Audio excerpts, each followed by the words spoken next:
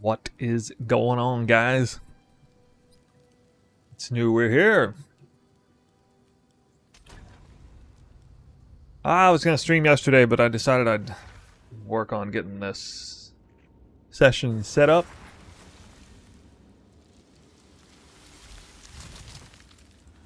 We got a brand new session.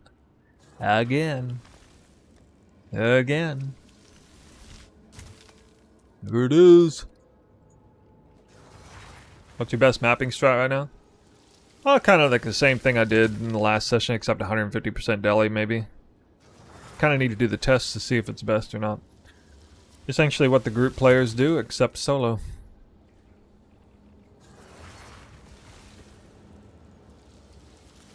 Yep. Yeah, stream title, getcha. We brought out the guns today. I've been way too meek about this. This build. Should have been advertising it as the strongest build the whole time. But you want to be patient to make sure. Let plenty of time pass. See what else is out there. I don't know everything that's out there, but... we got some notoriety from a few other content creators, POE2 content creators, about especially that highlight video. With all the crazy, that outrageously juiced up confluence map. And yeah, we're gonna do a couple reactions, at least one for sure. Nice new bit. How do I improve scale for the crit spear twister build? I mean, I showed the build strength in one divine budget, so you obviously got a good starting point there. You just try to improve your armors, and that's an energy shield variant. Your twister weapon matters a lot. You eventually get Rakiatus Flow, followed by Headhunter, and then you move into the next surround variant after that. What do you define as strongest? If your build is dying every 10 to 20 maps, I don't know if you can claim that. I'll answer your question as if it's an honest question. I assume it is. Strongest build is overall a wide variety of factors, including the leveling, the ability to level, which is usually one of my builds. Whatever I make is usually one of its weakest points. It's its low budget and or leveling capacity. This one is a complete anomaly in my repertoire of builds. It's extremely strong. It might even be the strongest build on a budget and leveling as well as high budget. If you put tankiness and if your criteria is hardcore viability, then it's not the strongest build. Yeah. So yeah, I mean there's like 100 different variables play. Viability on a dirt cheap budget, low budget, mid-low budget, mid-budget, mid-high budget, high budget, mirror tier budget. It's a leveling ability, it's complexity. The biggest weakness this build has right now is it's complex. A lot of moving parts. And that's a common theme with my build. I don't think that's a big deal. I personally don't see that as a thing, but that is some people's criteria. But that doesn't really speak to a build's strengths. That only speaks to what makes a build good or not. That doesn't really have to do with the build strength, whether it's complex or not. But yeah, you could say the fact that it does die occasionally is a weakness. But my argument is that the speed, the power, the damage it's so high that it overrides the occasional death. Not to mention the fact that that's a player skill issue often. Like I'm supposed to play better than that. You could say that, well, a strong build has to be strong in the hands of a noob. I don't know about that. Also, the fact that this build has like 5 different variants, some of which wouldn't die hardly ever, and I'm choosing to play the glassiest version of it, the most evolved version. So I have like legitimately 4 or 5 finished versions of this build that have a different blend of tankiness, damage, speed, clear. They all score relatively high marks on all of them, except maybe defense. But Like, I could have called this build finished 4 variants ago, and it wouldn't have bothered anybody, I don't think.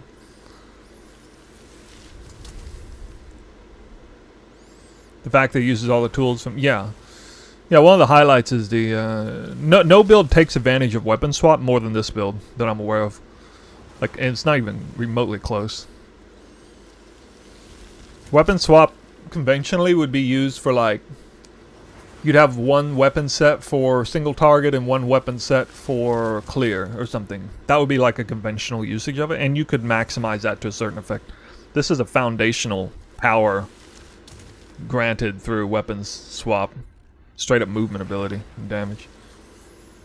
Which has been my favorite. Well, this version's my favorite, because I like playing the glassiest, fastest, strongest one. Of course. The version that I landed on. But I recognize it's not a flavor for everybody. And some people might like a different one.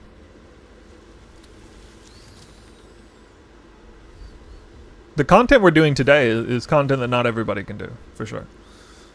150% Deli solo on a Magic Find character is pretty intense. I've been doing it a lot the last few days. Also, I mean, this is going to sound like an excuse, but the biggest reason I die is because I'm streaming. I don't even have half the number of deaths when I'm not streaming. Part of it is attention diverted to chat. Part of it is latency, like actual, like, you know, latency, more resources. That's actually a bigger part. Is there's just more inherent lag and lagging in reaction and stuff from the game that I have to deal with. Everything feels more sluggish. That's actually something I want to talk about in the reaction. So like last night in preparation for a reaction video, I actually recorded a crazy juicy map through the NVIDIA app, and it's clean. Like, the visual clarity is garbage, obviously, because that's still a problem. But as far as like how crisp the combat is, the ability for, you know, when I command my character to do something, it actually does it in real time. Like, it's so much better when I'm off stream. It really is. It's not so much internet, it's more PC resource allocation. And my computer is pretty high end, but it's also like 6 years old now, so it's fallen behind a little bit. Yeah, I'm on single PC setup as well. I don't even have room for a second. I don't even have room for a second monitor. Everything's on one monitor even. Yeah. You should try increase difficulty. I've already done that. That barely feels any harder than what I'm doing. It does actually no, it's not harder. It's not even harder on that. It's not harder because 100% increased monster response, like 150% increased monster, is a bigger challenge because it lags down the game harder than increased difficulty. I've already done that. I've already tested it. I barely even noticed a difference in monster difficulty. I used to before when I had worse gear, but I don't notice the difference.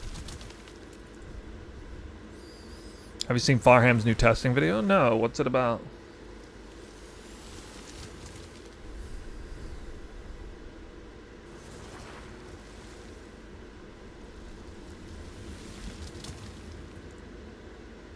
You should do the shark boss. No, that's probably something I can't do. That's not real mapping content. That's a bossing strat. When I heard that people just get one shot on that, that's not something. And if you want to use that criteria as, oh, the strongest build is one that can kill that boss, then fine, whatever. I mean, that's hyper niche content. I would be more inclined to include that in the criteria if it actually was a viable strategy, but apparently the strat sucks balls as far as like how much currency you make. For Twister, can I use Vakieta's Flow instead of Garkin's Resolve? Yeah, I mean, for certain versions of Twister, you use both, actually.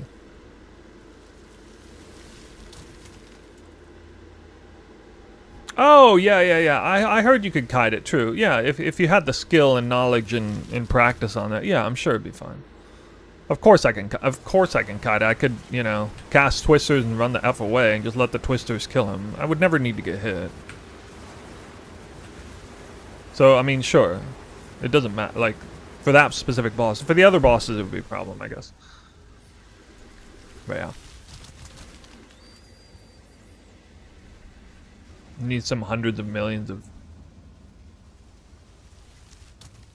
DPS. I mean, I got outrageous DPS. Path of Building doesn't represent it properly, but this boss, this Twister has an insane amount of hidden DPS that doesn't get registered on stats.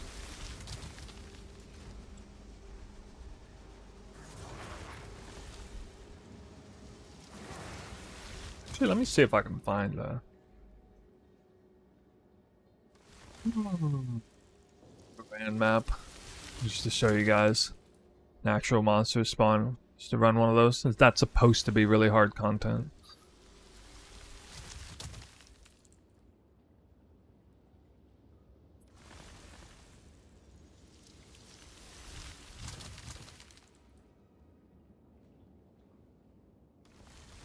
Yeah, I could do that.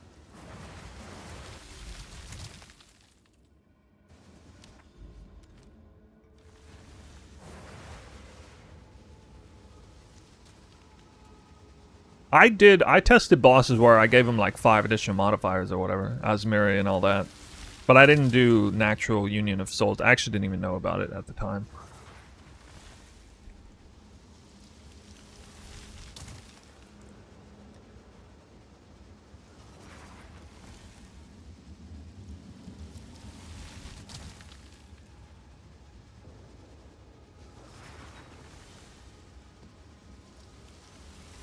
Oh, wait. Action.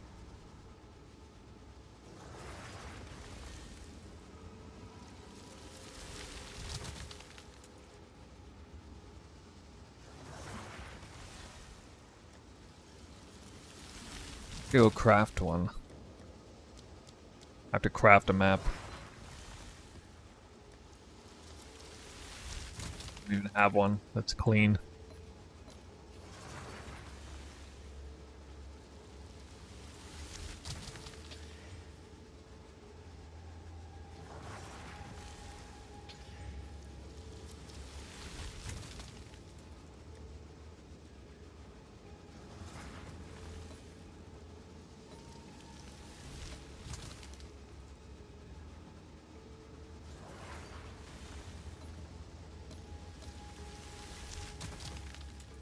An order?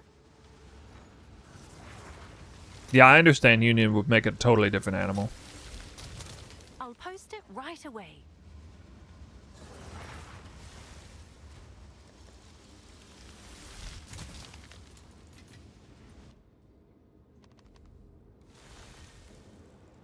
The one with +1 modifier? Yeah, I know. I don't have one with that's clean with no delirium though.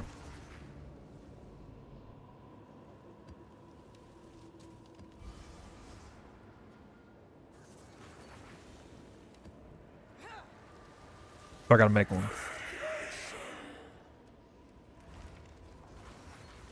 I didn't even really know about that competition until like after the fact.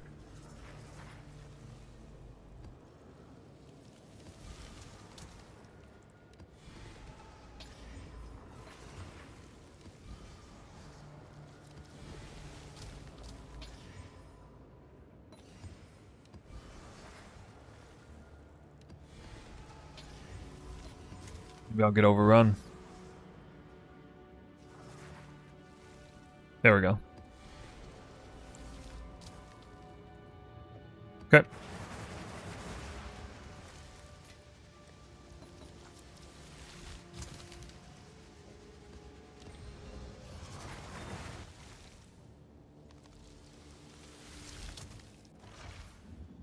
Yeah, but you're not necessarily getting good...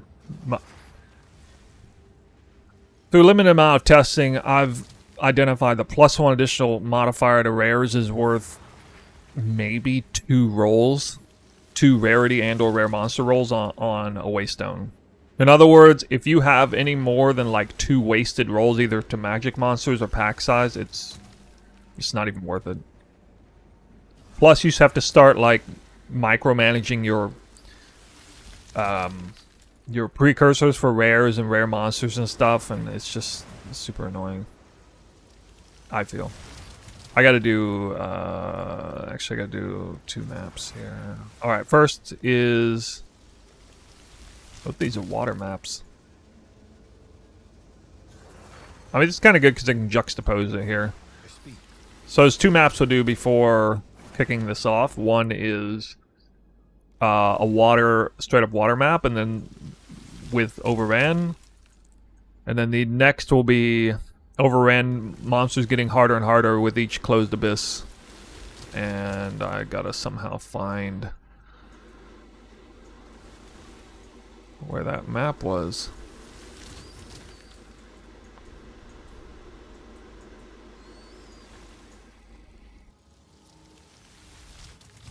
That, I guess. Where was that other one?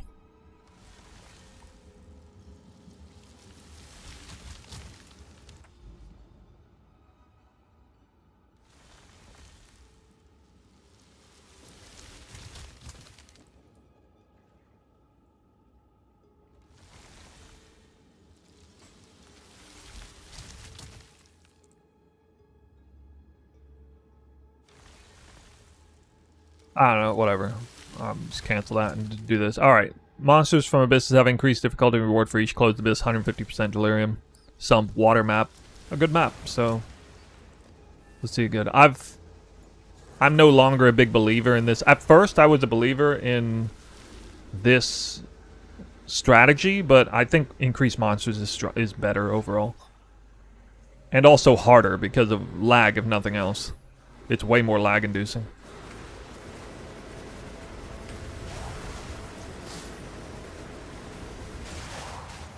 Kind of nice I can actually warm up a little bit. I haven't really ran a map yet today.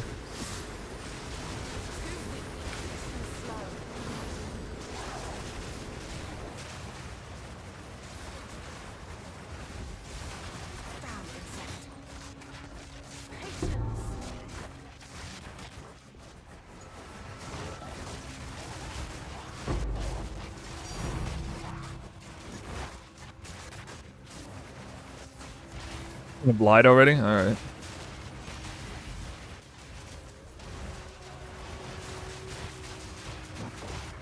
That mechanic hasn't even kicked in yet. It's only just started.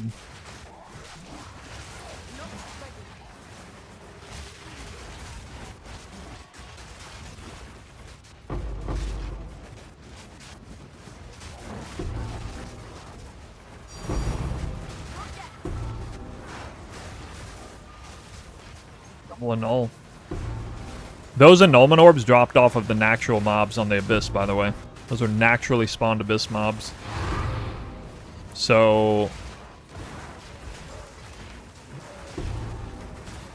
I mean, I haven't really tested naturally spawned 150% abyss mobs with that increased difficulty. If it dynamically increases the difficulty of pre-spawned, naturally spawned abyss mob, that's not something I've really tested, but that's like super niche. But those 2 annulment orbs may have dropped on account of that, possibly. I don't know, it's a bit of a stretch, probably more of a RNG fluke. I did run at least a couple maps like this.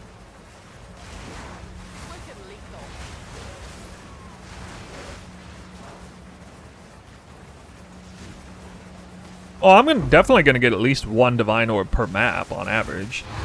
I haven't even dropped a divine orb yet. But I mean, this is a pre-run sump map. I mean, this is a top 10 percentile map layout. You know, it's not like every map is this map. Actually, this is like a top 5 percentile map. This is already pre-overran. Pre-overran water map with a decent above-average tile set is. Yeah, that's pretty rare. So, running a top tier map here, I would expect top tier loot on this one. Nice, I did get the 4 breaches. Nice. So are you noticing the abysses getting harder? Because we're near the end. Are the abysses getting harder? Because I don't see any difference. Like, that's a hard... I don't... There's not even that many left. Maybe a couple.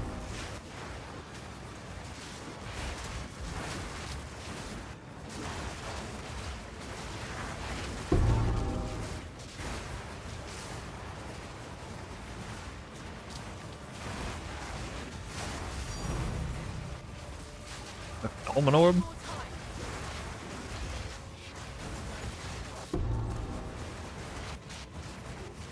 Double breach, overlap breaches lags the game more than anything, by the way, in case you guys didn't know. Alright, this is probably the last couple of abysses. These would be the hardest abysses in the game right here. And they're clear and it's done. Alright, that was it. That's maximum difficulty abyss right there. I mean, I didn't even notice it being harder.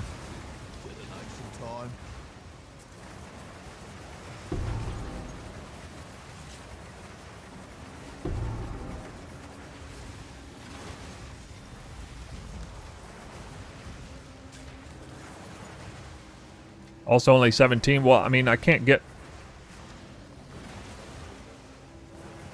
much higher than that. It's pre-ran. It's not even part of the Waystone modifier. You can't have both at the same time. You can't have the you can't get two desecrated mods at once. Abyss desecrated mods.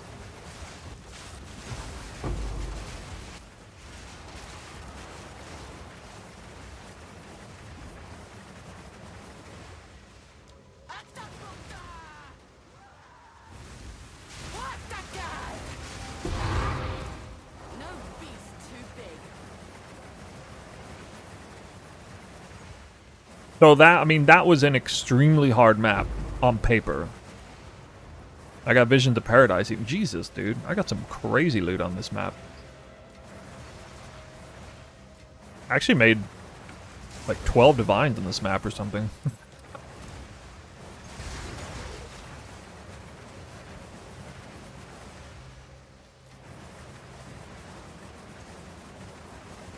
Maybe some of that was from naturally spawned monsters, but I don't know. Also, or from Abyss monsters, I'm not inclined to believe that non-naturally spawned monsters get credit for delirium.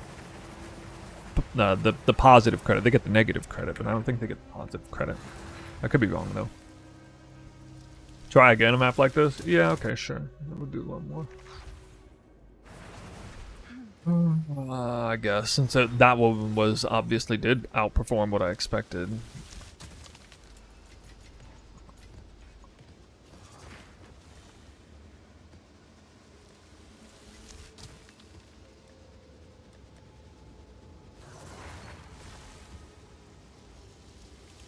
Here, I'll even, I'll try to do something here.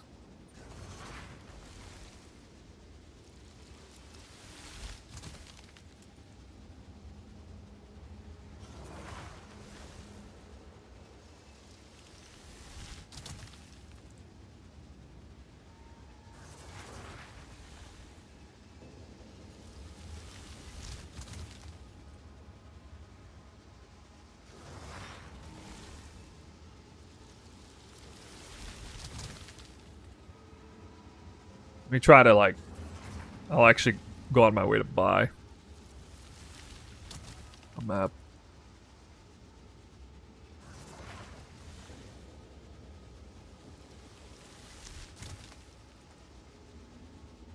Maybe I can buy one that's completely crafted already.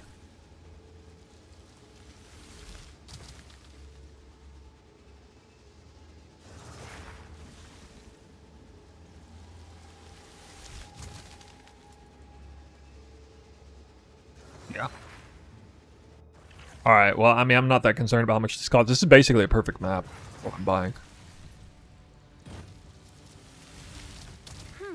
I guess 6 annuls.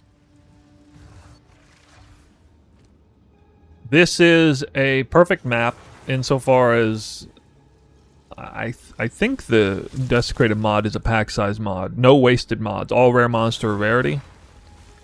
with one additional modifier even. So an actual like perfect map. You can't even like, at least insofar as this desecrated mod, you cannot have a stronger map than this, or Waystone. So yeah, let's run this instead. One of them. Yeah. Story with me in the Titan version. Have you started it? Yeah, I've already. I've started it, but it's not ready to show. You can T16. I'm not risking corrupting this map.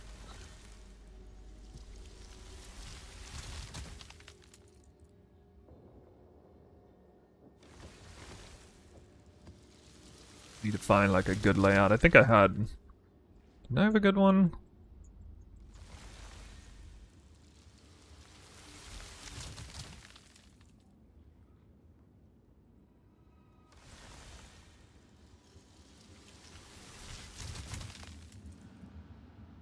The legacy map.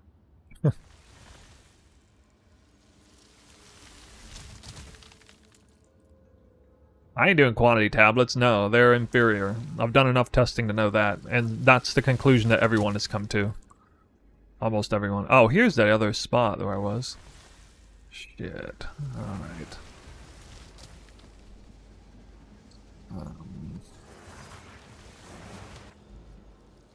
Can I find that spot again? Please find that spot again. Oh, it was here, here, here, here. Okay. Alright, I can run one in the interim here. This is a regular map. Well, I have to do this twice because it's irradiated.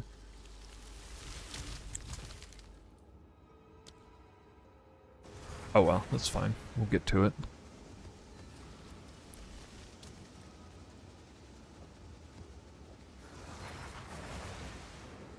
I am not doing quant. There is no way in hell I'm doing quant. I've already identified that it's worse. And it's not even close. At least for solo play it is. Wow, I got slapped there. Get this crap out of the way.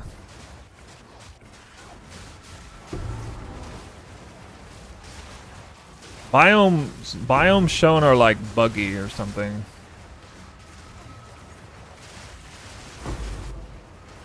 I think they show when you have like a legacy mod on there, but they don't show after the patch. Wasting your time with 15s.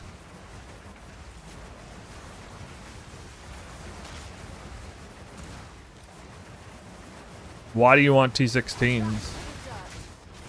You talking about throwing an irradiated tablet in? I've also tested higher tier maps. I haven't seen any significant boost in there from that. It's been a while since I tested high tier maps, but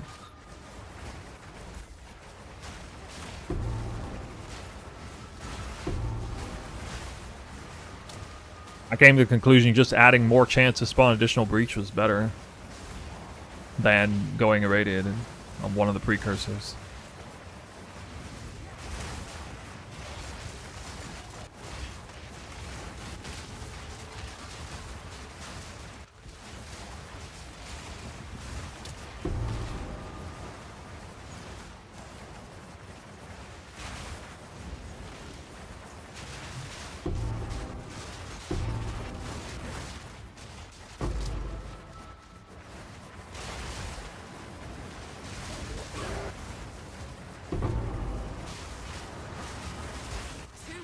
What I've heard, even group players are prioritizing rarity and rares. I've heard of this sort of like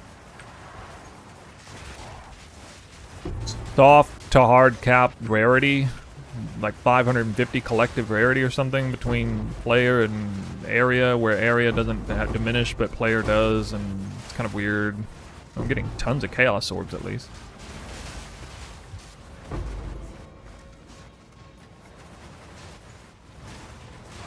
Wow, that was a terribly timed Shroud Walk. Almost got me killed. Damn.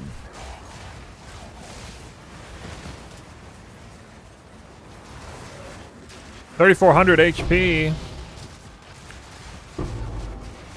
Running strong now. Crafted a new weapon today. Whirling slash weapon. Finally got the corruption on it. 3-socketed. You can never get triple T1 though. It's too hard, or too risky, or too expensive.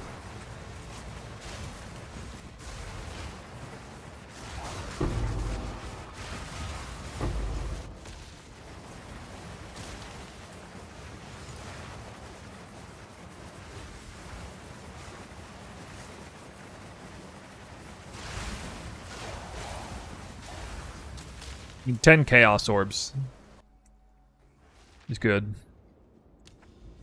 Even if I don't get any tinks.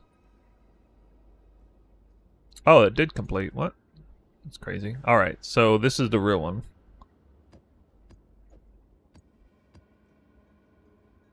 Decay is a swamp map. Sold it. I guess I'll verify that.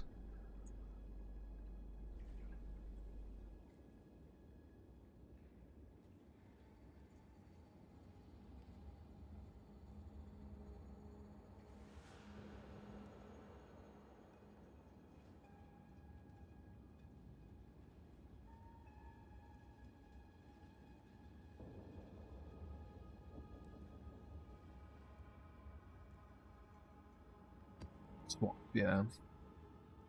5-band carries. I don't do that. That is like...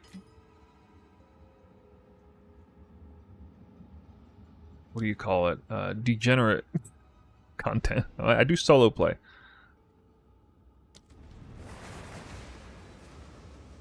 Go on. Quickly. A useful trade. Indeed. Like real solo play.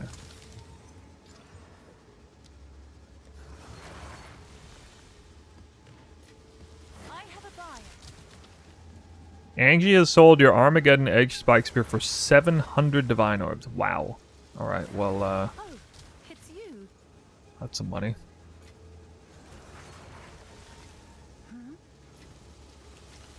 That was my previous one that I was using.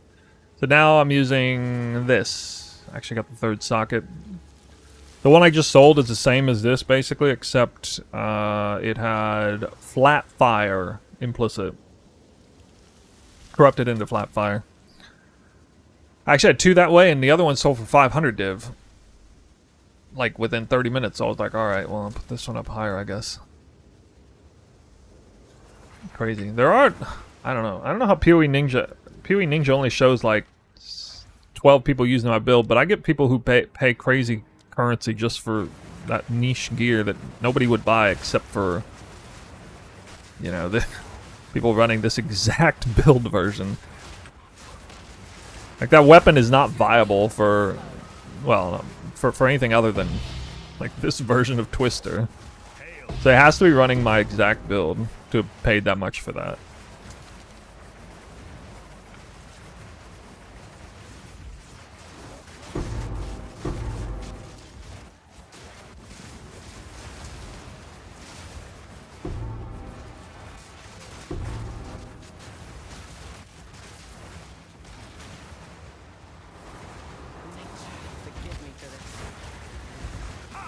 Whoa, I don't like that shroud walk at all. Straight on to an expedition. Woo!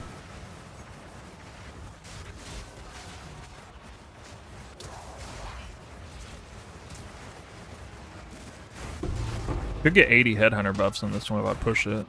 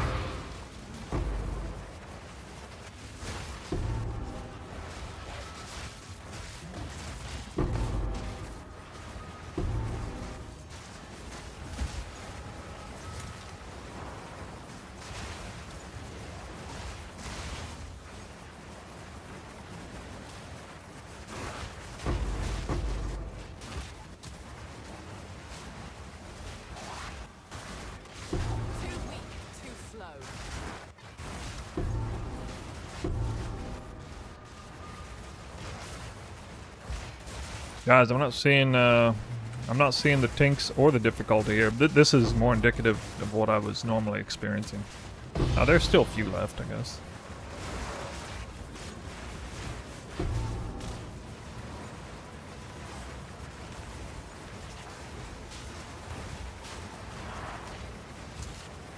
What a terrible breach spawn, God. What?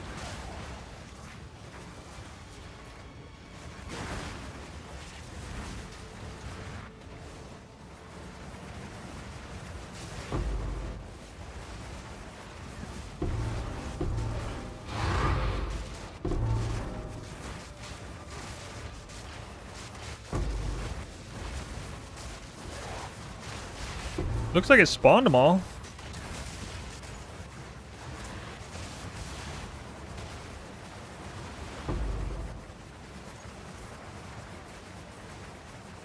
Left somewhere.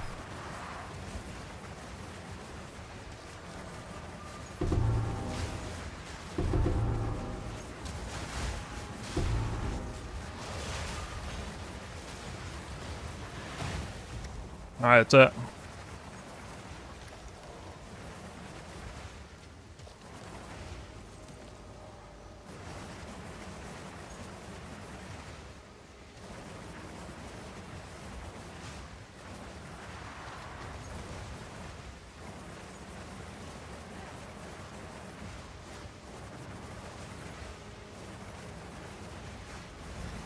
So, I mean, you know, that's just RNG for you.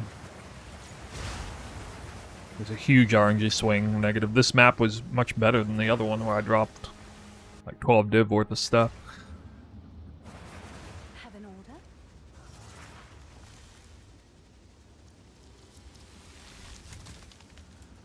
What is it?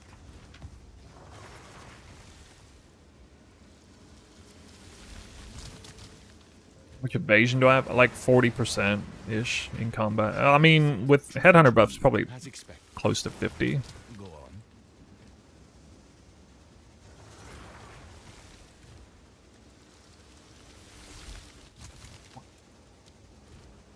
Alright, we're going to start this session. I'll do the reactions later on.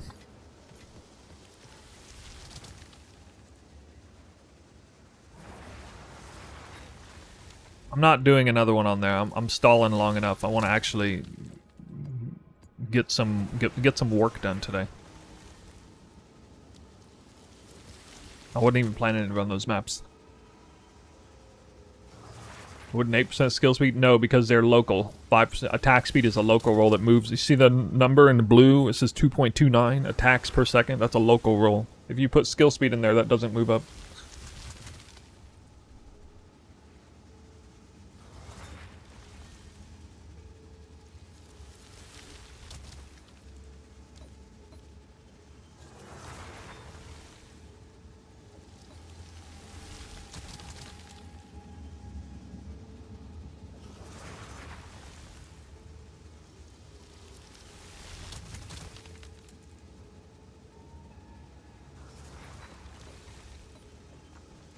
What do I have?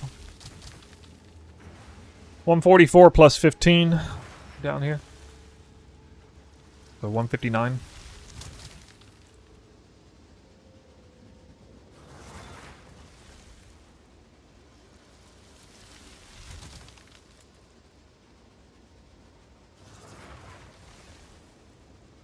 And what's your secret? Hi, I'm just such a good PoE player.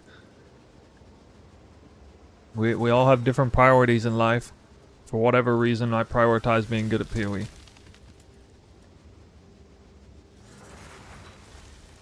I'm usually pretty good at whatever I choose to be. I just never choose to be good at anything like that actually matters in life. So there you go.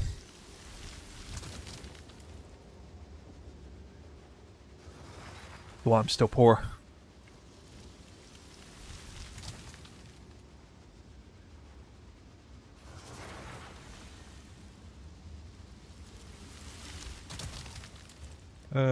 Okay, let's see. All right. Well, we'll try to do this faster and faster each time. We got. Okay, we're gonna do setup. Oh yeah, Atlas. I gotta unlock this. Get this.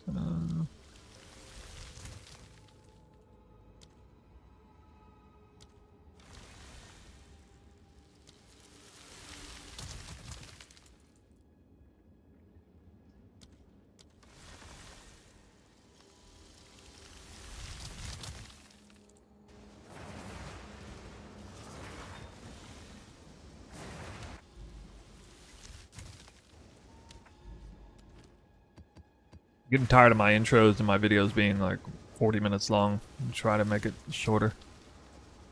I would love it if these videos of mine were like between 20 and 30 minutes long. That would be really good. I'll have to cut a lot, including highlights. It's not that hard to do that when they're like essentially a repeat of a previous strat with tiny change.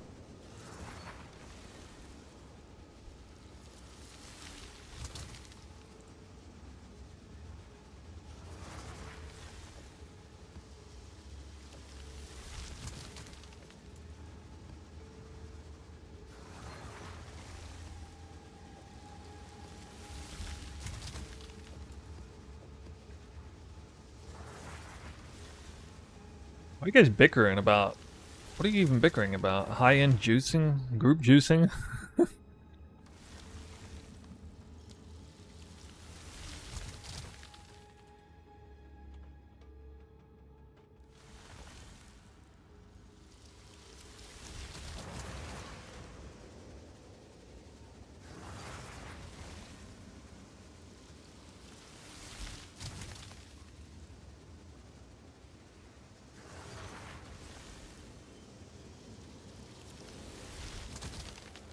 I don't see my chat on my screen.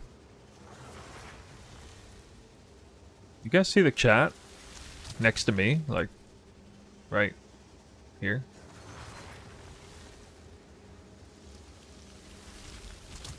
Can't point to it. Only Twitch chat? Yeah. Oh, okay, yeah, right. The bickering is in YouTube chat. Yeah. This is the most drama on YouTube chat I've ever seen happening right now. Sorry, I forgot YouTube. I don't know the program to put both Twitch and YouTube chat in. I don't know what it is. Alright, anyway. You guys don't even appear on the video, so it's whatever.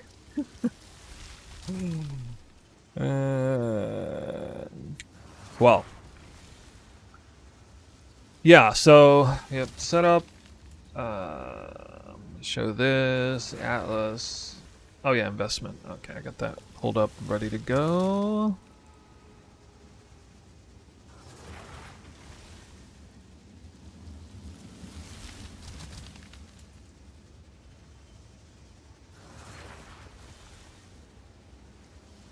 Alright.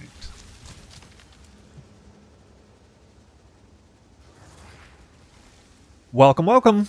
Guys, here we go. You knew this video was coming. We have the top of the top hardest maps to do today with Abyss Overrun, primarily. Abyss Overrun maps on 150% Delirious. That is triple concentrated liquid isolation. They're not super cheap. And we're going to be cranking up the juice and the investment cost a little bit on this strategy. But anyway, let's get to it. You can see I got my dump tab ready to go with a variety of different maps in here, some of which are designed for citadels, like these setups here. Some of which are designed for travel maps and towers, because I did this last time, nothing but overrun maps, and I kind of regretted treating a bluff map with overrun maps where it spawned only like 5 pits or something. It made me feel kind of dumb. So I think it actually is important to not treat every single map as if it's a potential Giga Juicer. So I'm going to, play a little bit smarter here this time. And then we got some increased monster maps, because I still believe this is the best modifier on pre-overran Abyss maps. And then the majority of maps will be these right here with precursors like these. And we're going to be focusing on rarity rolls, as usual. It's easiest to roll the map with nothing but rarity. Just like this, get random map, rarity, get your Chaos Orb. Now it's nothing but rarity, precursor, or prefix, necromancy, preserve vertebrae. And you got a 12% chance of hitting Overrun, and about a 50% chance of hitting something else that will at least sell for 5C. I've showed, the sales of maps, waystones, and precursors, and I'm still rolling these. Precursor costs have gone up a little bit because the baseline costs to get precursors like this now are almost 1 divine, actually. So it's starting to become a little bit more questionable whether you should divine your own 17 or 18 use precursors, or just purchase one like this for 10 uses. Finally, the market truly normalizing. We have a couple of giga maps here with one additional modifier, which I only run on super high-end, best like layout, water biomes, that kind of thing.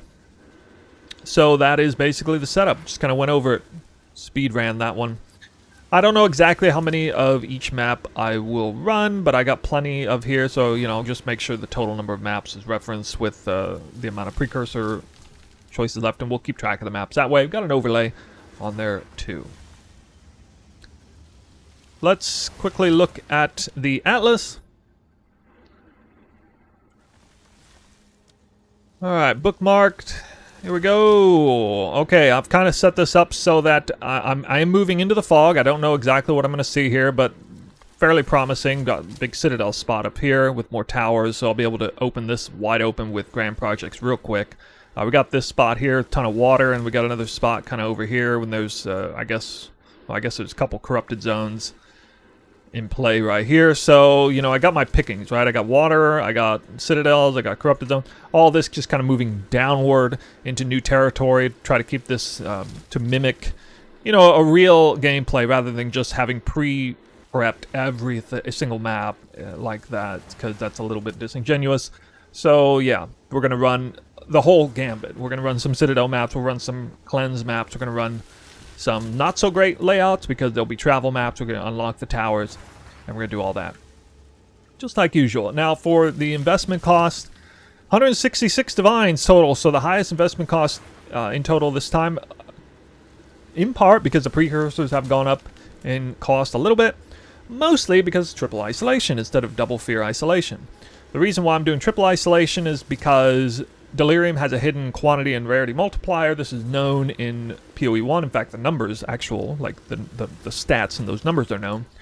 However, also that boost in quantity and rarity from super high Delirium only counts for naturally spawned monsters. That would be like cleansed rares. That would be abyss mobs, the first half of an abyss you do, not the second half. That would not include any breach monster in the game. It would include naturally spawned monster packs, rares, things like that. In PoE 2, I don't actually know. Not for sure whether Delirium bonus quant rarity applies to every single monster or not. If I had to guess, I'd say no, but that still remains to be seen. Maybe somebody in the chat knows. It would be nice if somebody did like a real test on that. It would be a little difficult to test, but it could be done.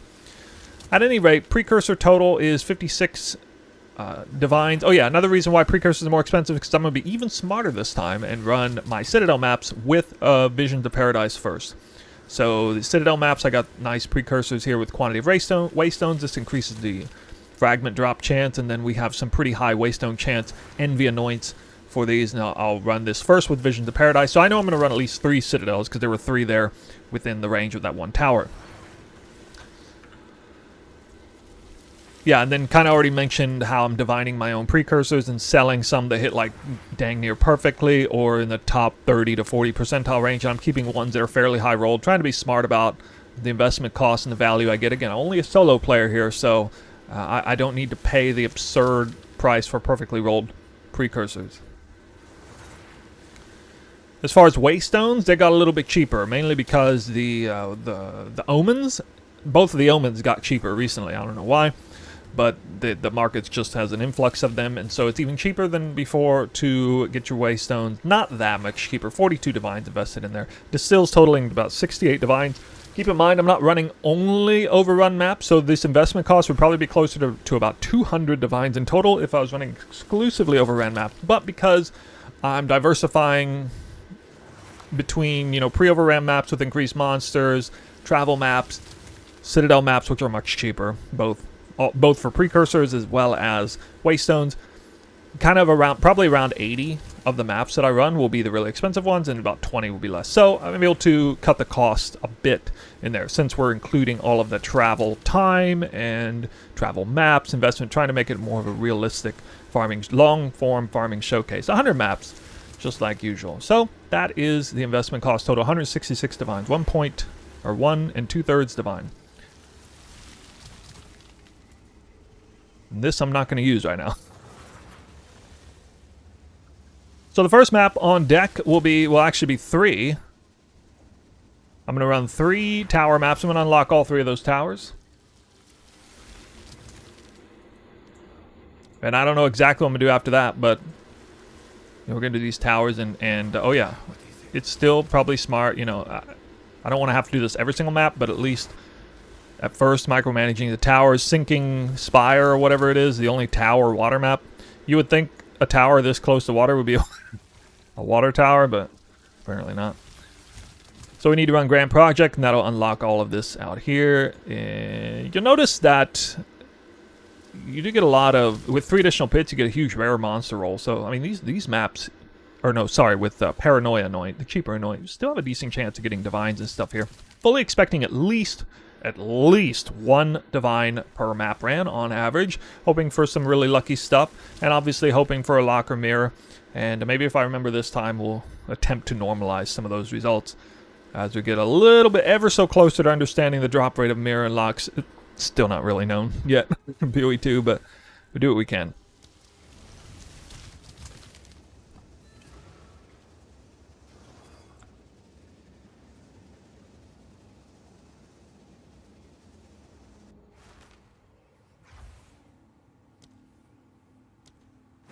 So what's the story with Irradiated being so good? I mean, I've heard some rumor that the higher tier unlocks higher chance for better currency conversions, but I haven't... I mean, people still drop mirrors in low tier maps and stuff, so I don't really know how much I subscribe to that idea.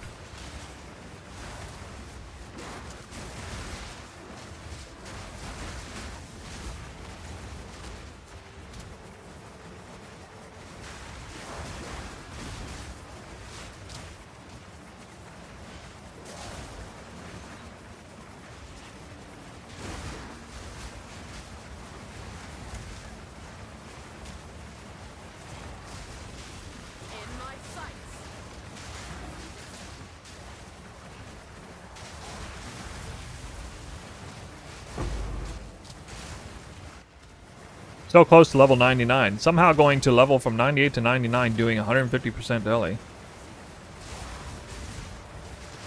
The build has to be at least somewhat strong to pull that off. You know.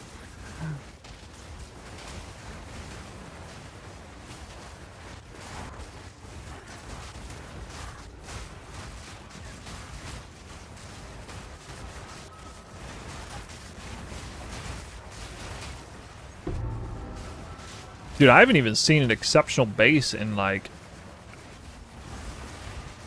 50 maps or something. I don't know where y'all getting them. Maybe mine are just turned off, unless they're really the good ones or something.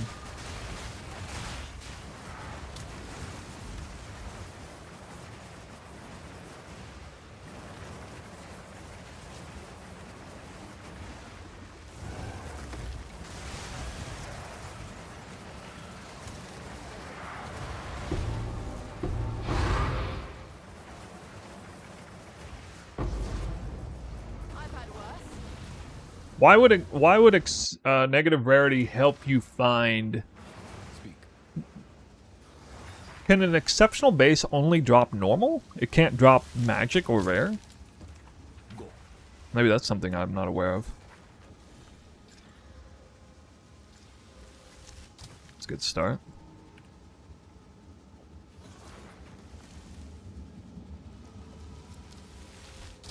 Oh, that's why then. Okay.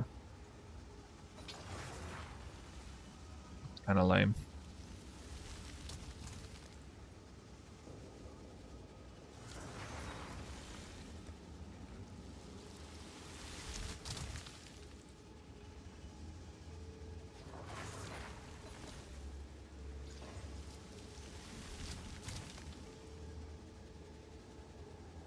Well, they should be able to drop magic or rare then. Like, that's so stupid. That would help solve this issue of, like, being obligated to run negative rarity or whatever.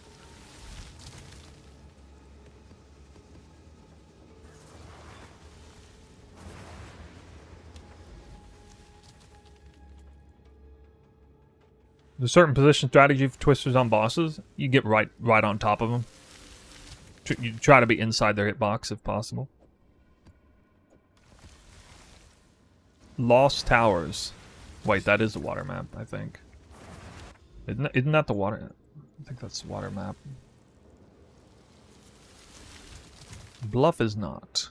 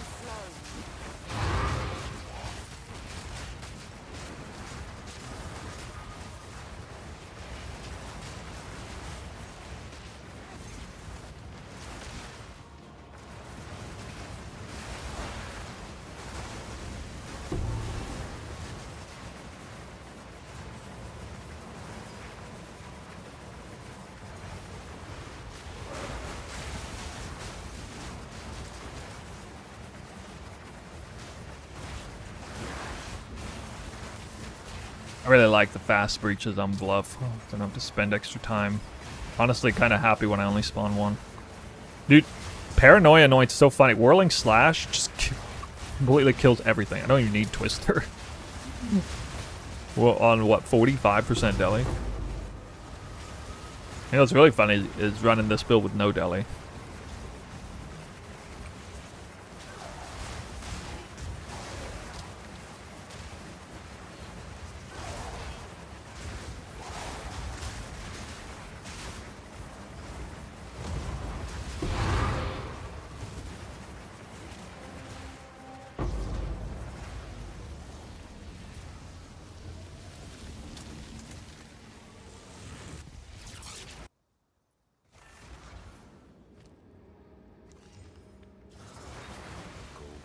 Choose what I see you guys trying to have an EPing contest in YouTube chat. I don't see it as some sort of like terribly toxic thing. Just a little bit of EPing measurement going on. Is it really that big of a deal? speak.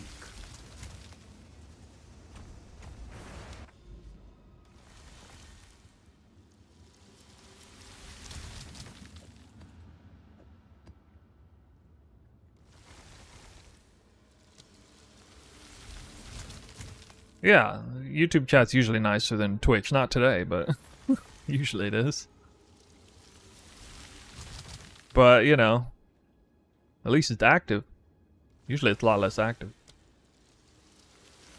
Alright, Lost Towers is a water map. Maybe we'll get something going on here. No drops yet. But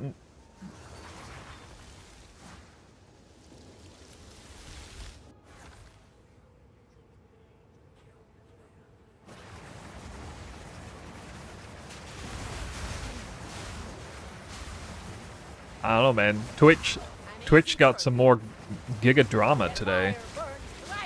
Apparently, I saw on the web, the interwebs, a little TwitchCon drama. You guys hear about that?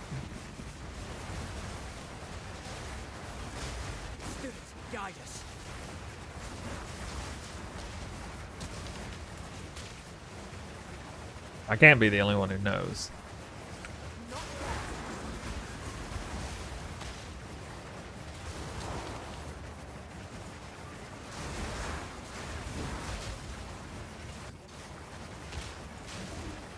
Wait, this is not the water map. I chose the wrong one. Dang it. I deserve no loot. Still got a Chaos Orb, though.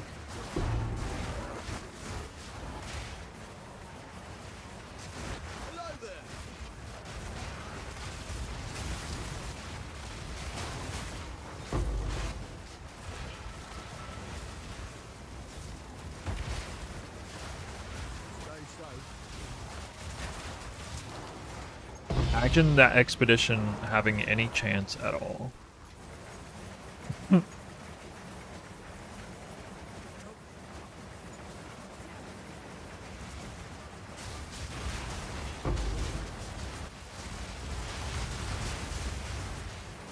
Yeah, alright, well, I don't know, maybe you guys aren't aware. TLDR, Emiru, big Twitch streamer girl, got sexually assaulted live at TwitchCon. Not in some insane way, but like, you know, like a 3-second clip.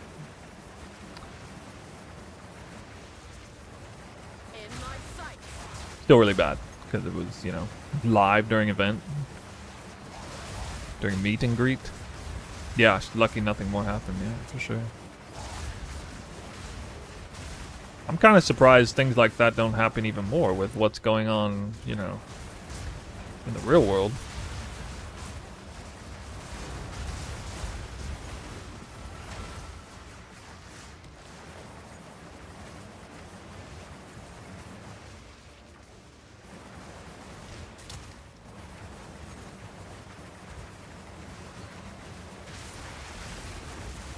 Your twisters look massive. Well, thanks. I'm not even Titan status.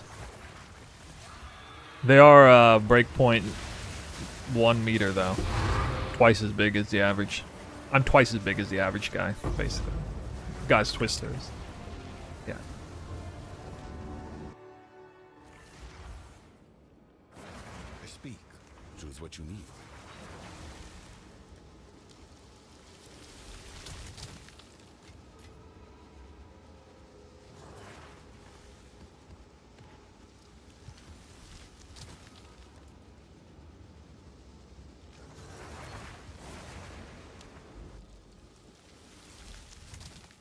When is it Titan ready? I've only theory crafted it somewhat. I'm having a hard time figuring out the end game jewel setup. I got a pretty good setup for like the pathing, but the jewel setup. It's base 0.7 meters, but 1 meter if you have a headhunter buff. Okay, that's all them towers. We can do this tower as well. Well, I didn't even see this one here. This one here the whole time? The whole time? Adorn? I don't think so.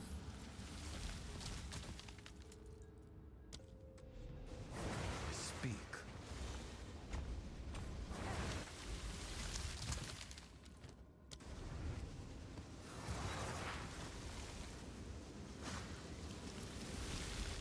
Yeah, I'm sure it'll have at least 3 breakpoints higher. So it will probably have like 1 meter breakpoint without Headhunter, which would be like 1.3 or 1.4 with Headhunter.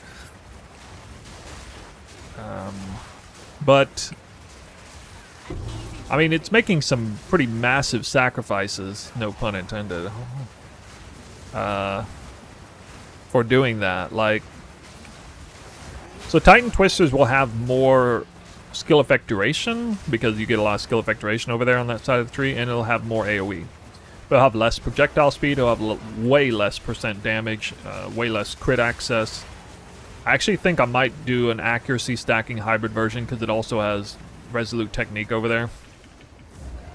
And it's hard to like allocate all the points necessary. So if I do resolute technique, I wouldn't need to blow passive points on crit. So yeah, I'm trying to think of some sort of like Titan Twister accuracy stacking hybrid thing. Although accuracy stacking is not that valuable, but it would be cool to have like huge, long-lasting twisters that where I'm like, you know, going really fast. It's the sound of that. That sounds pretty hot. So, I don't know.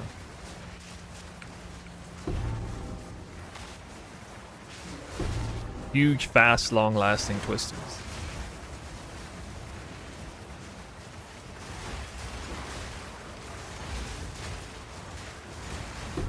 It might potentially be League Starter next league.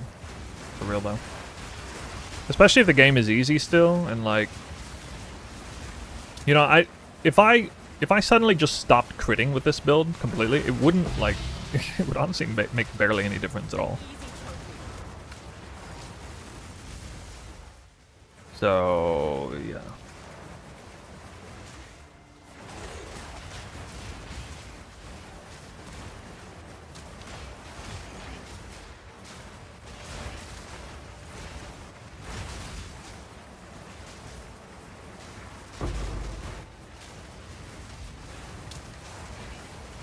You lose cast on crit. I mean, I could probably fit cast on elemental ailment though, or just drop it completely. I might drop it completely actually, because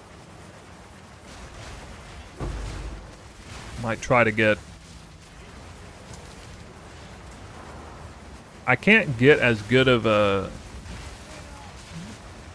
I don't know. I may go with the same setup for the jewels anyway, which means I would still go crit though. Like I could on the Titan, I guess I could still go all the way up to here and do this whole thing, but that doesn't make sense unless I'm still going crit, so.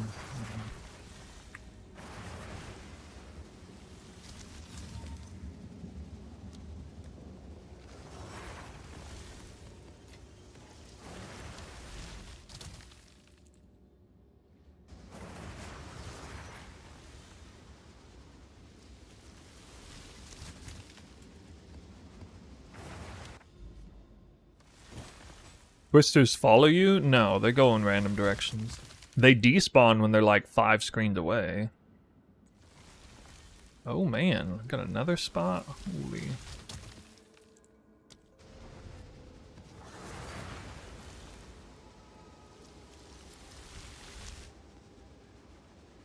I see the video where somebody was showing a stash tab full of mirrors. No, I didn't see that.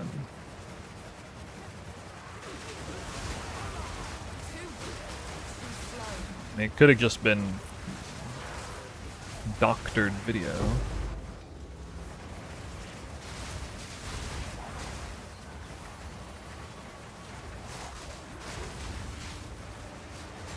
If it's locked, it must be worth something. Am I gonna try Druid? If Druid is, I am imagining.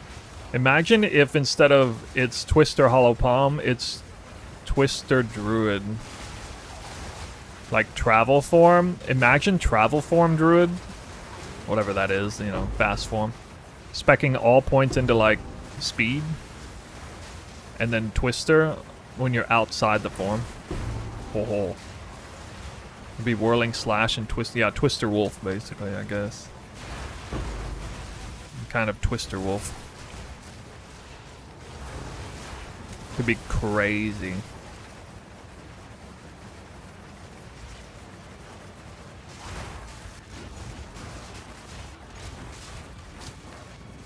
And then if like the wolf gives you global buffs or something if you hit enemies with it. I'm sure it could be Bleed Twister actually. Because wolf might be, usually wolf is like, actually I guess wolf or bear would be synergetic with bleeds and stuff. I don't know.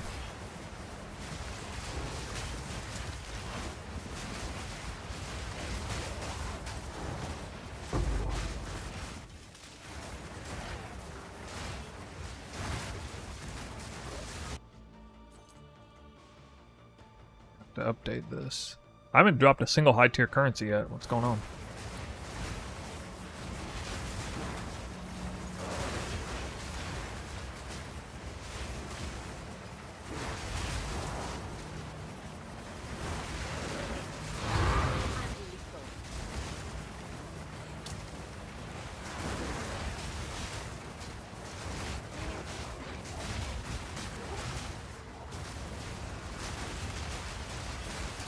Most of the damage from Twister is fizz, right? No, it's...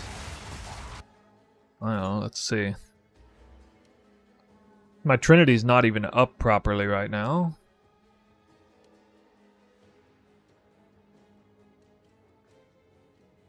No, actually it's not even close. It's mostly elemental. Dude, it's like 85% elemental. At this point.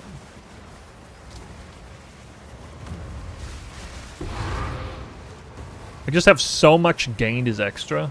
I have a crazy amount of gained as extra elemental damage on this build.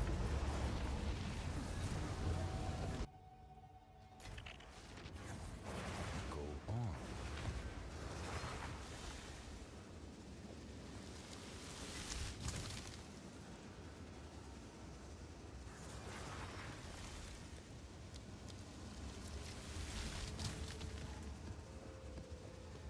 I mean... yes.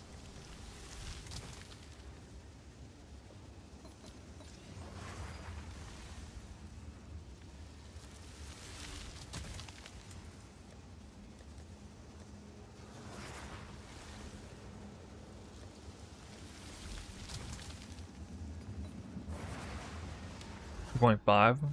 I had like 3 something million something earlier on a screenshot. Whoa, I got a bunch of corrupted zones. I didn't even see all these. These didn't show up at all. Oh, man. Oh, man. Actually, I got pretty lucky. I only knew of 1 corrupted zone. Well, 2, I guess. I guess I did know.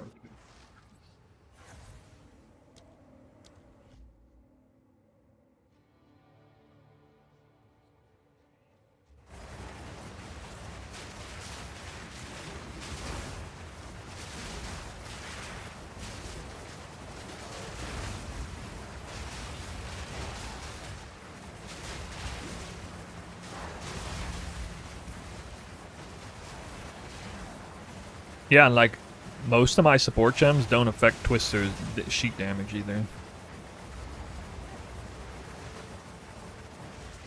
Wait, why does it say my Spike Spear sold for 800 div? Didn't I just sell a Spike Spear for 800 div? Wait, that's the other one? Oh my god, dude. That one didn't even have the... that one was more generic. That had Onslaught and plus attacks. I just made a mirror in like 1 hour of sales and 2 sales. 700 and 800. Wow. Wow. That was a failed craft, by the way. 800 Divine failed craft.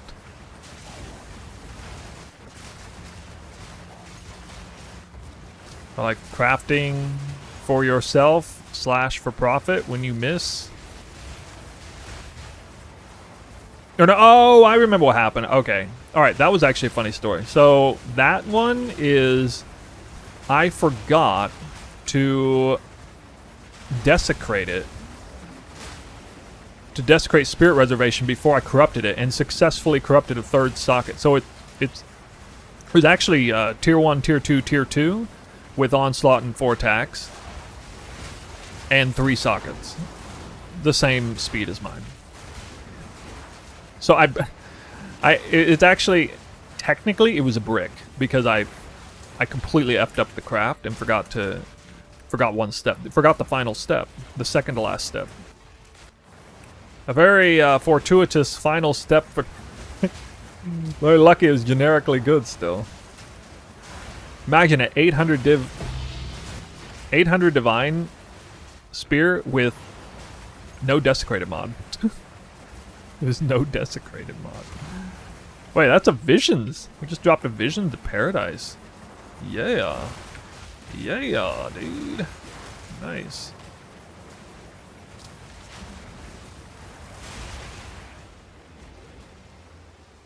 Alright, I think I finished that map.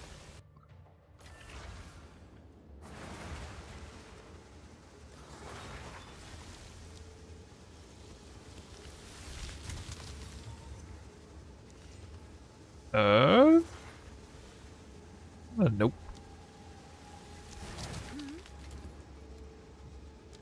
Yeah, look at this. 800 div, 700 div. A few minutes ago. I started the stream with 100 divines in my stash.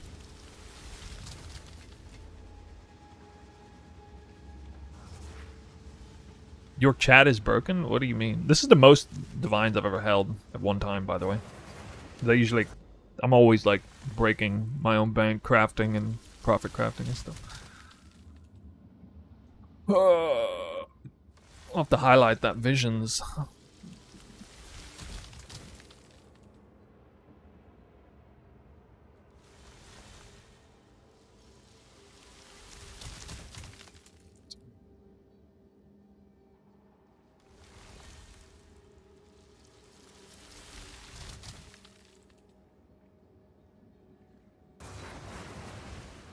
That spear that I sold for 800 is actually worth about 800 though. If you were trying to replicate that specific thing, like tier 2 plus flat elemental spike spear with 3 sockets, 28% attack speed, so a high local attack speed, you would have to pay on average at least that to hit that, because you're also at the mercy of a 1-3 annul or 1-3 val on that.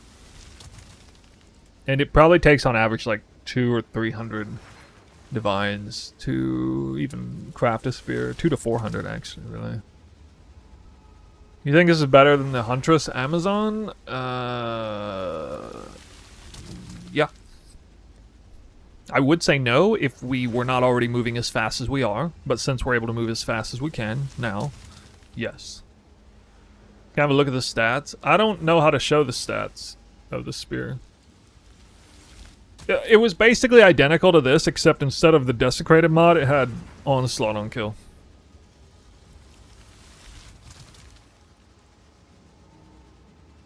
I love how YouTube just ignored... What do you... Dude, I just answered your question. You just asked if I think this is better than Amazon. I said yes. I give you like a 3-sentence answer. What? Trade site history. Where's that at? I don't know where that is. I've heard of that. Do I have to alt tab for that?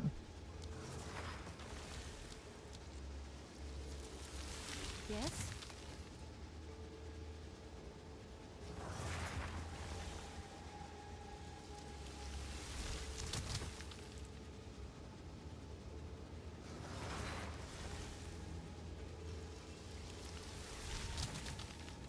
Oh, the browser tab. Oh. Here?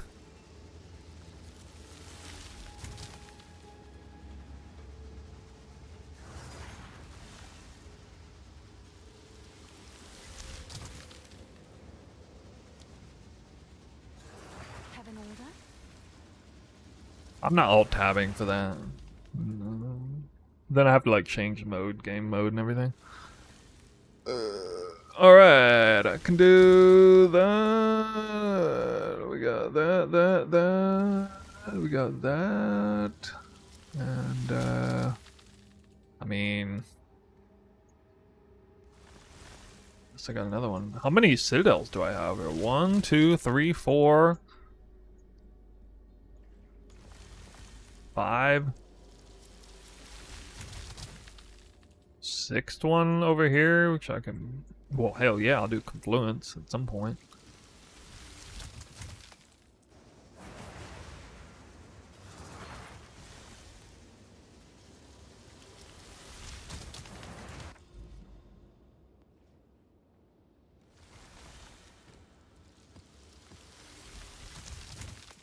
Thinking Spire, okay, that is a water map.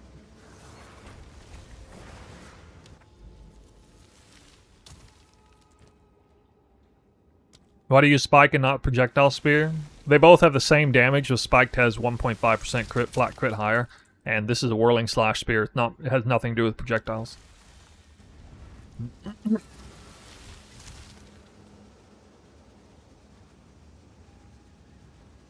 They need to balance sentences ASAP. We're gonna do react to Miso Shiro and about balance, and Off Meta Michael made a video about the topic of visual clarity and game performance and keeping PoE 2 fresh, not like PoE 1, where it's like rah rah rah over the top.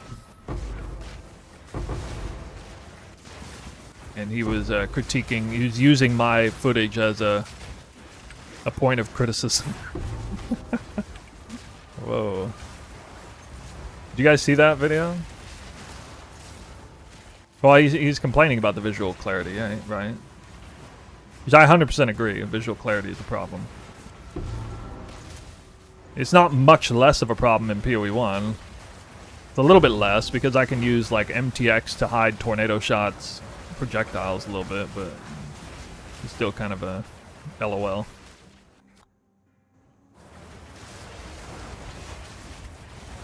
But for sure, many builds in PoE 2 are, like, way more egregious.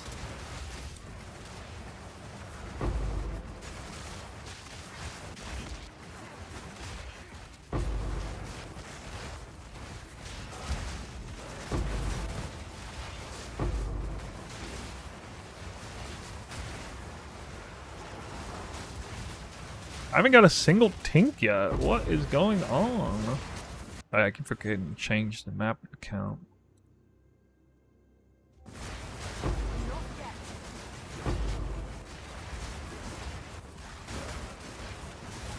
On a 7th tower. Gives you anxiety in a good way.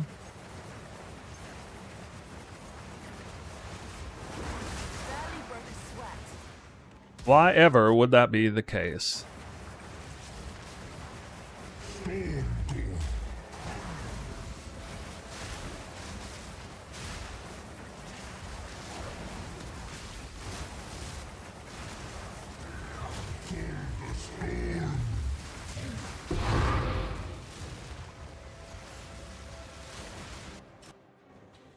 That's kind of sandals.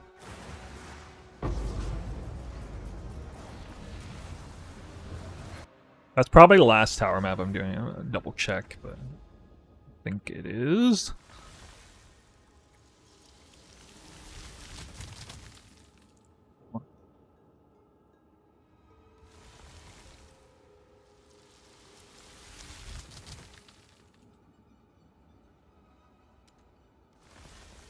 That one is... I was already pathing up there. Alright, let's stay here, here. Yeah. I mean, I should probably do this one.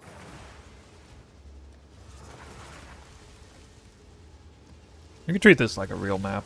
Speak quickly. A useful trade.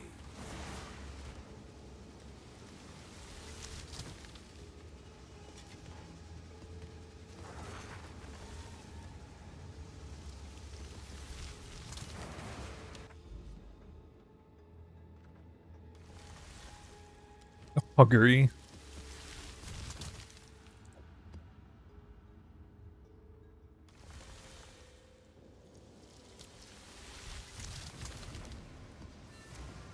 Alright, first real map. It's actually a travel map, but it's good enough layout I can run it as a real map. And we proc the precursor. Whoa, dude. I don't know if this is a real water map. It doesn't seem to drop currency like it is. Barely broke a sweat. Alright, it's a real water map.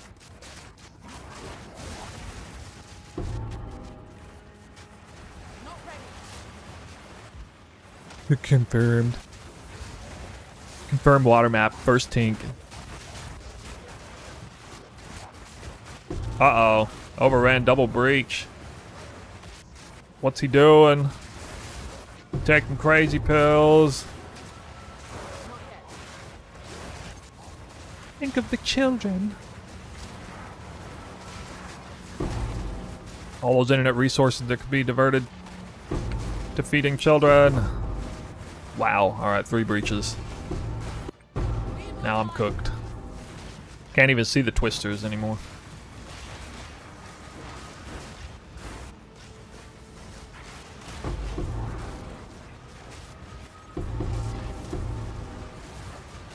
I was kind of hoping the layout would save me here. That's sort of the case, but not really.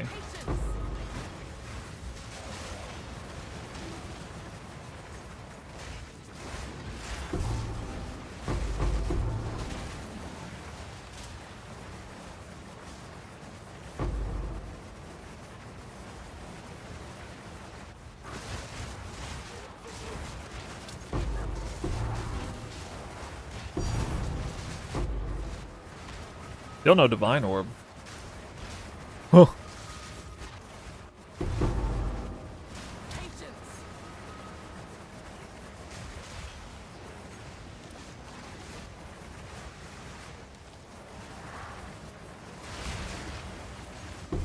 Quick and lethal.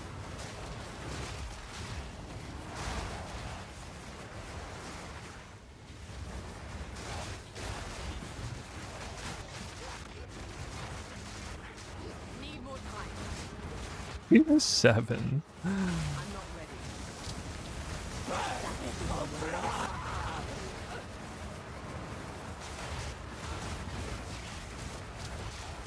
How complicated is this build? Should I even start it? I mean, it's not that complicated on a low budget. With, like, Wake of Destruction. If you're looking, if you have, like, hundreds of divines and you want to do this variant, it is kind of complicated, yeah.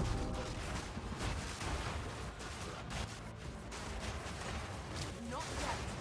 Not so much to play, but to, like, to set up. Make sure everything's set up right.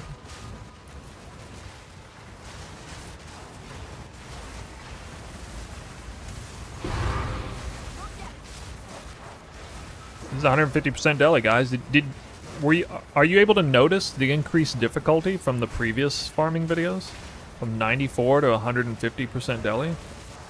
You guys notice the immense jump in difficulty, right? I need more time.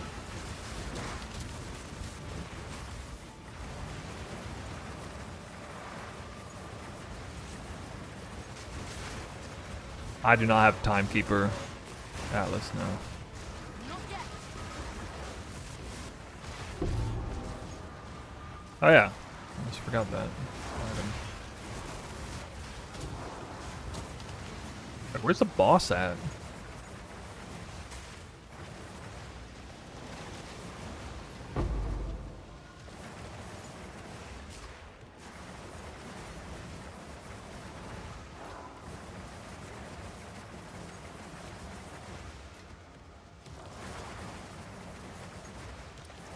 These maps take like 6 minutes. It's about probably a little less actually with travel maps, but yeah, the big maps are about 6 minutes per map.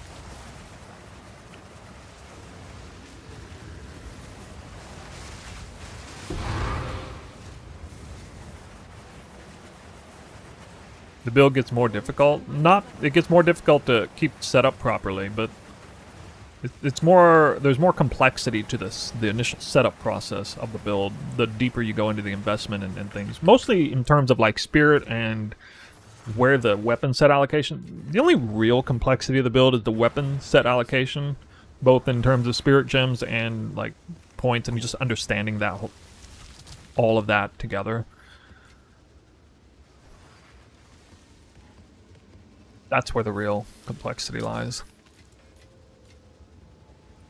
Well, I dropped 5 Chaos Orbs. That's not bad. Buff. Go on.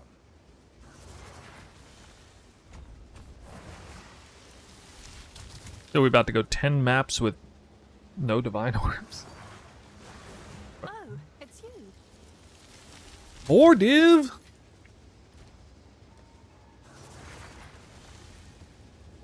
I'm gonna talk later on the topic of crafting a bit. Do you guys pretty much agree that the big reason why crafting is so much more lucrative than playing the game is actually has very little to do with like the balance of how lucrative farming strats are, and has way more to do with the new trade system and that exacerbating the whole botting trading phenomenon, and we're now seeing that, you know, in an extreme way, how, you know, you can do some mid-tier crafting and you make way more currency than like the highest form of juicing. That there's just, us players can't compete with how much currency is flooding the market through botting and then you know, frictionless trading. I don't know, like, I mean, the solution's obvious, ban all the botting, but beyond that, the solution's not quite so obvious. That, to me, like, I don't know why people aren't talking about that more. That's the big reason, or that's the big issue, is actually the botting. The botting is the biggest issue right now in this game. This economy would make way more sense if botting was almost completely eradicated. And we're still stuck on to that end, we're still stuck on the Chinese servers, I think, right now. So this may actually go away to some extent next time around, just by the separation of the servers.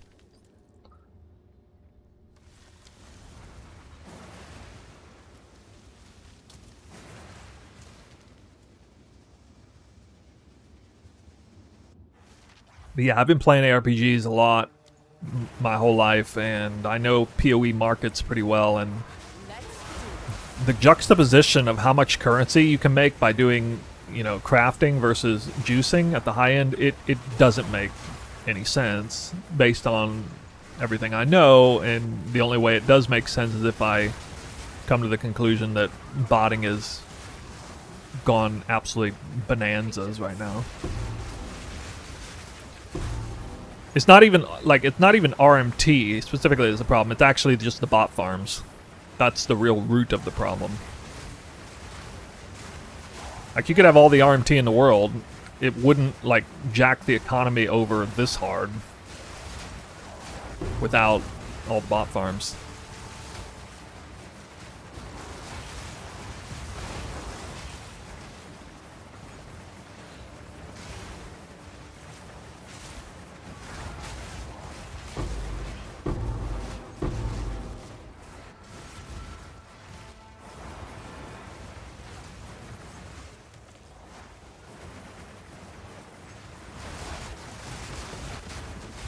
Nice. They're both together.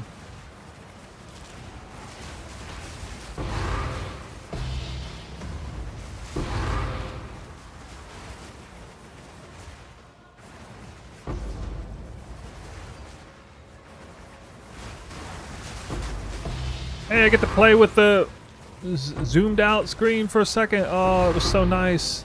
For a split second.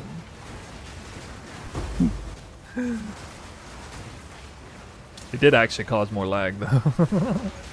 Wait, if I zoom in, do I lag less? Oh my god.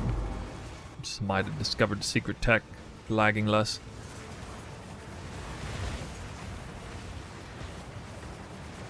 I can play zoomed in, guys.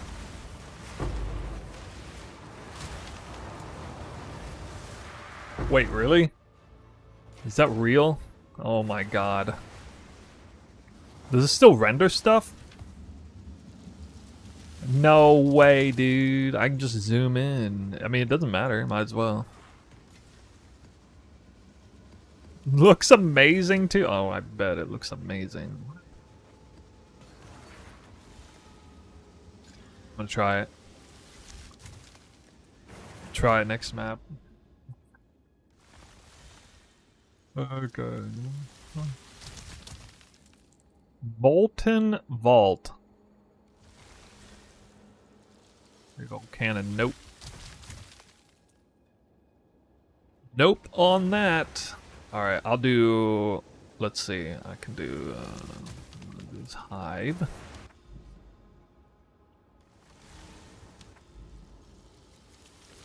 We'll get to this one at least.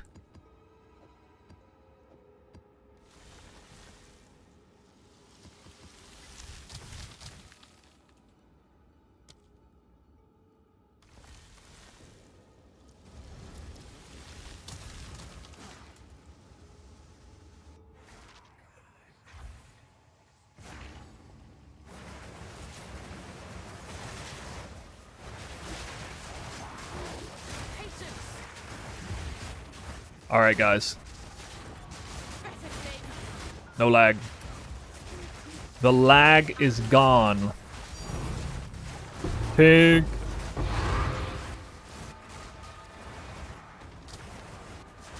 If that had been a Mirror of Kalanda, I would have stayed in this. I would have stayed zoomed in for the rest of my life, probably. So I'm kind of glad that wasn't a mirror, because that would have tripped me out so bad. If action. No lag. I'm not lagging, you're lagging. I haven't hit a breach yet. I gotta hit a breach.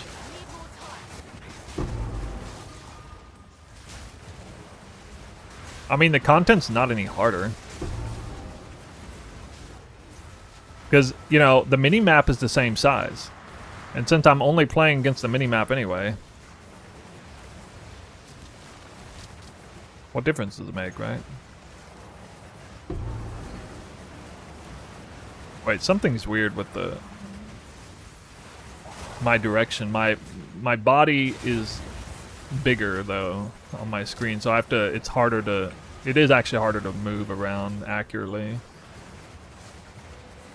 My body's because I'm fat, basically. All right, here's a breach. You'll do one breach like this. Holy. Cool as fuck. Maybe I'll make the screenshot with the zoomed in. Oh my god. You think this looks cool? We're getting to see all that S tier fidelity now.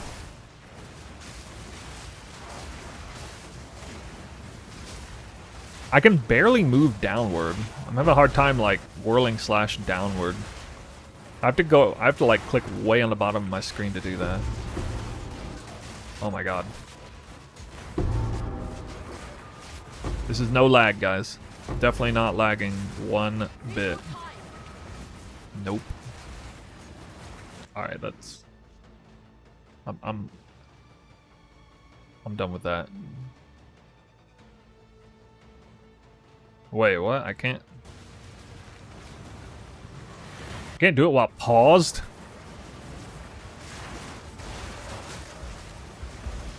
Alright guys, we're back. We're back on Cloud 9.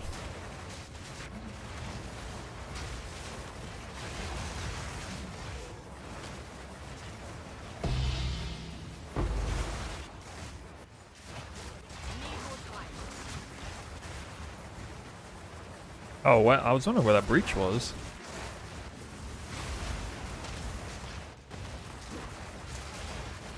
Imagine you could like zoom out the entire size of the map. You could just see the entire map at once and rendered everything at once. I need a supercomputer, but that'd be insane. Imagine there was some world universe where you could play this game zoomed out to see the entire map with no lag at all on this build with these mechanics. I'd be in heaven. Straight up heaven.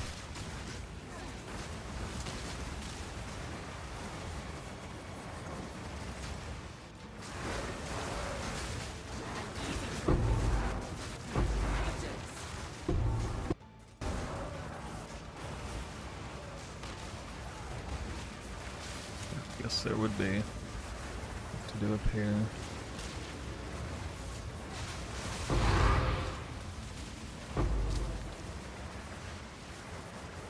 Give it 1,000 years. Really? Even with the AI? Oh, that guy's tank.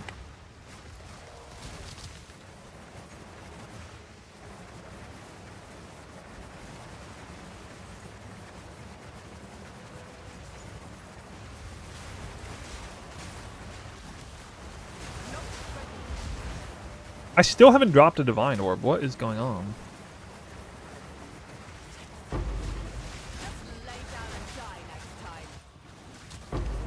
I mean, I've only done 2 big maps, but like, no divine orb's crazy.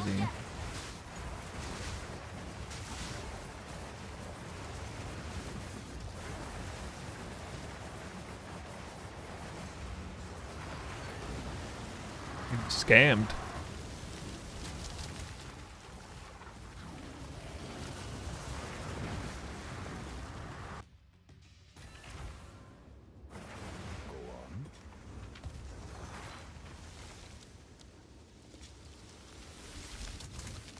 Wow.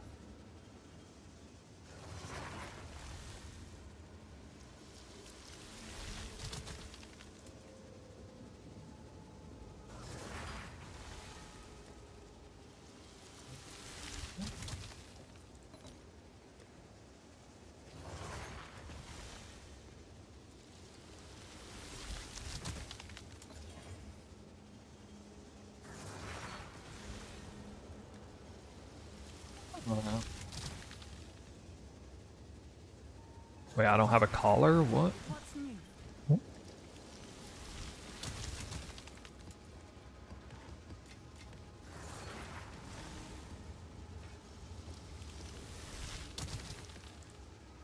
Yes?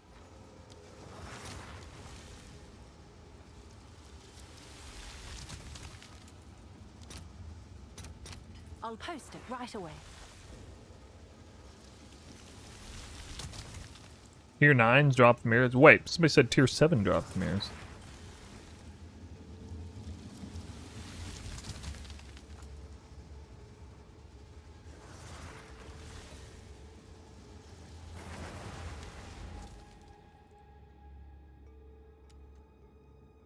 Ooh.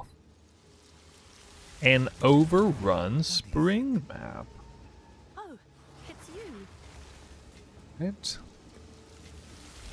Right.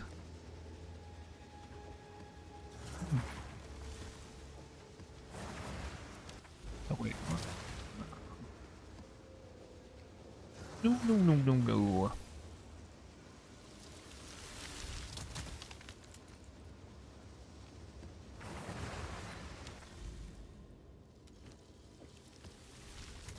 And spring, despite the name, is not water.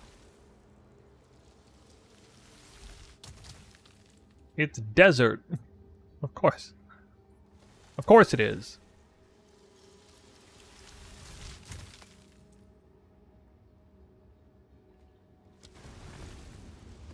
Now this map here, this is gonna lag.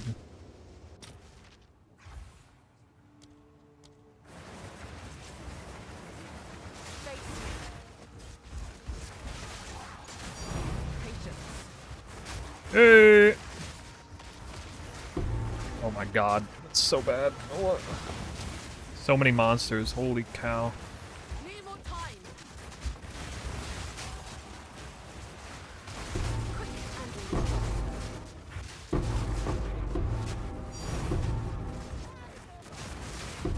Oh, Omen of Light. Let's go. need more time. Yeah. What? Uh-oh. I got debated. Just a perfect exalt.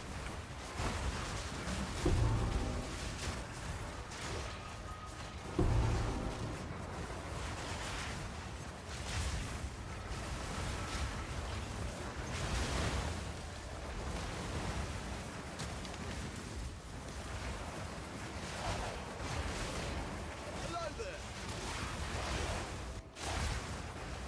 Ready?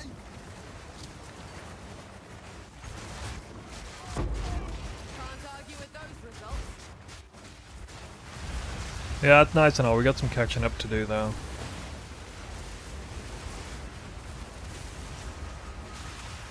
I mean, it's kind of to be expected. I started with a lot of tower maps.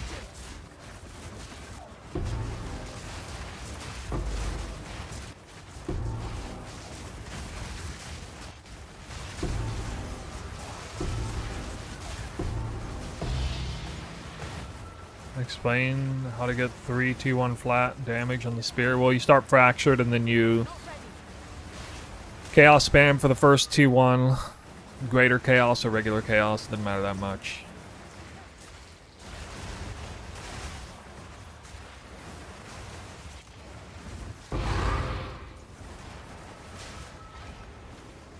It's quite nice.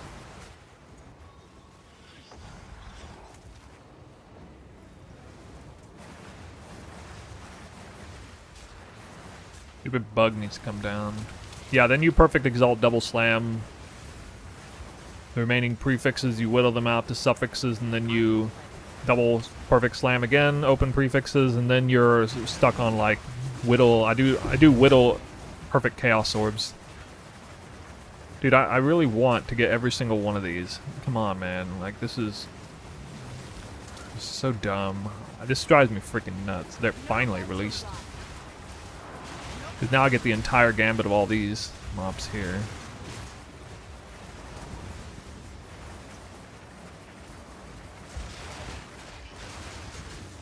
Yeah, so it's hard to finish that because elemental damage with attacks bricks it, and it's like a 500 weighting against, you know, 100 plus 200 weightings for the remaining. So basically, at least half the spears you attempt to craft are going to brick out before you get there. Especially if you went for triple T1. Going triple T1, like 5 out of 6 will brick. You could unbrick it with a lucky annul, 1 out of 3 annul, but it's, yeah. How to not crash? I do crash sometimes, but not that often. Stable. I'm on a very stable server. Japan server in the middle of the day. It's very stable. It helps.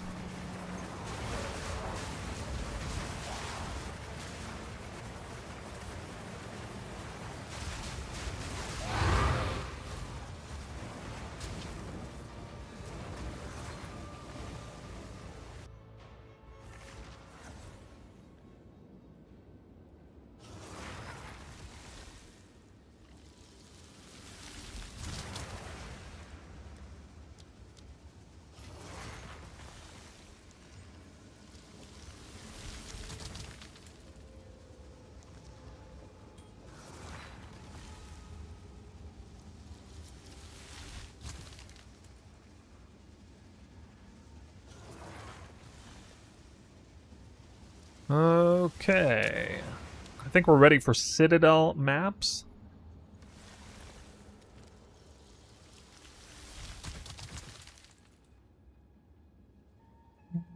Yeah, I can kind of pause the stream here, I guess. 1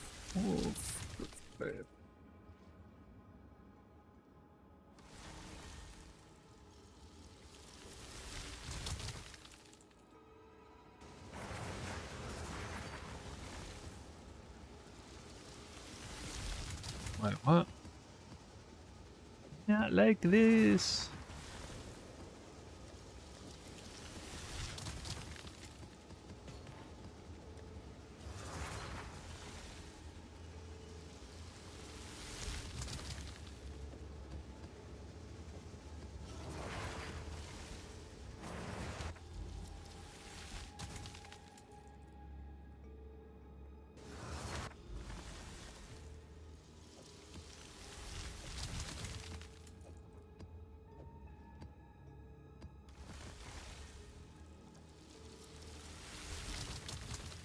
Okay, quick update on the Atlas. Where we're at. We've opened up a lot of towers, getting some pretty bad RNG on divine drops, but that's okay. We've got some really good stuff going for us here with multiple citadels. I think 5 citadels. I actually got lucky and got 4 corrupted zones. 1, 2, 3, 4. I thought I only had 2. Well, I mean, I guess I would have expected another 1 or 2 maybe, but do have some Mire. Not very good, but Steaming Spring, some pre-overran maps. Another one over there. We'll get these cleansed up. Maybe another tower here. We'll get that. And yeah, it should be pretty fantastic here on out. I'm going to be running the Citadel maps all at once here. And this looks like these. So 195% Waystone drop chance. First time around Vision to Paradise. Because it is worth it. If you're going to drop... I think you like break even if you just drop 1. So... yeah, precursors like this. Don't really care about breaches here.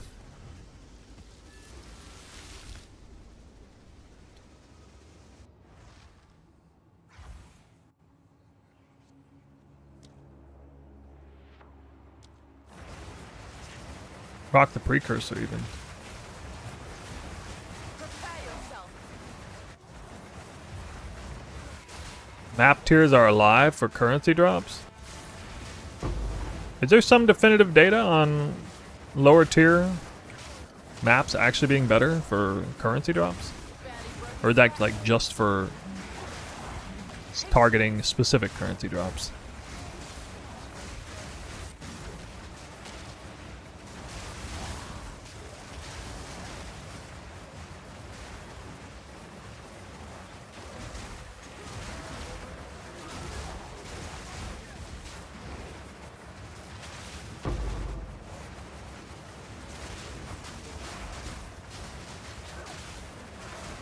Not ready.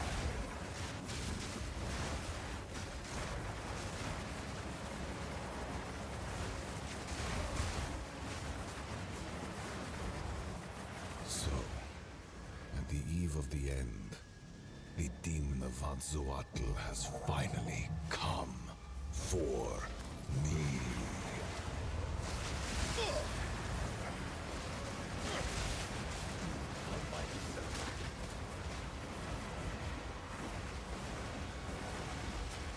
I can't give up.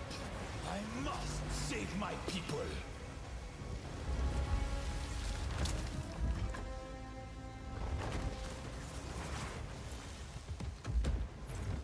I would be interested in knowing what tier drops is most likely to drop mirrors, if there is. Wow, oh my god, dude. What kind of RNG is that? Awesome. I know he can one-shot me there. I just like the first time in ages that I haven't killed that guy instantly. Oh, wow! Hey, we got a jackpot drop already. Unexpected. Nice. Fall of the Axe. A real unique. Okay. The Citadel boss? That's big. I don't think that's some insane drop, but it's pretty big. An easy trophy. A real one, for sure.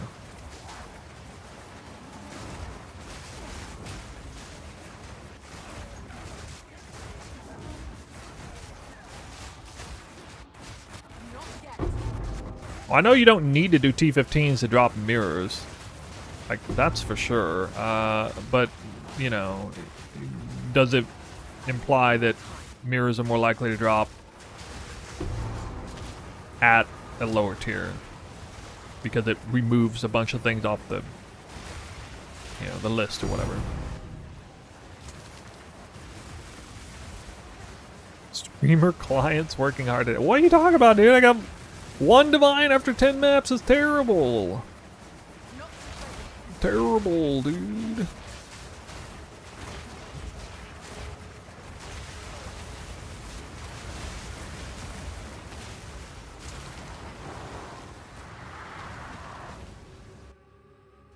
Usually those kind of things are kind of negligible. Fall of the Axe.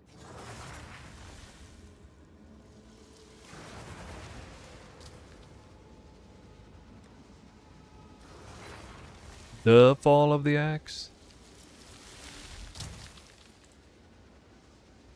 The Fall of the... What? There it is. The Fall of the Axe. Silver Charm. Uncorrupted is worth... Wait, it's gone down in value. Oh my god. It was worth at least like 9 divines before. No. No. I feel scammed. Oh my god, it's only 4 div now. I mean, it's just not worth any more than a freaking Omen of Light. Ugh. Oh my god.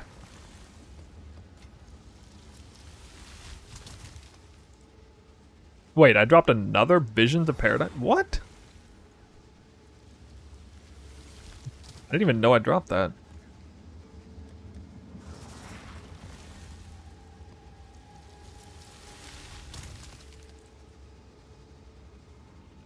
Amazing. Yeah, I know I ID'd all of them, the ones that I had. Alright, anyway. Cool, what? Uh-oh. Excuse me, sir? Sir? Yes.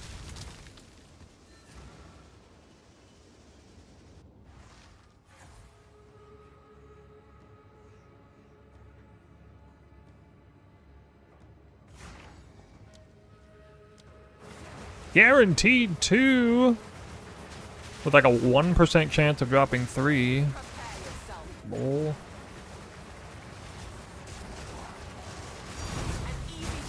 Perfect Mirror of Calandra. Wow. Not even a regular one. It's a perfect one.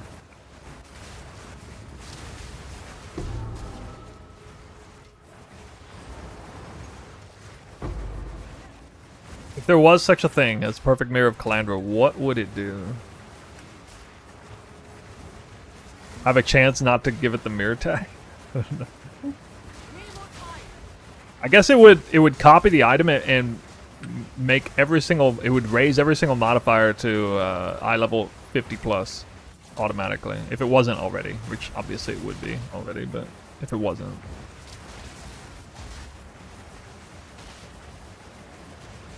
Great.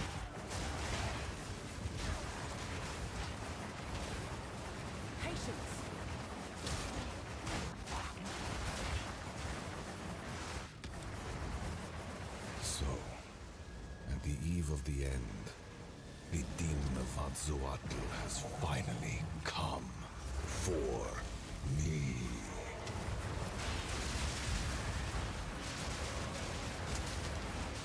Rip Bozo. I can't give up. I must save my people.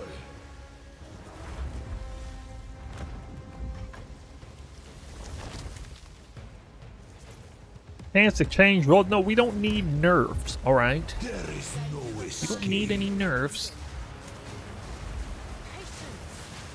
Nothing will We just need stand buffs. in my way. Buffs only.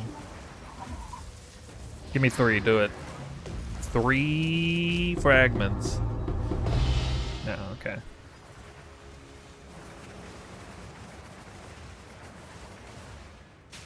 Oh my god. choppy chopperson lag. I thought I died. Chopped so hard there. Patience. Chopperoo. An easy trophy.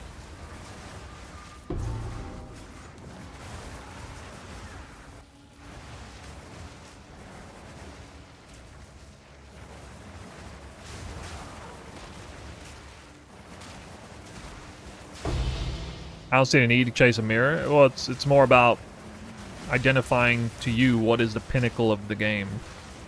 The pinnacle of the game to a lot of us who are, you know, juicers, blasters, is dropping a raw mirror of Calandra. That's the pinnacle chase in the game.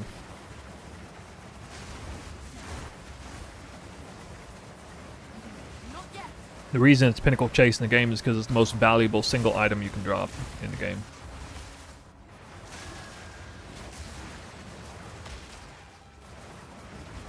It's not actually because it's the rarest item. It's the most valuable item. If there was an item that was more valuable than a mirror, that would be the ultimate chase.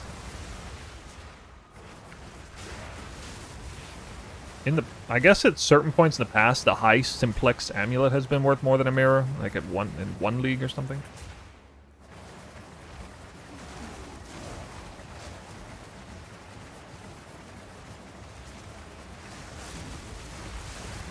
Two times exceptional warmonger. All right, well, I mean, that's why a lot of people chase it. Yes? I mean, that's why a lot of people are doing that.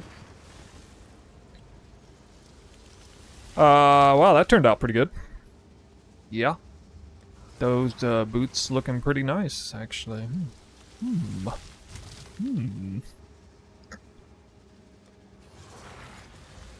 Tiered rare. Let's go. Oh my god.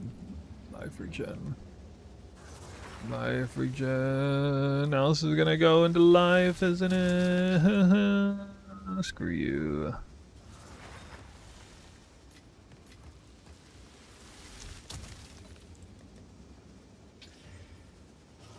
Oh, saved, then bricked.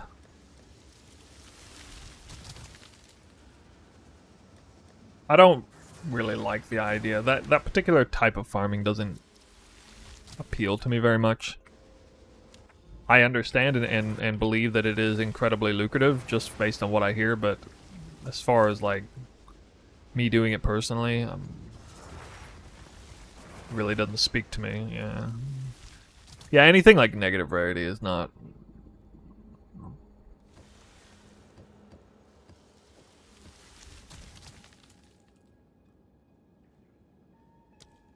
What kind of magic find Messiah would I be if I was doing a negative rarity farm, you know? What is that?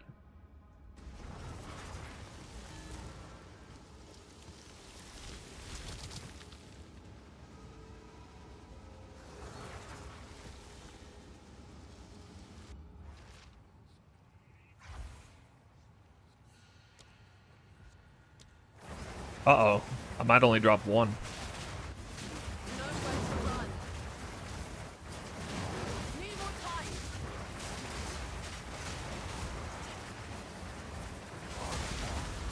Ah, the traitorous divine.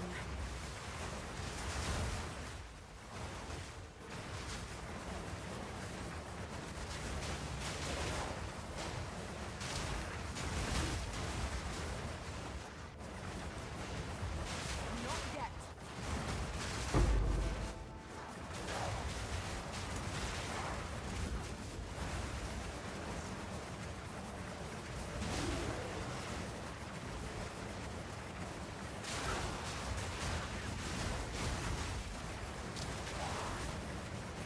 Not ready.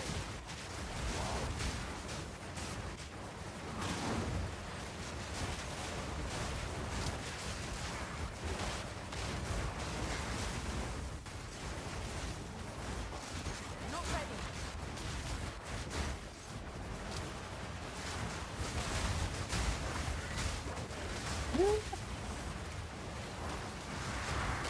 Stuck.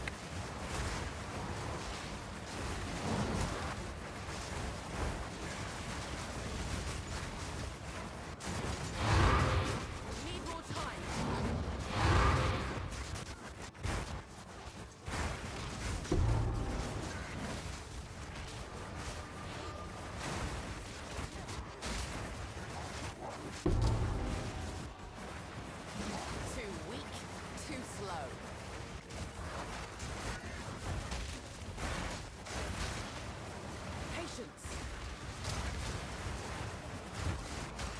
What do I think about 150% Deli?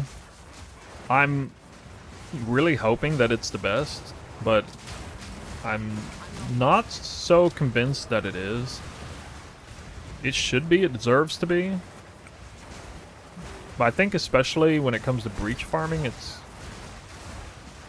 probably inferior because natural monsters impacted by Deli upside quant rarity, 0% of that applies to breach mobs. And only about 50% of it applies to abyss mobs. Less than 50% of the value of abyss mobs. So, I don't know. You cannot stop us. We will take the power that we deserve. Many have tried. Need more time. Kind of comes down to whether or not Delirium works differently in this game than it does in PoE 1, which it might.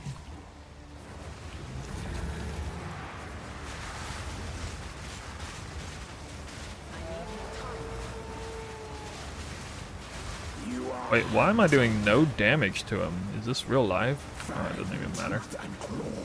That's crazy, I did 2 casts in a row, I did no damage to him.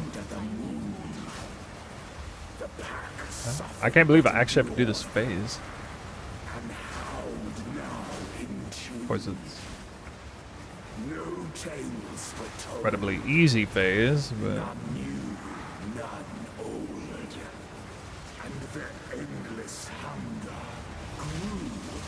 oh, now it's doing damage. Okay. Yeah, well, that's the way it works in PoE 1.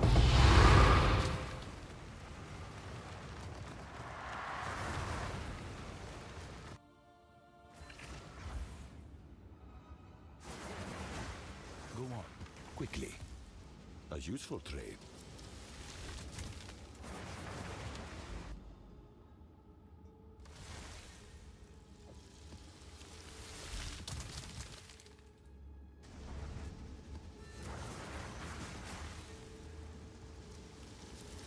%Deli is very much. Well, that's exactly what I'm gunning for. That is exactly the kind of farm that I'm doing. Not right this second, because I'm doing a variety of maps. I'm getting some of the chore maps out of the way, like the travel maps, tower maps, travel maps, citadel maps. I'm kind of prioritizing them first.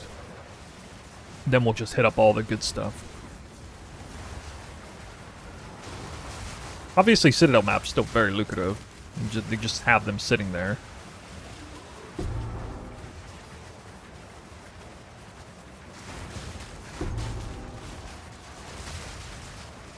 Not ready. I'm really disappointed in my drops so far, though, especially divine orbs. Even still, it's not like I'm still juicing up. Even every single map is juiced up. Like every single map has increased rares and rarity on it.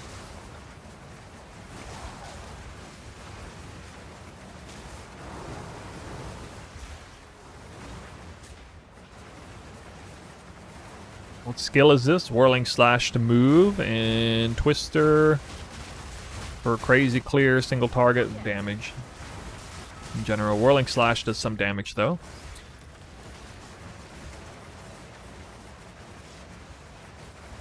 Build I've been running all league long, and to a certain extent last league. Different variation of it, but highest utilization of weapon swap tech this build is.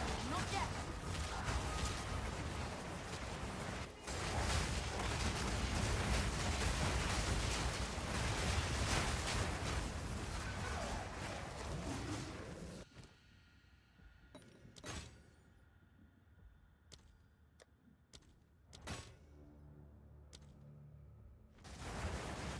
Barely broke a sweat.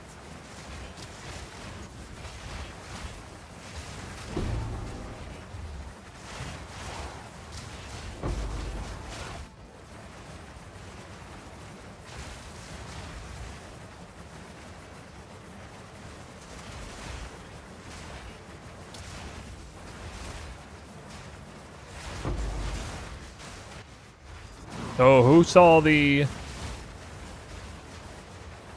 off meta Michael video featuring my crazy juice map? Did anybody see that? We're gonna react to it later. Have you ever... Wait, what? What is your take on build owning? I'm guessing you mean... Like in the copyright sense?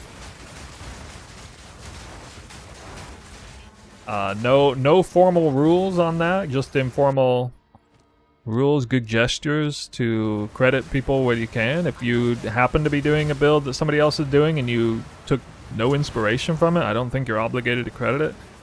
Especially in the case you are aware of it, take any inspiration whatsoever, and that person has a platform, big or small, it's a good idea to give them credit. It's just on principle, it's good to reciprocate that networking, for one thing, but second of all, it's just the right thing to do. And so anytime that happens to me, I'm sure to do it.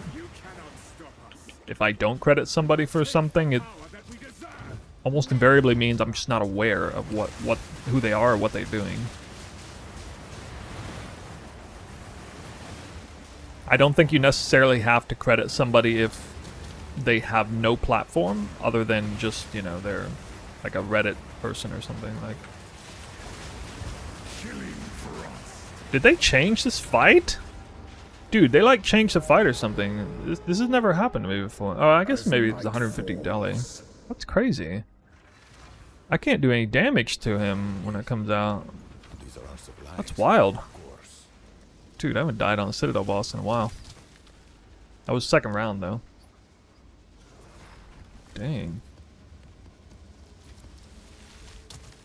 Alright. I lost 2 fragments there. Oh.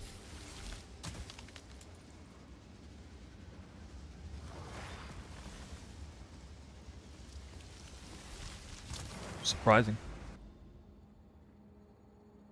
Either I just got super unlucky multiple times in a row every time he respawned into that phase, or maybe it's something to do with the Deli, I guess. I don't know. I think it's a fluke for now. Like, the boss is supposed to just die, basically. What level am I? 98. So, I prefer not to die, if possible. Quick and lethal.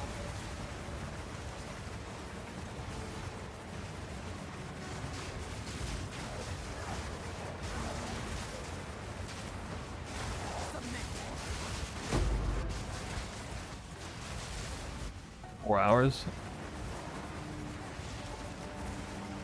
1 death is not 4 hours of XP for me on this farm. 1 death is like 20 minutes of XP, maybe? I don't know. I get a bar in like 10 maps. No more than 10 maps gives me a bar.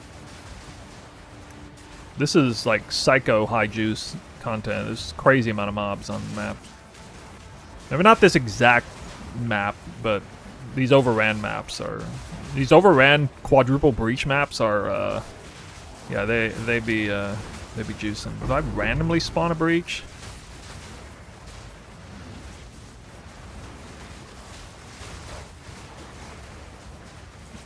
Randomly spawn. I have no breach precursor on this.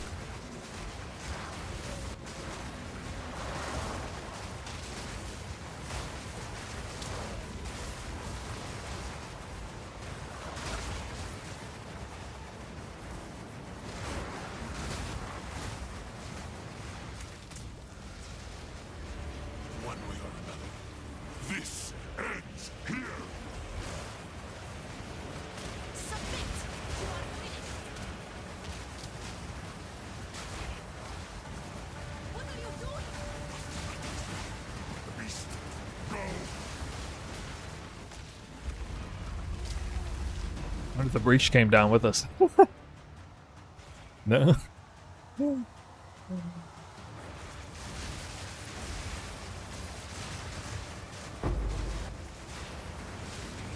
Not the most damage, I mean. Alright, a little better. No, it's not 100% necessary to leech mana on the ring, but I do it because we got some pretty strong tech here with 15% attack speed and 20... Sorry, 15% attack speed, 16% damage taken from mana. This is not yet.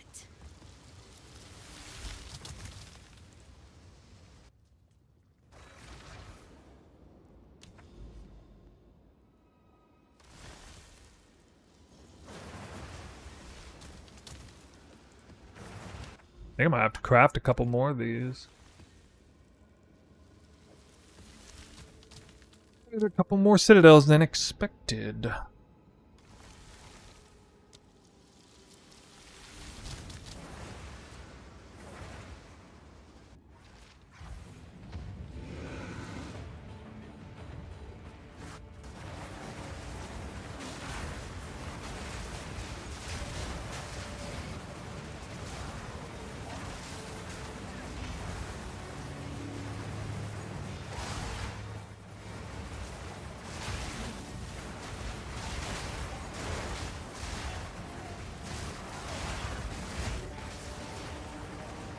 This land shall know heat of hunger.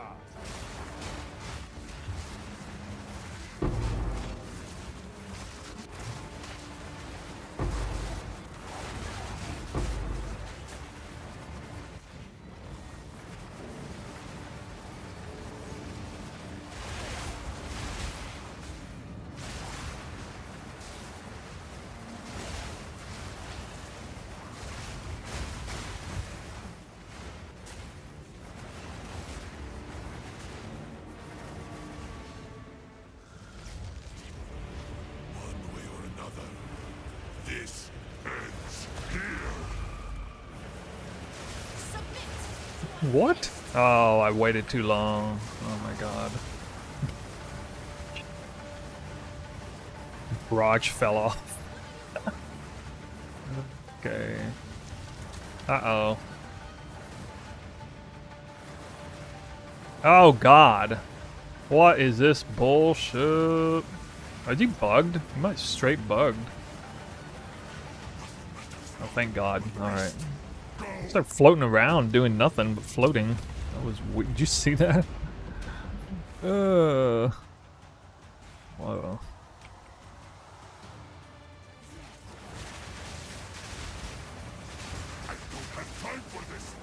Yeah, that's kind of concerning damage. First hit. I need to wait for the. Yeah, okay, I know what to do. I need to wait for barrage until I get frenzy charge. This is not over. Not yet.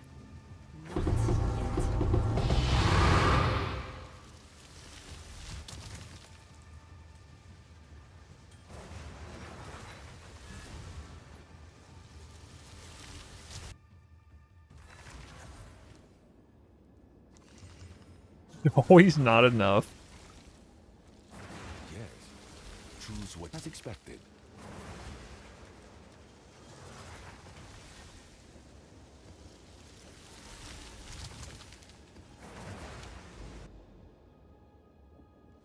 They promised this would not happen. Yeah, that was the one. Oh man. We're gonna be looking at that video soon.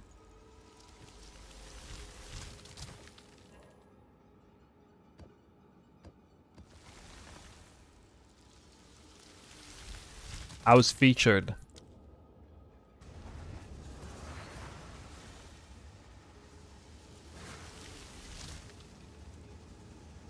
Taking this build again next season for sure. Uh-oh, I might only get 2 fragments. Whoa, get stuck on the edge. I like this.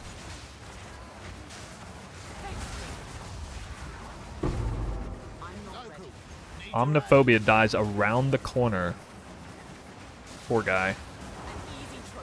Poor guy, never stood a chance. Couldn't do this. Not on my watch.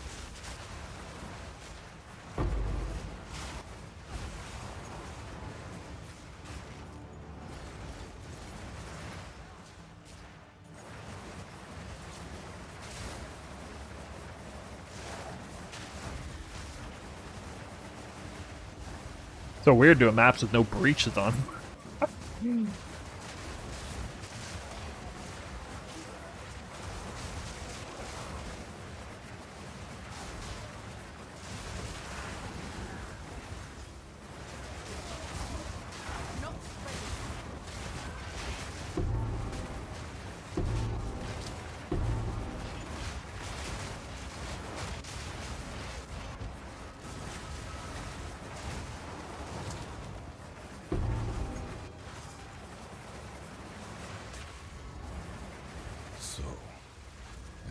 eve of the end, the demon of Vanzoatl has finally come for me.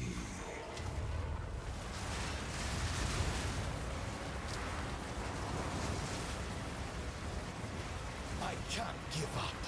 I must save my people.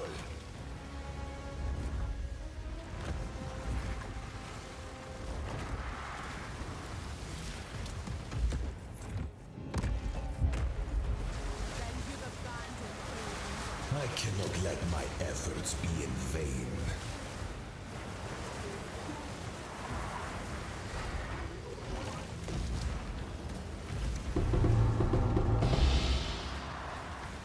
Ooh. Probably not really even worth running through. Oh, well, okay, there are some more abysses. One more?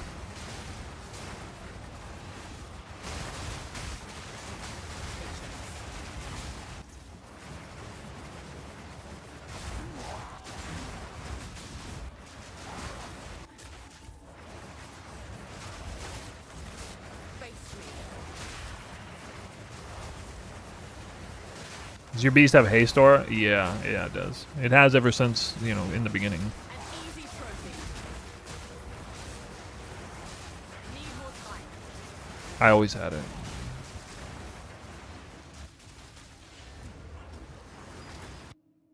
No, it doesn't automatically have it. I'm not talking about the beast that automatically have it.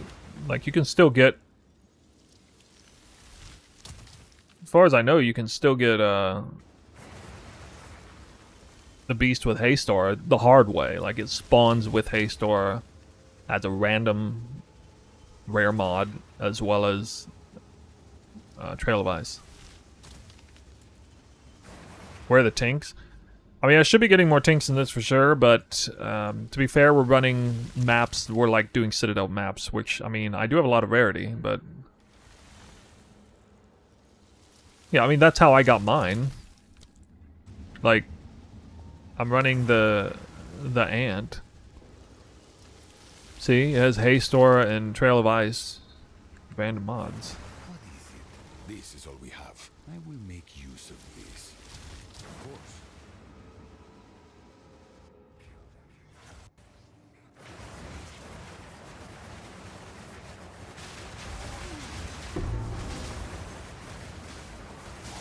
I need more time.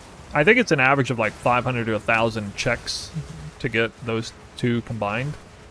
It might be an average of higher than that, but you can check with that particular pet. You can check multiple times a minute, so it's not that crazy.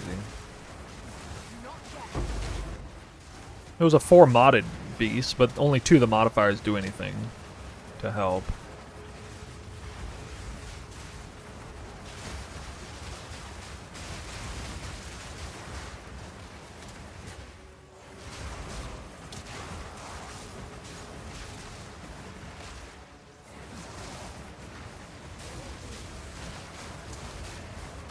Like hunting a rare Pokemon. Yeah, kind of. Quick and lethal. So, at the eve of the end, the demon of Vanzoatl has finally come for me.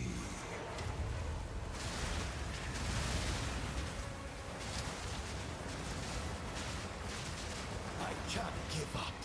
I must save my people.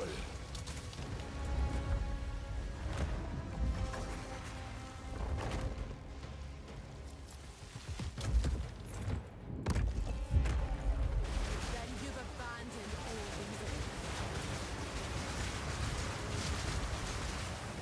Need more time. Oh, no damage. 150% Deli's fine. It makes Citadel's a little hard. Because... Well, I mean, I'm not doing 150% Deli Citadels. I'm doing Envy Citadels, but... Right, yeah. But, yeah, even still. They're not the easiest Citadels in the world.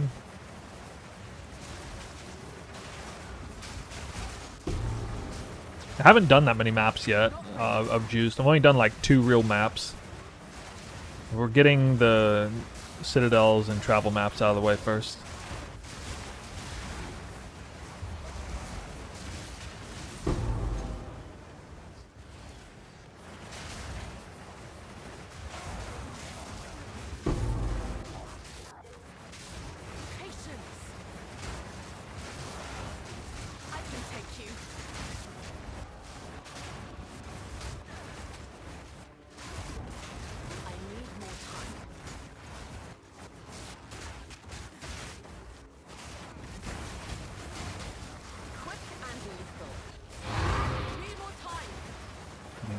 Could drop a tank here.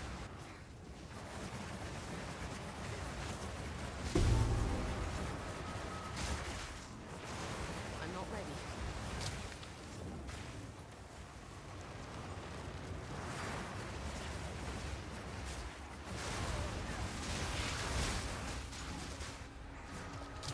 Patience.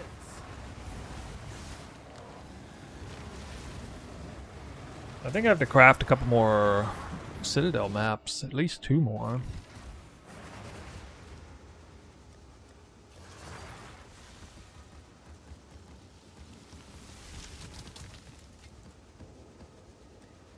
Let's see how many more I got.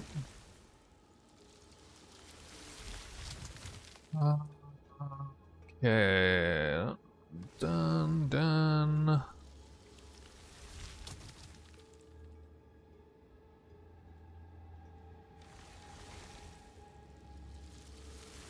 Yeah, I got 2 more. Have an order?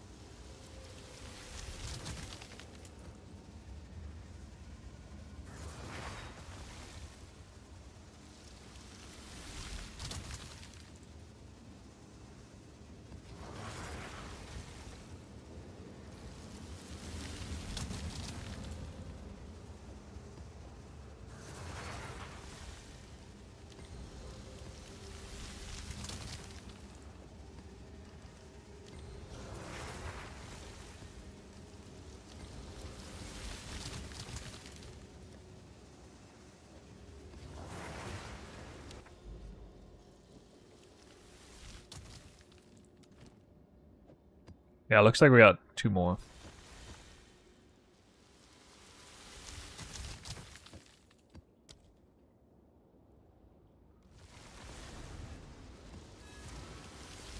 Forge Master time? I don't know. Well, I mean, if I put on the Crazy Sky Sliver again. Yeah.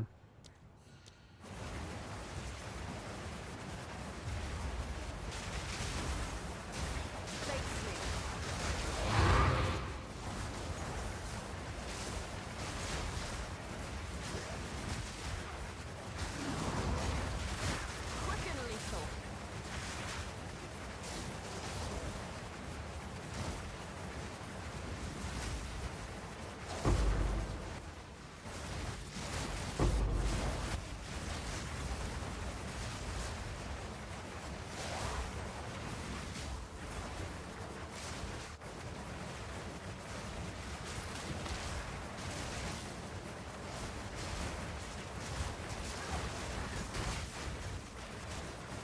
It's pretty crazy how bad the loot is on random envy anoint natural mobs.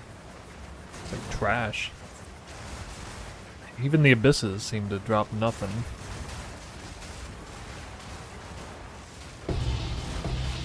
Prove me wrong. Ah! Almost dropped Omen of Light.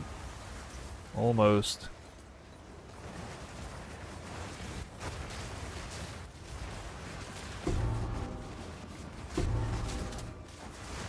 So close. Oh. Annulment orb. Weak sauce. Big tink. Dude, I've dropped so many annulments. Like 6 or 7. You tried your best. I'm getting scammed in real time.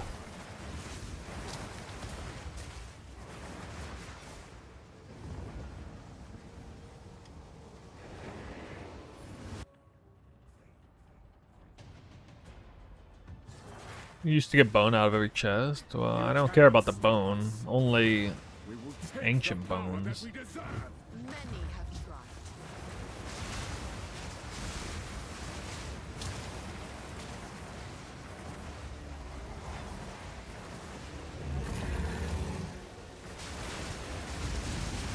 Oh, there's real damage. Wow. Where's that damage? Where's that damage? Last time.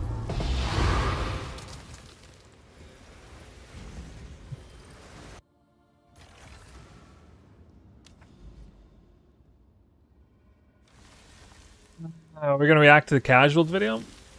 I'm not planning on it. Maybe in another day or two.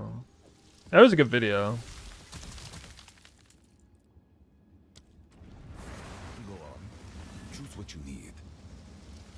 A useful trade. I don't think there's anything like... I don't think to react to a video like that, because there's not really anything that I can add that's going to add insight to it. Like, the reason we're going to react to the off-meta Michael videos, well, partially because he, you know, referenced me throughout the entire video. But second of all, he brings a point up that is kind of a forgotten point that deserves some recognition, I think. And I think it is... his stance is antithetical to the majority of my audience, which also is an interesting, you know, point as well. Oh yeah, got that.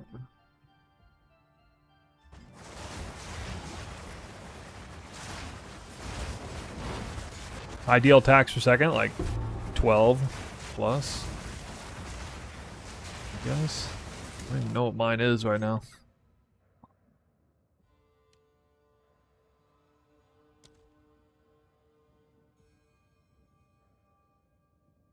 13.5.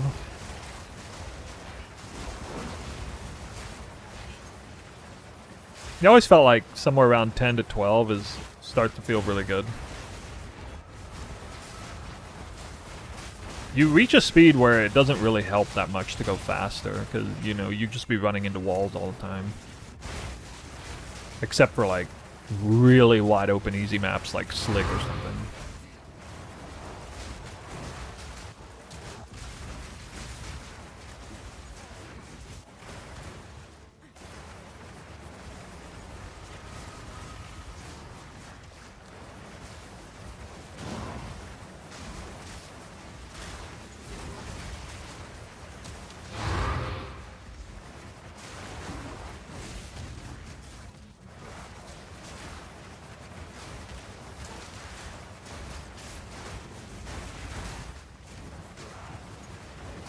What contributes?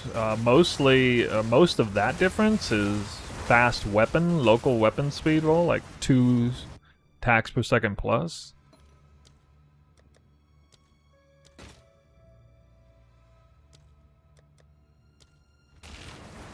And proper allocation of weapon set points on weapon set 1 for a lot of attack speed. I get like 150% increased attack speed on that, which is essentially free on the skill tree. And then the right supports, which is, you know, what is it, Rigwalds or something, and then Rage 3 and a couple other things. Easy prey. Run, little rabbit. There we go. Dude, you see how far he got knocked back? What in the world?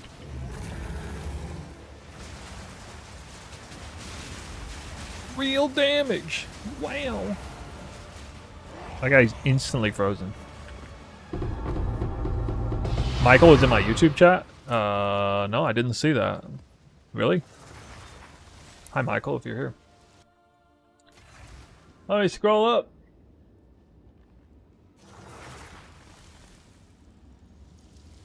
Not seeing it.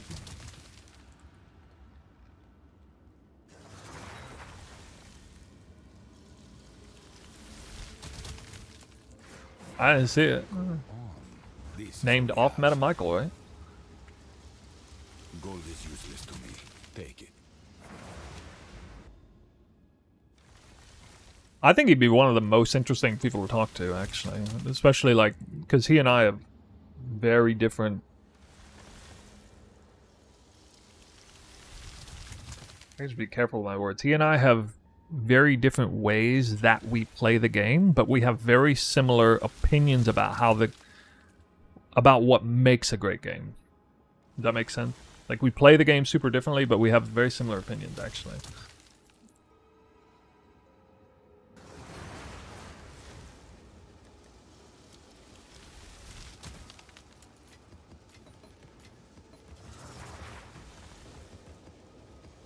What do we do with towers? Just open up, see what maps are ahead, or can we take advantage of them? Yeah, you just well, I mean, you use the grand project at the high end because you always can.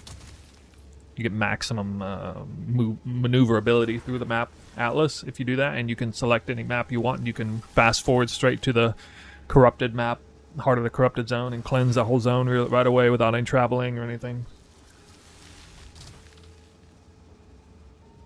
Which 7 points to take last? Which 7 points? I mean, 7's kind of rough. 3 or 4 is easy, but 7's a little rough. There's a point I haven't taken of these two and this one. A couple that I haven't taken. Could be, I mean, if you're doing this setup already, you kind of have to take... My setup calls for even more of these points. Like, you don't have to take these two on the setup with AoE support. So that's 2 there. This one is definitely 1 here. Oh, there you are, off meta, Michael. Nice. I see you, dude. What up, man? Yeah, I'm gonna react to your video a little later on. I mean, I could do it now. I could do it now. I was gonna do it later, but I could do it now. If you're here, we'll use the bathroom break and then come back. The funny thing is, only the Twitch chat will show up in the video, so you won't even know you're here. If you're silently watching. Yeah, I don't know if this point is taken. I think it is.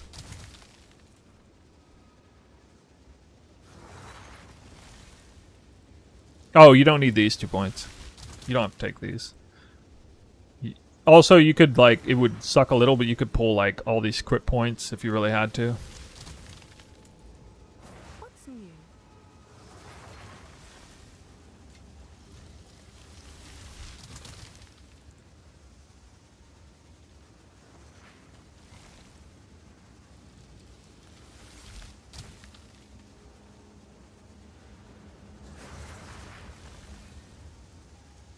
Yeah, let me see if I can get this set up here. Hold on, this is gonna...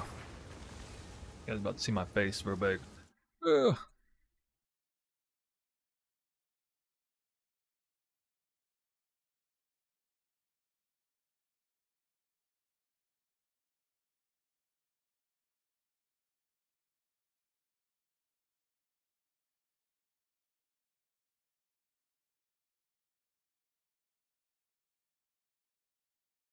I know Palstron shows up on the video. Is he right here on this side of the screen or not? I don't remember if he is.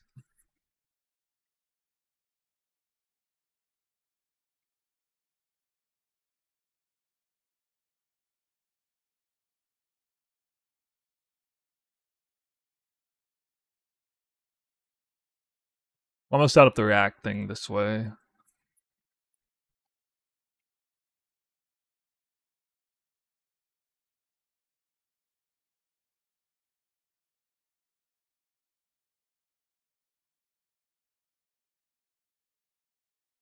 Okay, Palstron's also in the middle. Alright, so I'm safe to hold my thing here.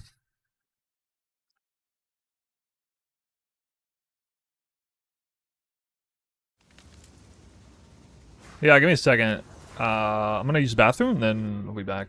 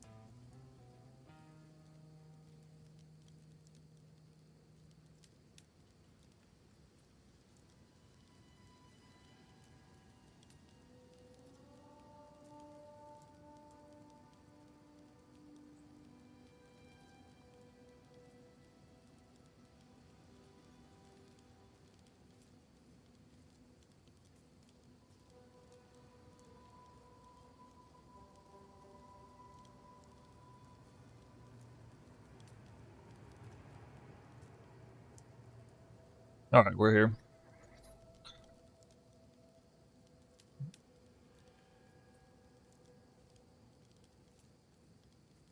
Oh, let's see. I'm gonna exit. I give my computer a break for a second. Holy crap!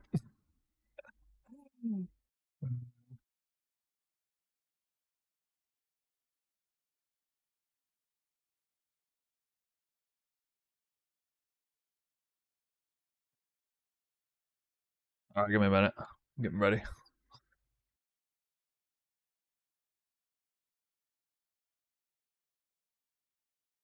Yeah, so if you guys watch this ahead of time, maybe you can share your thoughts right now. I might include them in some way to the video as we get started.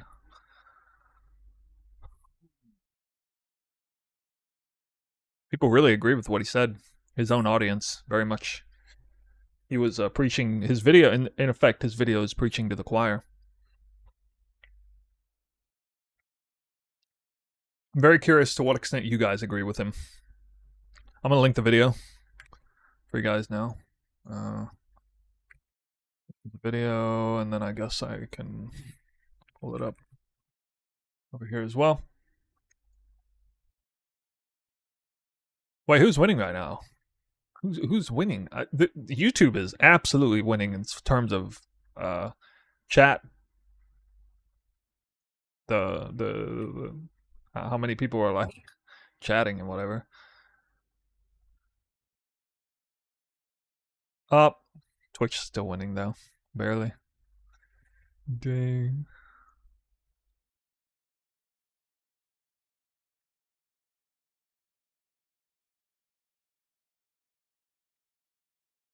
All right, to those on YouTube, this is the video that I'm referencing.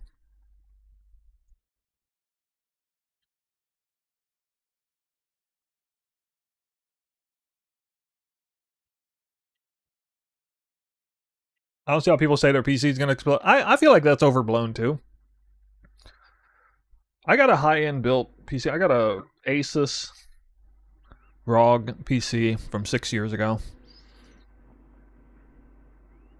32 RAM. I added 32 more RAM, which is a very big deal for PoE2. It was like straight up mandatory to run it. I think I was like crashing like crazy when I only had 32. So 64 RAM made it run all right, and then it's got a 3070 video card.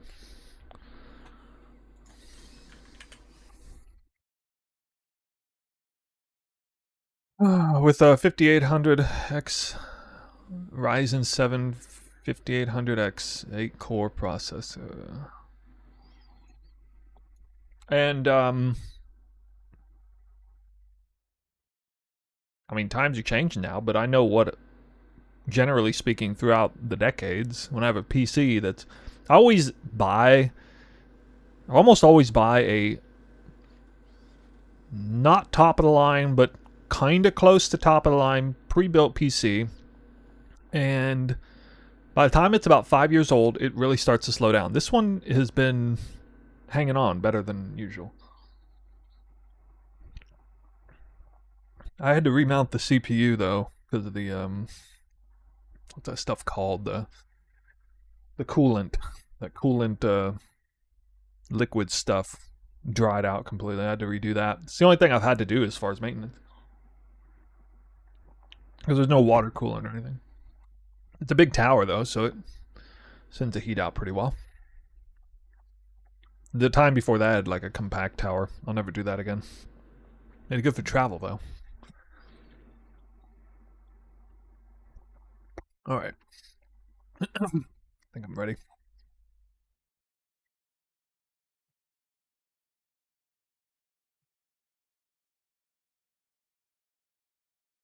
I have a really good overlay here.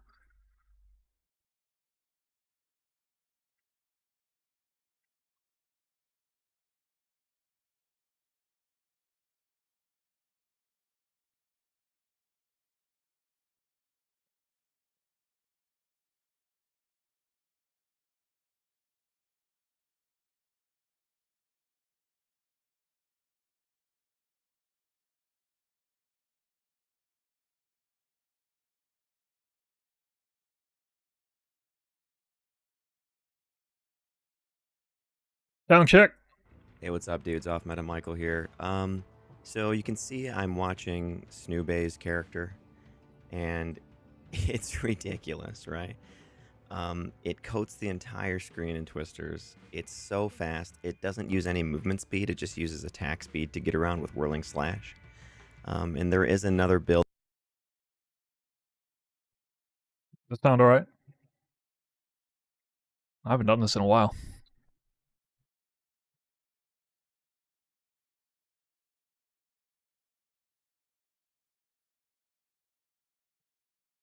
At least when I turn the sound up, is that alright? Michael's a little quiet. He just speaks quietly. A little bit. It's his jam. Well, I like how it's ridiculously grayscale. The delirium is affecting my face even. Holy cow. Anyway, yeah, I'm gonna start this. We're gonna make this a video to YouTube, I think, from stream.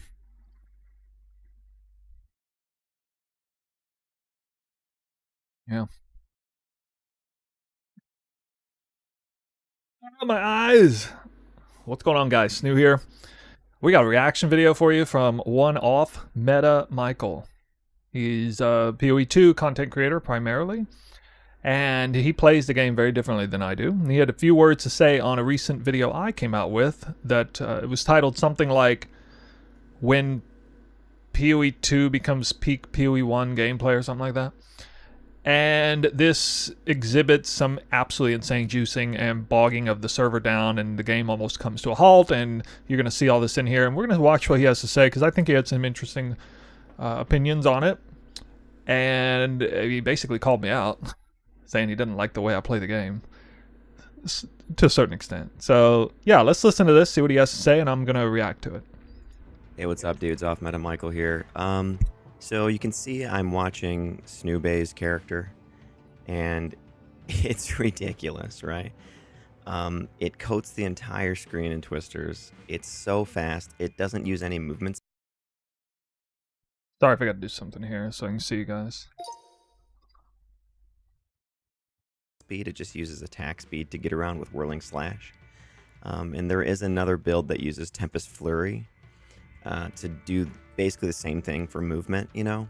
Look, his computer can't even keep up with the amount of stuff on the screen. This is, to me, is something that was promised by GGG for Path of Exile 2. They promised the game would be readable. It's not when you play stuff like this.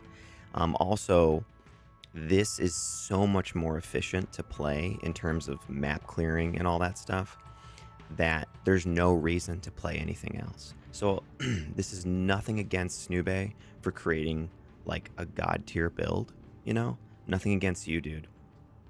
But I'm telling you, in terms of the balance of the game, stuff like this just can't be in the game. That's my opinion. You can disagree with me if you'd like, anybody, but I just... Alright, so that's his opening argument. Pretty concise about it. Something like this shouldn't be in the game. I mean, I think a lot of people in my audience are automatically going to disagree because they're going to think that the whole point of playing the game is to push the limits of what the system can handle. He said earlier that my PC couldn't handle this game. Actually, I want to pull up something real quick. I forgot. I want to pull up something. Let me pull this up.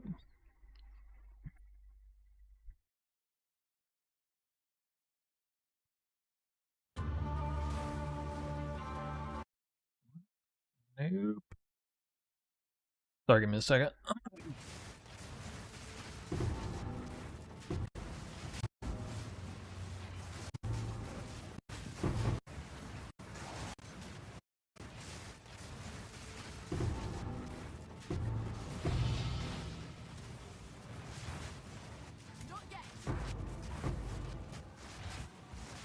Okay, so this is the exact same content that I was doing in that video that you saw my PC and everything struggling. I just want to show you guys an example of the exact same gameplay, same level of using up the map on a much cleaner with much cleaner gameplay. The only difference between this and what you were seeing on the other video is that this was recorded straight from the NVIDIA app with no streaming involved. So this is you know, way fewer resources in the PC are used here. I'm not streaming this. And so when I play the game normally, you know, like 99.9% of the people, I'm not streaming. It's actually way more manageable, much more enjoyable in this sense. It comes out a lot cleaner. Now, obviously, the visual clarity is still horrible, but as far as me being able to control the character and everything, it's so much better. And this is just evidence for you. Okay, like even like the pixels and everything just comes out much cleaner.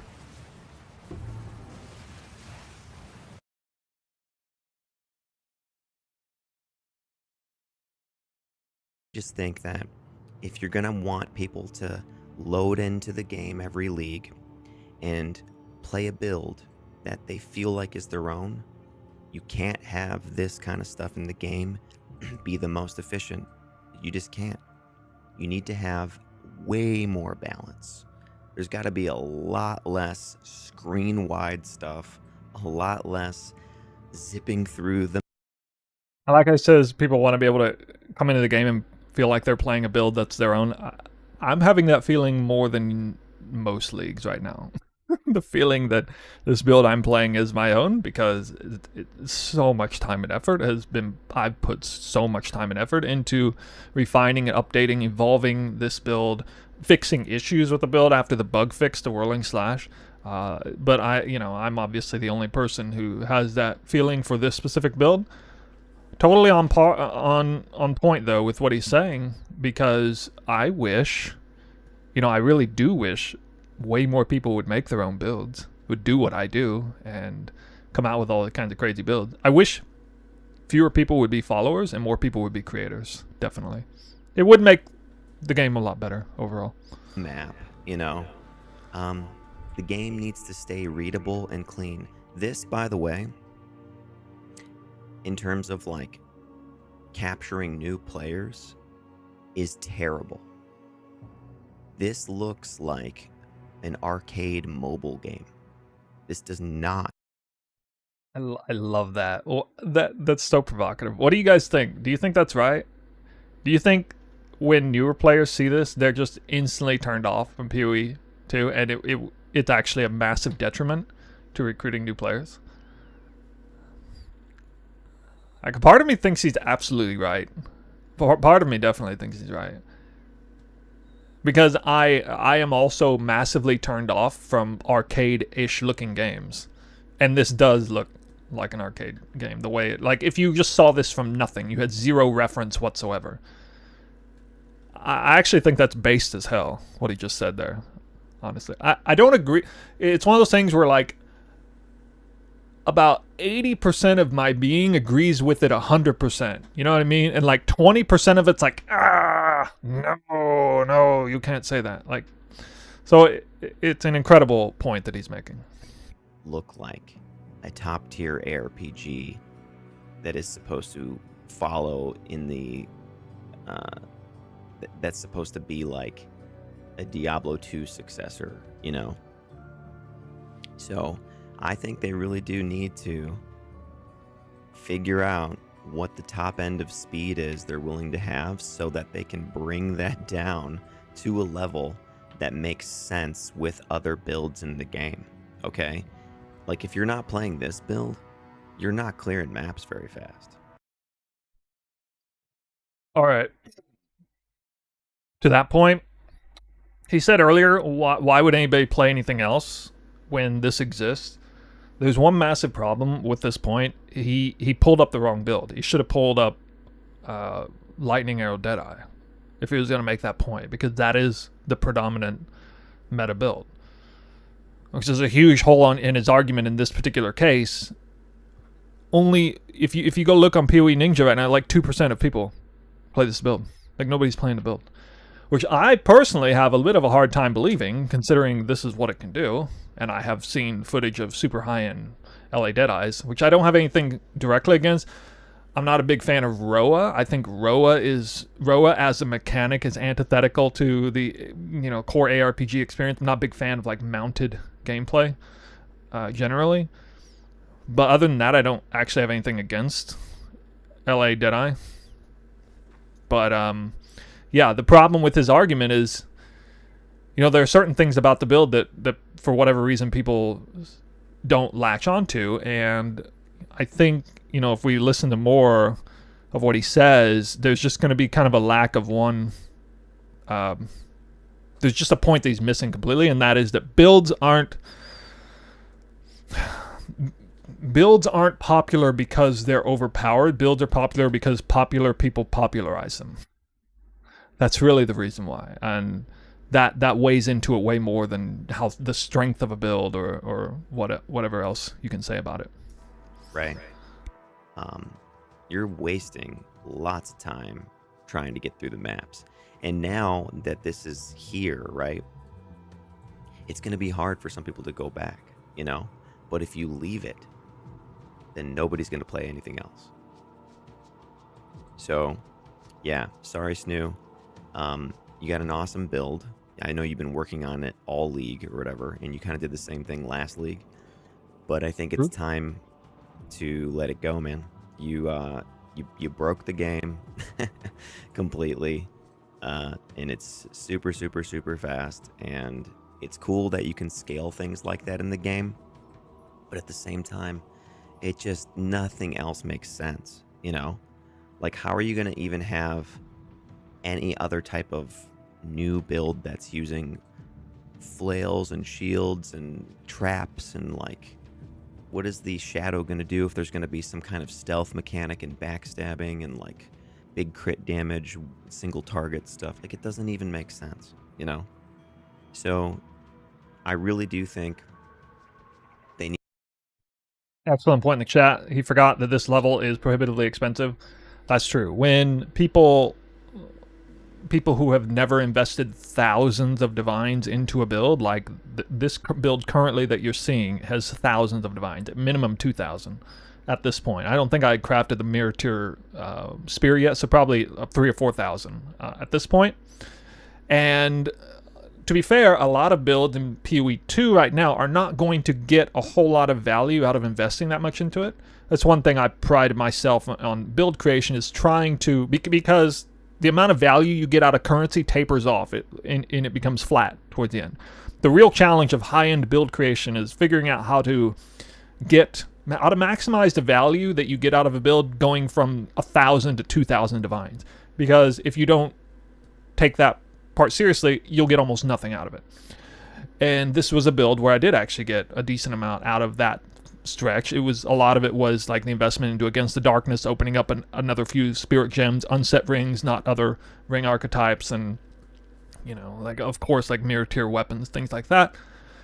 But yeah, a lot of people will watch something like this and don't realize that this is available to you if you have that kind of currency. But if you never have that kind of currency, you feel like it's something you can never reach, and it kind of pisses you off that you'll never have it. So I would ask anybody who's watching this right now to, check themselves, to think, do I have a negative feeling about what I see because I don't want the game to even offer this, period? Or am I just envious of the fact that this particular player put in that level of effort and got that much out of it, versus I just haven't figured out how to do that yet, or haven't put in the time yet?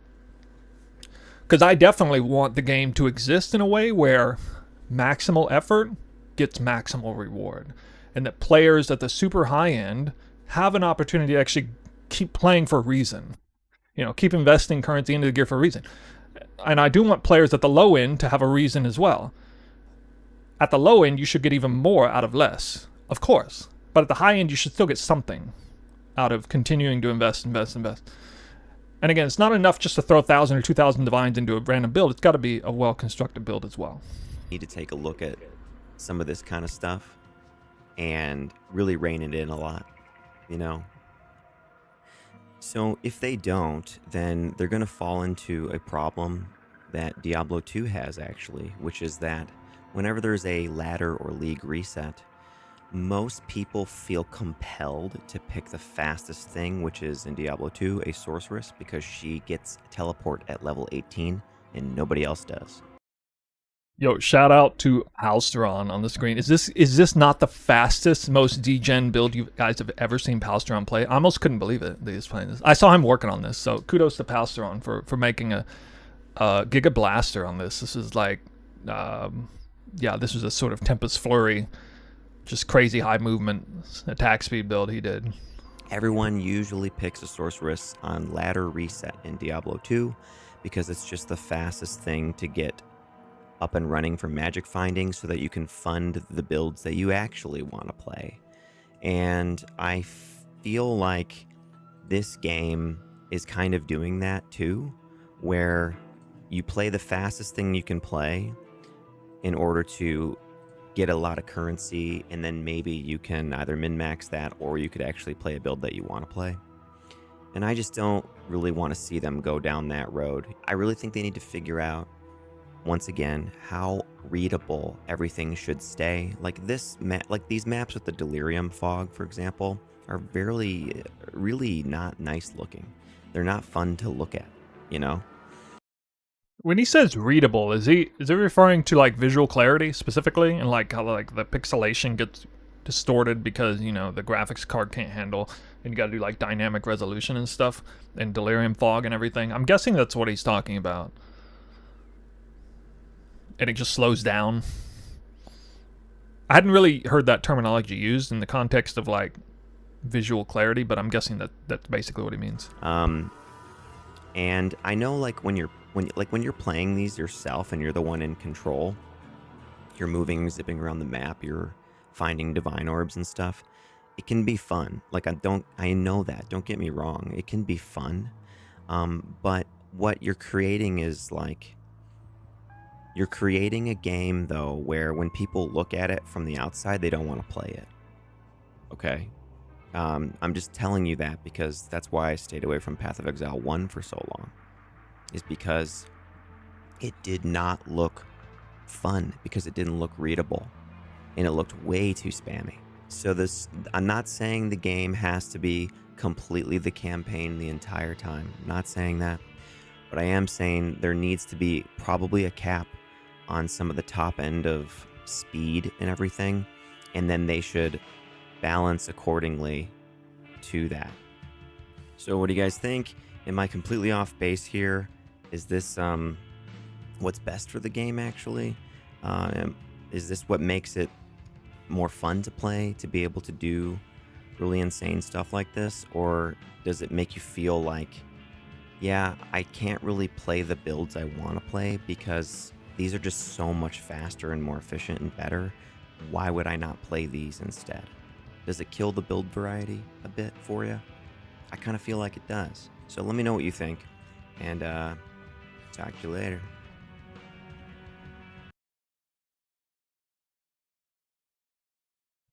All right.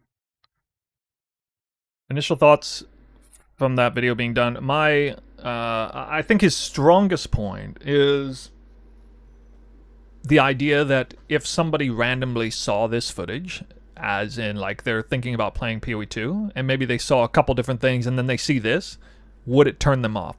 If they're kind of an old school, want, you know, the slower methodical gameplay, and then they see this arcade-like gameplay suddenly, yeah, that's probably going to have a visceral reaction that might be negative to it. And while Michael didn't key in on this point very hard, I don't think, in the video, GGG has made it their mission statement, although they're deviating away from it now. Initially, their vision was to make a game that was, you know, combo-oriented.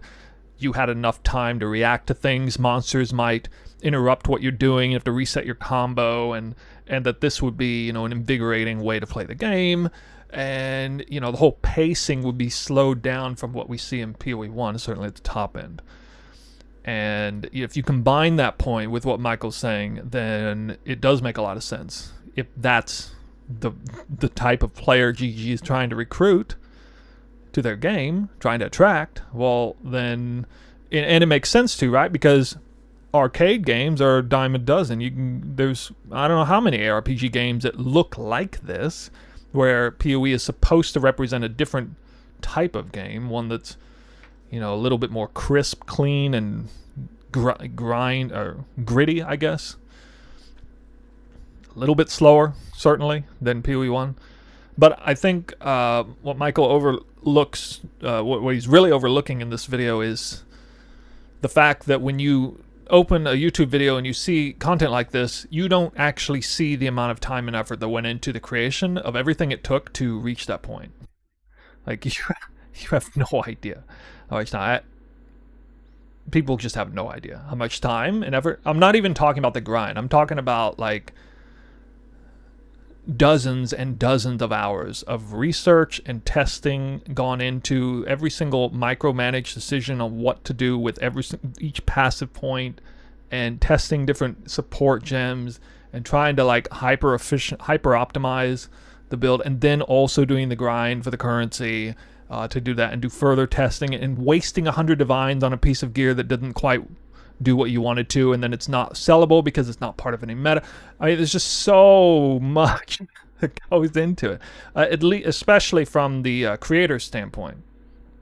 Getting Trinity to work, yeah, that's a few days of work right there, just right there. Getting Trinity to come online and build like this properly. So yeah, I think he said some really good points, and I also think he simultaneously kind of overlooked that part.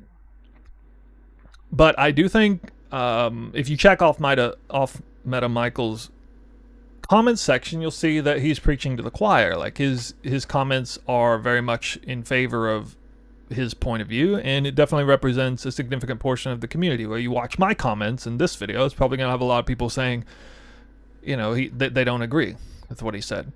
So I think it's important to recognize that not everybody falls in the same camp. Now, the interesting thing, the real reason why I wanted to react to this is because, like, again, I talk about this on stream sometimes. A lot of people don't realize I actually agree with him on like a principled standpoint, especially when the vision of GGG for PoE 2 is what it is. I also don't want the top end of the game to be as outrageously, you know, fast and overpowered and juiced up as what you saw in my own video. I was fully expecting PoE 2, the ceiling to be, you know, certainly now, early on in the early access, to be lower than what the ceiling is in PoE 1. I was looking forward to that because it's a different kind of game. Now, what people may not understand, like, why do I play the game the way I do if that's what I want? Well, I always like pushing a game to the limit of whatever that is. It's incumbent on the developers to set the limit where they want to set it. And where I would prefer it to be set is lower, so that when I reach that limit, I'm not dealing with crazy bogged down gameplay or unreadable or whatever, you know, like he said. So again, like, conceptually, on principle, I want the same thing he wants. In large part, I just want to be able to also push the game to the limit. I want to be able to go as fast as the game will let me. If right now GGG snapped their fingers and we all moved half as fast as we do now, I would probably be the least upset of that. Hopefully that'll help you understand. I would be the least upset person of everyone on that, because I know that would just outrage everybody. Everybody just fall over their head if they just woke up and were moving half as fast. I don't have to guess that, because we experienced that with the bug fix to Whirling Slash, and I didn't rage out when they did that. I said, uh-oh, this is going to be a problem for all the people following the build. I better get to work, figure out how to work around this, get a real quick workaround, and figure out how we're going to get the speed back. And that's what I did. I got to work. I did that. And that was a really fulfilling moment this past league, doing that. But I wasn't the least bit upset about it, because I knew that we weren't supposed to be moving that fast anyway. And I feel like we're not supposed to be moving as fast as we are now, bug or no bug. So I'm definitely expecting things to be toned down maybe a bit. A lot of the power we got through weapons swapping and the support gems, Whirling Slash movement, I wouldn't be surprised if some of that Tempest Flurry, all that, if some of that's toned down. I really wouldn't be that upset with it. But yeah, anyway, that's about it, I have to say. Let me know what you think in the comments. That's it for this reaction. Again, mostly agree with everything he said. Check out his channel. It'll be linked in the description video. You can see it there. Yeah. All right. That's one video. I want to watch one more, though.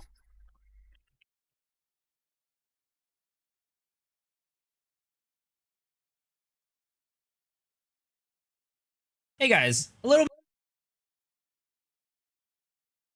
I'm going to watch another video. He assumes everyone wants what he wants in this game. People love clearing the screens, playing one-button builds, just chill graphics or whatever. People pay megabyte for graphics like $10 cost. They're a lot of fun.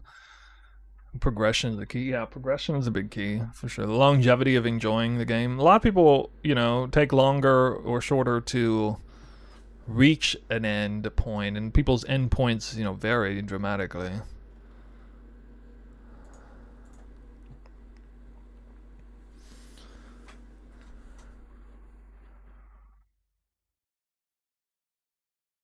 Would Michael say what he said if he knew he was looking at the absolute peak of power in the game? Yeah, I think he dramatically undercuts the. Again, that was the weakest aspect of his video. It's that he's just not giving anywhere near enough credence to the fact that, you know, when you say why this thing exists, so why would anybody ever play something else? Well, I don't know. One reason why they might play something else is because they can only have the time and ability to invest a tiny fraction of the currency that it took to reach that level. I mean, that's a pretty good answer to that question. I mean, that's not the only answer to the question, but it's a pretty good answer.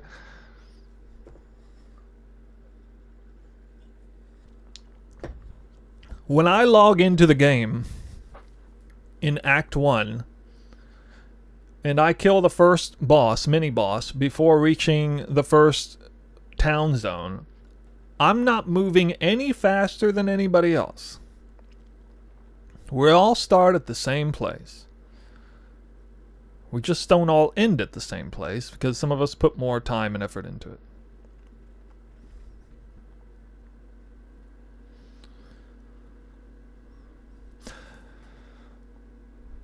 Alright, next up on the list, we got another reaction to Miso Shiru. The biggest problem with Path of Exile 2. I want to get your guys' opinions on this. Another very hot and spicy video. Not really, but yeah, this one I disagree with a little bit more than the last one that we did. But let's hear his take. Let's see what he has to say. Let's hear what you guys have to say. Hey guys, a little bit of a different video here.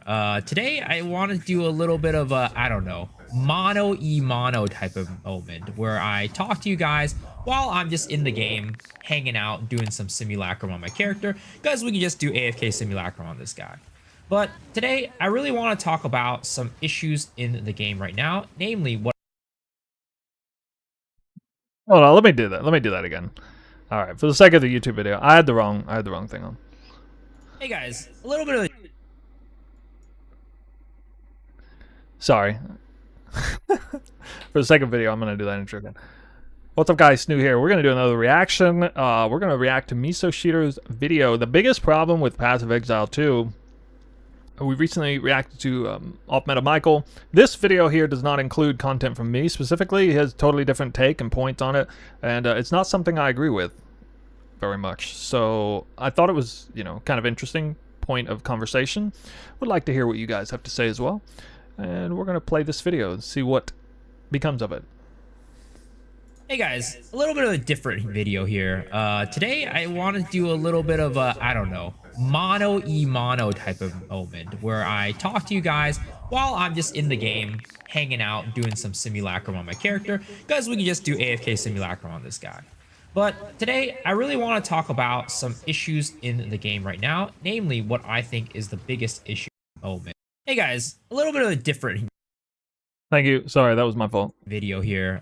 Today I want to do a little bit of a, I don't know, mono type of moment where I talk to you guys while I'm just in the game, hanging out, doing some simulacrum on my character, because we can just do AFK simulacrum on this guy.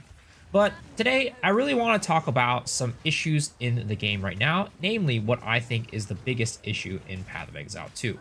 And I think that the biggest issue in Path of Exile 2 right now has to be balance. And I don't even mean balance like skill balance. While I do think that there is an issue there, what I mean is I don't think it's just skill balance.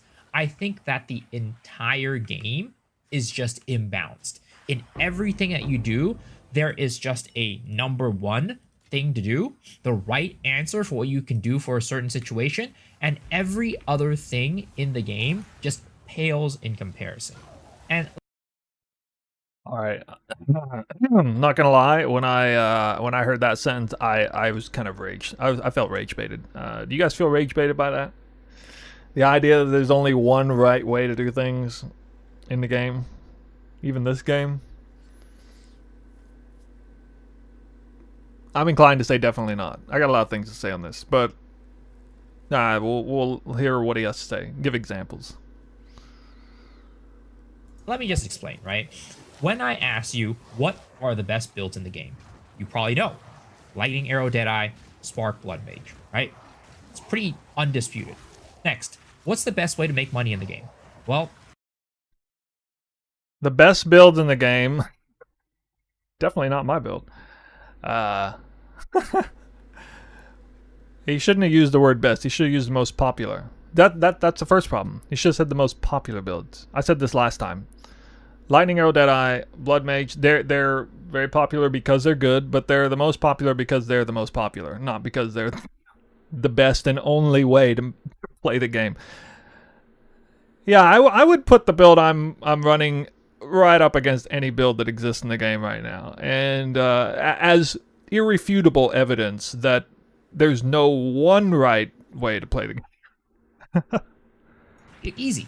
Trial of Sekhmet, or you go high rarity mapping. You can even throw in some Citadels in there if you want, but in general, get your gear high rarity.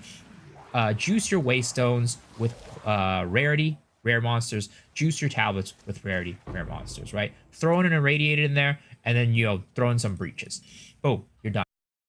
Why you gotta throw an Irradiated in there? I don't do that.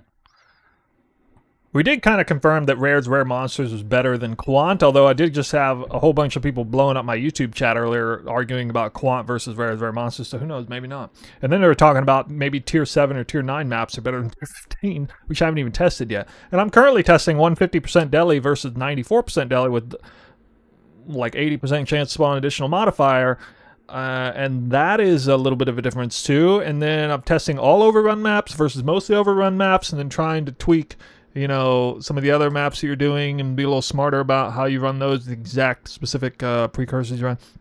I don't know. I mean, I could probably think of, 10 to 20 different ways to run a map efficiently. There's Citadel farming, there's Trials to Chemist farming, there's juice farming, there's group juice farming, there's duo farming, there's solo juice farming, there's simulacrums. There's boss rushing. There's X the Farmer just came out with a cheap version of Arbiter farming that he made crazy amount of currency on. I don't know, man. There's a lot of different ways to play for a lot of currency, right? Even right now. Right. Well, next, what's the perfect amount of rarity you want on your gear? Well, easy. Yeah, I almost forgot the big one. There's exceptional base farming, which I haven't even done. 150%. Like, everything in Path of Exile right now, in Path of Exile 2 specifically, has a correct answer.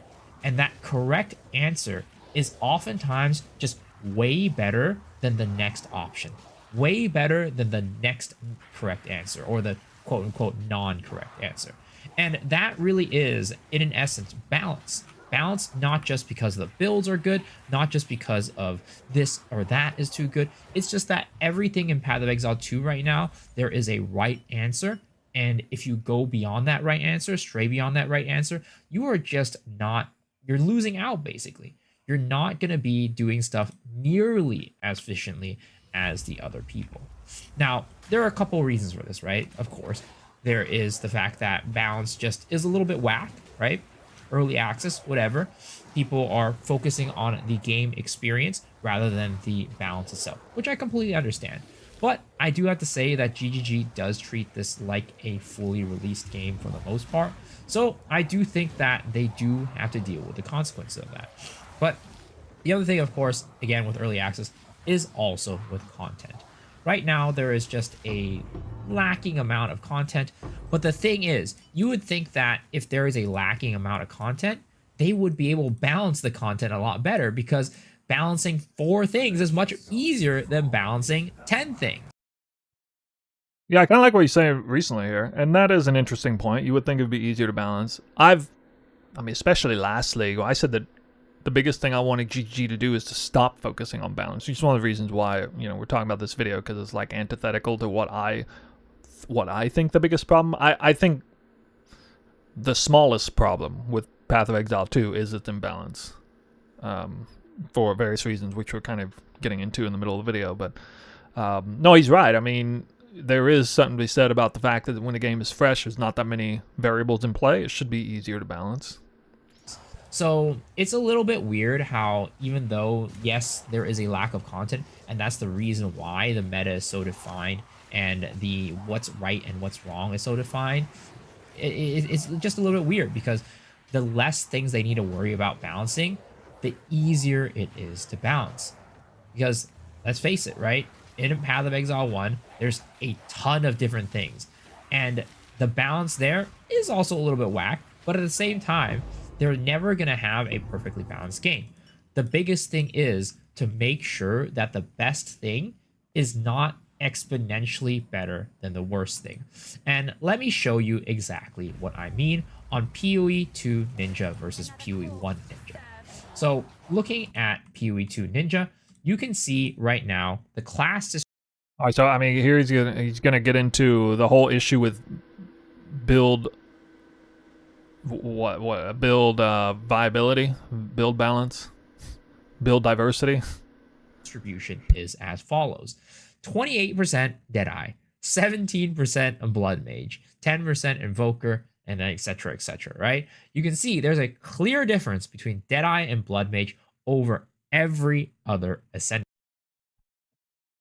Honestly, when I see this, I just see a popularity contest.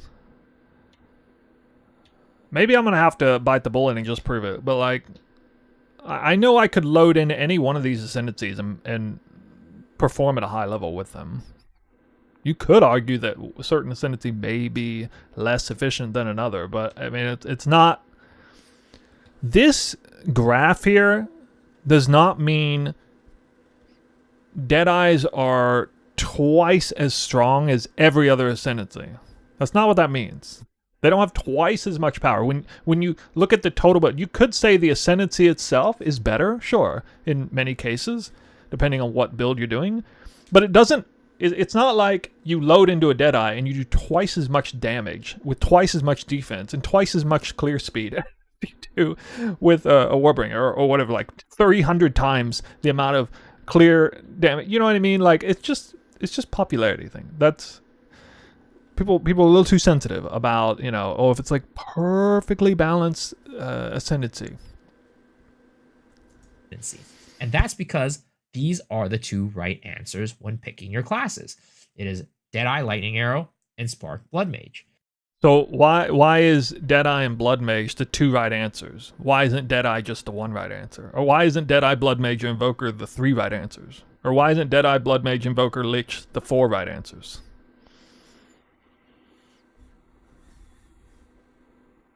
That logic, though. Now, let's take a look at Path of Exile 1 Ninja. You can see it is a lot more even. 11% Trickster, 10% Berserker, 9% Elementalist, 9% Chieftain, 9% Occultist, 8% Necromancer. You can see that the distribution is a lot more even. And you can see that within the skills themselves too. Volcanic Fissure of Snaking, Forbidden Rite, Soul Sacrifice, Kinetic Blast with 8%, 8%, 6%, 6%, 5%, right? As opposed to us, 46% Herald of Thunder, 33% Wind Dancer, 27% Lightning Arrow, 27% Lightning Rod. Like, you get the point, right? Everything is way too much skewed towards the top end. And as... All right, here you guys want the big, you want the mic drop moment. The reason why PoE 1 has such better build diversity is because the game is known and people have had years to pick out their favorite strong build for whatever ascendancy or archetype they're playing. The game is by and large figured out. And so yes, GGG had more time to balance it after the fact, and they've spent years, nerfing builds that are... GGG doesn't nerf powerful builds, they nerf popular builds to try and skew the popularity into even footing. And you eventually reach a place where everybody is playing an even amount of ascendancies and plays, not because certain ones are better or stronger, or because every single ascendancy is a strength power. It's because all the builds have been figured out, all the people have decided which archetypes they like, and we've just finally reached a place where everybody is, the popularity contest is on even footing. In PoE 2, none of that has happened yet. There's way too many unknowns, way too many variables to play. People haven't figured out what archetypes they like. People are not spending countless hours testing their own builds. They're simply seeing what a few popular streamers are doing and following what it is. It has very little, actually, to do with how strong or efficient a build is. It's a lot to do with how popular the build is and how lazy players are, by and large, to not put in the kind of effort that I'm putting in, at the very least, to come up with their own build. And I'm not saying that to chide the player base, I'm just saying that's what it is. There's too many unknowns. People aren't going to test everything themselves. They're just going to follow what the prevailing winds are. And the prevailing winds are Deadeye, Best in Slot. That's it. The result, when you get... So, you know what's going to happen next league? GGG is going to... Let's say next league in 0.4, GGG takes all the Deadeye's number and cut them in half. And then nobody plays Deadeye. Then 40% of the player base is going to play the next ascendancy, whatever it is. And then GGG is going to go through and what? On 0.5, nerf that ascendancy by 50%. And then all the player base is going to move to the next ascendancy, and it's going to be 40%. Maybe 10 years later, it'll all look pretty even.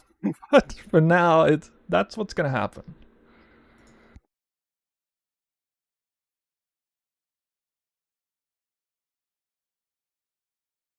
Way better than the next correct answer, or the quote-unquote non-correct answer. And you can see that within this 33% win. Like, you get the point, right?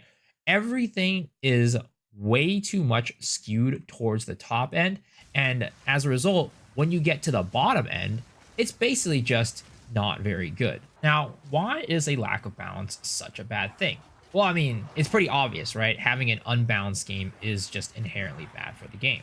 But I think when it comes to Path of Exile specifically, and Path of Exile 2 specifically, it really is a problem that is more of a multifaceted problem, or rather, it's an exponentially more important thing to get right. Because Path of Exile is a game that has kind of been known for a, freedom in the way that you can kind of play the game. You can have a lot of takes on what you think is the best way to farm with XYZ character, and you can also cater your farming in many ways to make it so that it fits your playstyle, and you can still have a competitive way and a competitive advantage against other people who aren't doing that.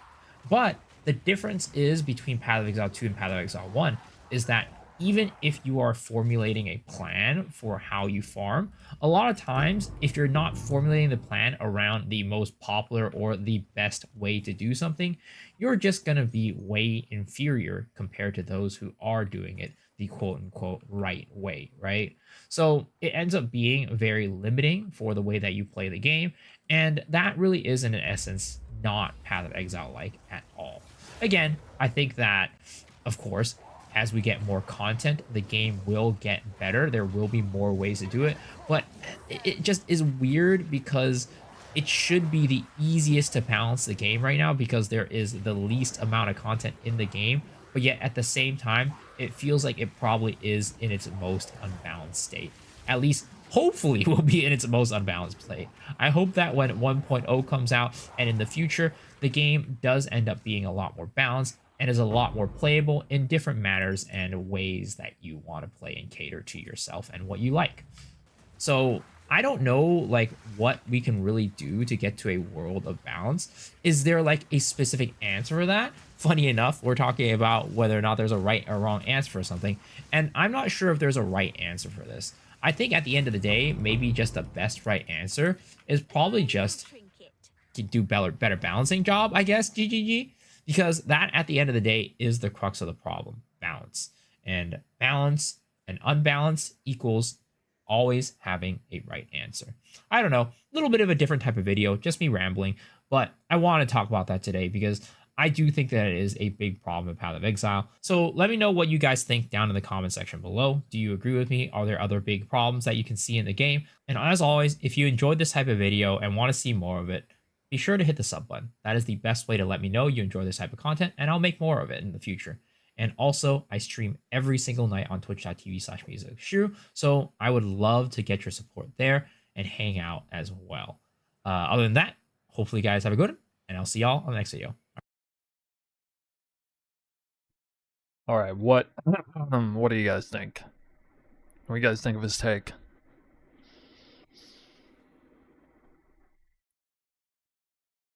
To me, so unbalanced. A lot of people playing the same build. Yeah, that's basically what I said. Yeah, I don't see imbalance. I see popularity, really. I feel like I'm the kind of creator who's best suited to refute this take because I essentially make it my mission, mostly in farming strategies, but also in build creation. I make it my mission to find the most efficient way to do something, which means I'm actually going out of my way to identify the correct way to do something. And I have a hard time finding it in PoE 2. And it's not because PoE 2 is so incredibly perfectly balanced. It's because there's too many things to test and too many things to see, and the game is so unbelievably unsolved that one person cannot hope to possibly test everything to see what is the most efficient way to do something. I already kind of, mentioned a few, subtle differences in like juiced up maps and stuff with different delirium amounts and solo versus duo and stuff. Yeah, and then the comment, it's early access too. Yeah, so his strongest point has to do with the fact that it's early access, so it should be easy to balance because there's not nearly as many variables.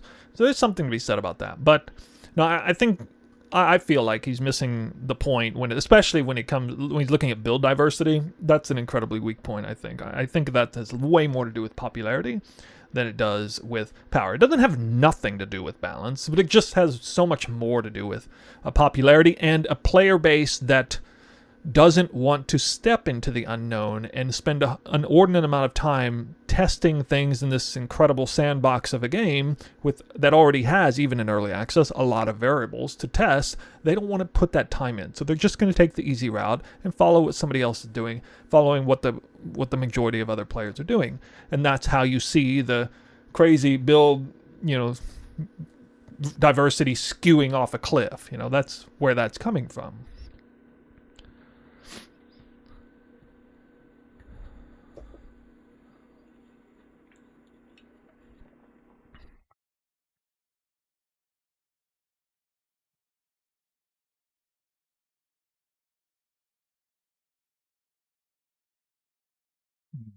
Yeah. Is there anything else I want to say on it? I don't think there's really anything else I want to say on it. That's about it. The bulk of the player base have job, school, and life, so they follow instead of lead. Yeah, exactly. I don't think there's anything inherently wrong with that. It's just the state of play, The fact that the game has so many variables that are unknown and unsolved at this point is great for somebody like me who wants to, revel in all of that and test things for myself. It's not so great for somebody who, steps into it and is like, their mind is blown. They don't even have the faintest idea where to start, and so they're just gonna go to a guide somewhere.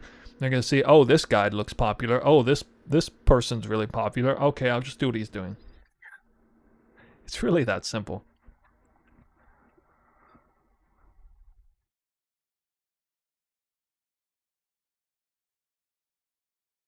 And one other thing that I don't really see, so I haven't talked about this, but what I think the biggest problem with Path of Exile 2 right now is botting, actually. If you want to get down to brass tacks, I think it's causing a lot of problems. I don't know to what extent botting is worse in PoE 2 than PoE 1 right now, but it probably has something to do with asynchronous trade as well. But yeah, the economy doesn't make a whole lot of sense in terms of what strategies are best to do, and how good they are versus other strats. I've now tested many things. Clearly, there's a huge influx of raw currency that's in the economy that shouldn't be there, and the biggest evidence for this is you can do a bit of casual mediocre crafting and make way more currency than you can as the sweatiest, most try-hard sweat lord content as possible. And that's something that to some extent is true in PoE 1, but it's never been as true as it is right now. And so it's clearly something going wrong with like bot farms and stuff that I hope GGG addresses it. I don't have any proof of this, but I can feel it in the economy of the games. It's pretty obvious.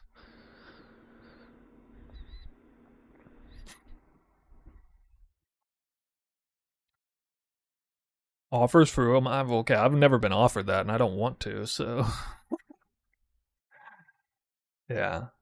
Alright, guys, so that is Miso Sheeter. I have a lot of respect for him, rated him many times on Twitch, and, I just happen to disagree vehemently with his take in this video, but I think he's a great content creator in PoE 2, and you can see there in the little thumbnail thing, they've got a podcast they do with Caltrack and Dead Rabbit.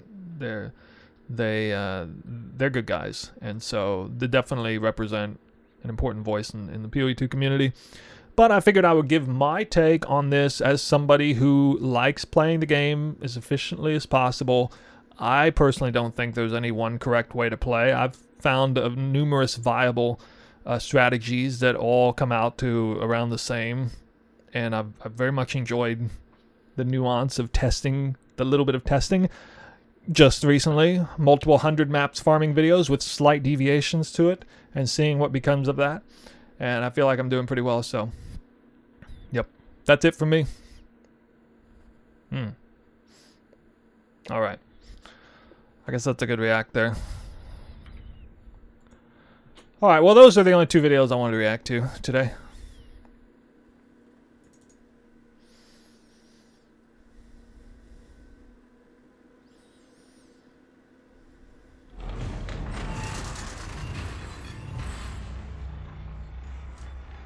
I'll link the video so you guys can like it or whatever you'd like. Whoop. Whoop, whoop, whoop. What?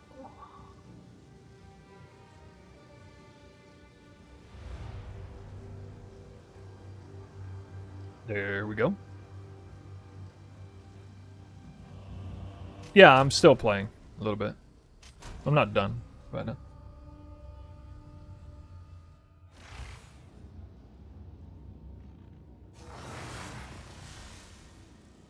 At least another hour or so. You can go to sleep. Hope I dropped that mirror. Thanks. Yeah, I mean we're about to do some big maps here. In other news, I guess my next profit craft needs to be spiked spears because I just sold 800 and 700 divine spears. Pretty freaking crazy. This spear without the third socket. Yeah, just me profit crafting or self-upgrade crafting and failing to hit the right thing still sells for hundreds of divines. Crazy. You buy a mirror yet? I mean, I guess I could. I don't know what they're worth. I don't want to buy a mirror. Oh, I guess not. No. I'm not trying to buy a mirror. No. I'll end up crafting more stuff tomorrow morning probably. 628 dude.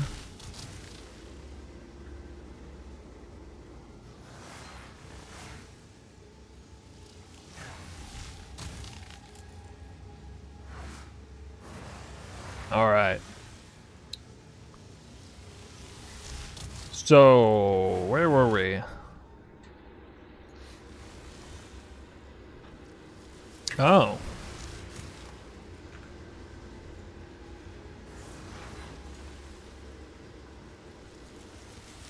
Sorry. There you go.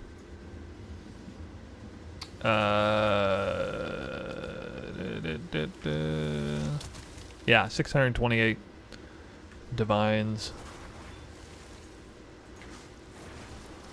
No, I got more currency on me than I usually do because of a couple of big sales here on spears. I was just trying to craft, so I recently crafted this in the last couple days.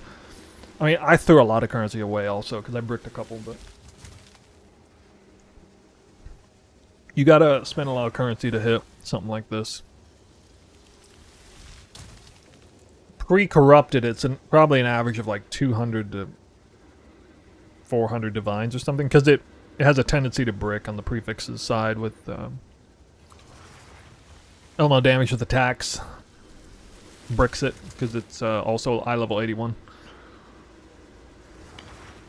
So I wasn't going for triple tier 1. I wasn't mandating that. It's too risky. But I was trying to get 1 or maybe 2 tier 1s and, yeah, divine it up and hit.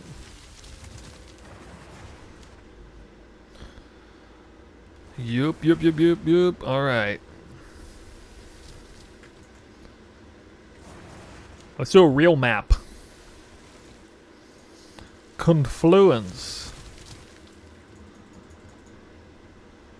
With no water.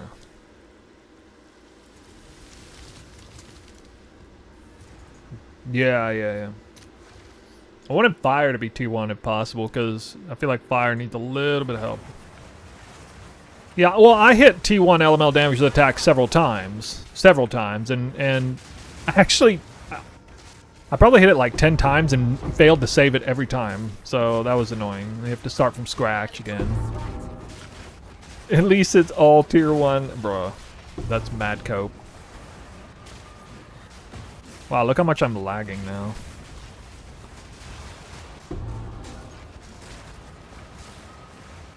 Yeah, I don't normally lag like this. It must be because I was alt-tabbed or something. It's going freaking crazy.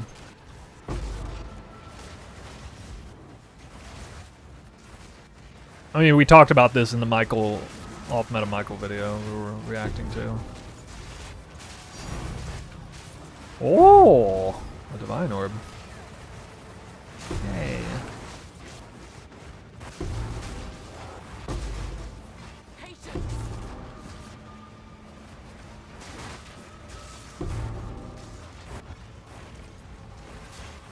Maybe it's just this tile set. It's crazy lag. It's because there's too many particles to render in this small area.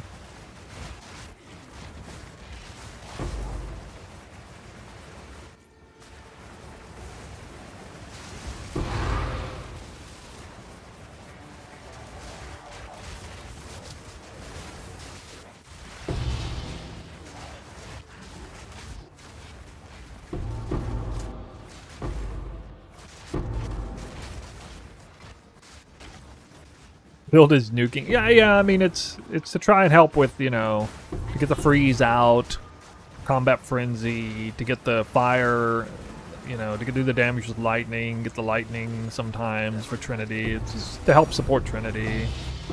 Alright, we got 2 divines in one map. Holy.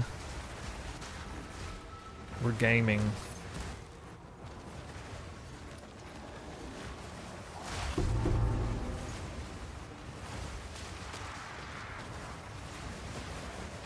You're a good dude. I like what I've seen from YouTube.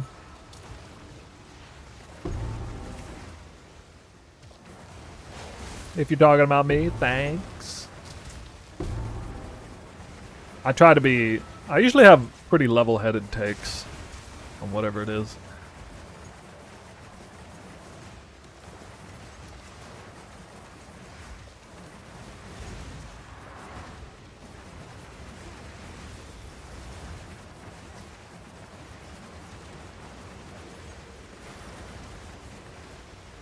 Talking about the Trinity, yeah.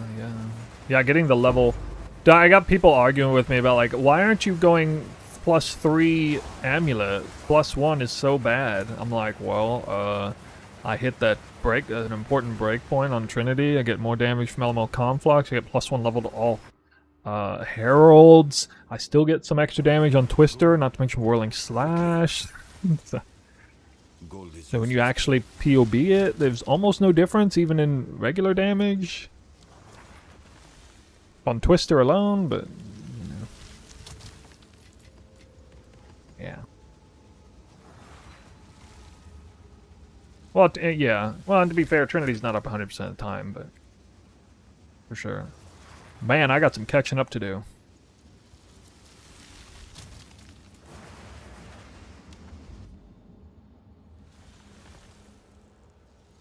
Oh, Wayward Isle's really good. I like that one. Another good travel map. Lucky. Lucky. This is one of my favorites now.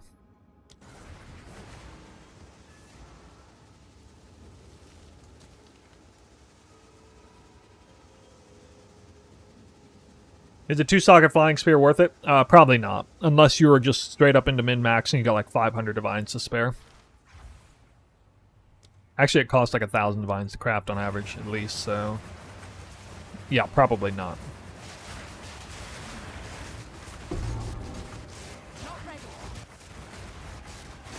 Like, if you're asking me that question, the answer is probably no. If you don't even think to ask that question, you just go for it, and the answer is yes. Yeah. You just do it.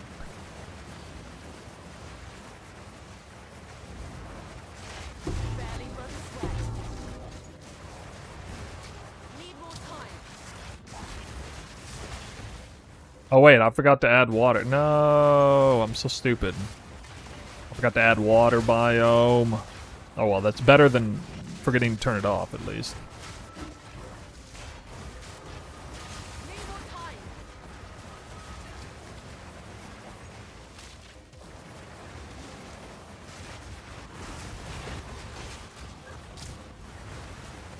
I need more time. Yours is better. Well, I don't recommend this build for hardcore. I think it's fine for hardcore, because you can play really defensively with it. Like, that option's there. Not the setup I'm using. You can like, off-screen everything if you want. Not yet. And then just go hard on it, energy shield and evasion.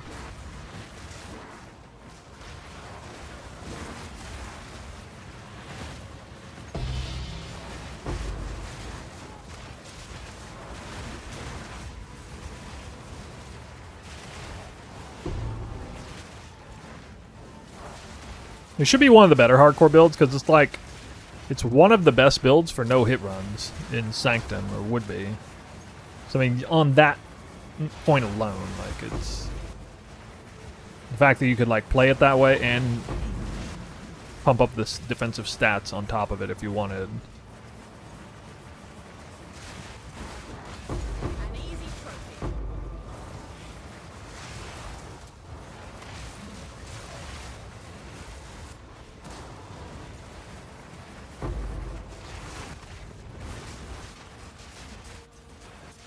I can't even socket all my gems. I try to give the last socket into the Herald of Fire, it just takes my armor off every time. I'm missing a socket on Fire. Fire Mastery? I can't put anything in there. I have to leave one gem slot empty. I tried manipulating my attributes, I tried turning off all my spirit gems, I tried doing everything, and I don't know, it's just like perma-bricked on this armor or something.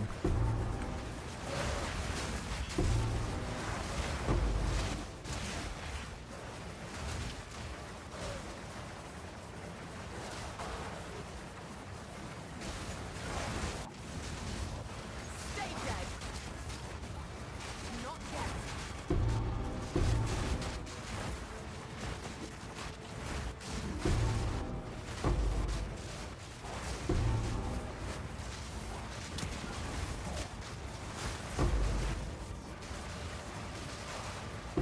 Does your build kill the juiced up shark? Well, it should theoretically be able to, since it's fast enough to move out of the way. But I've not tried. I don't know I don't really know the mechanics. I don't know how long it would take. This build annihilates anything with headhunter buffs, but without any headhunter buffs, it would be a little less impressive. Don't get me wrong, still does good damage, but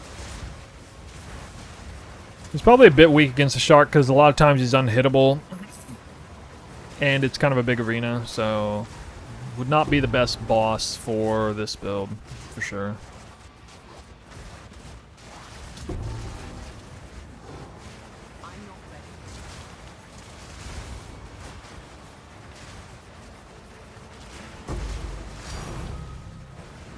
Oh yeah.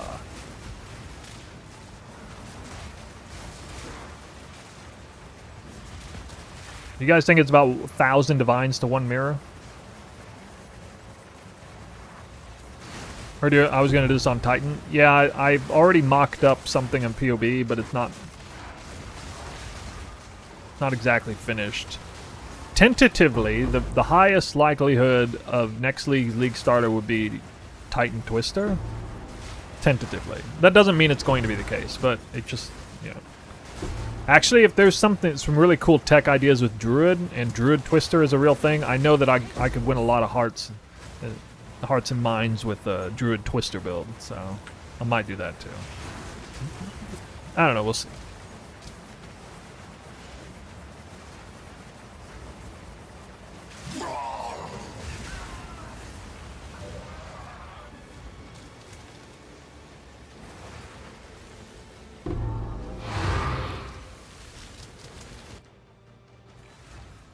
I'm not like jonesing for a druid, by the way. I don't really care.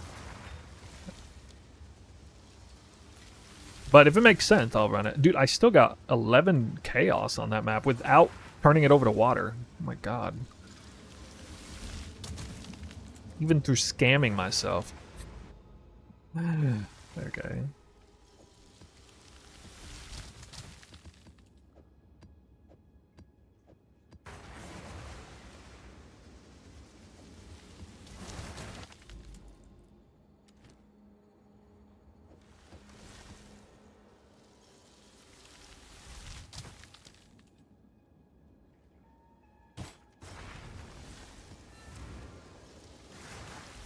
What is this graphic card builder?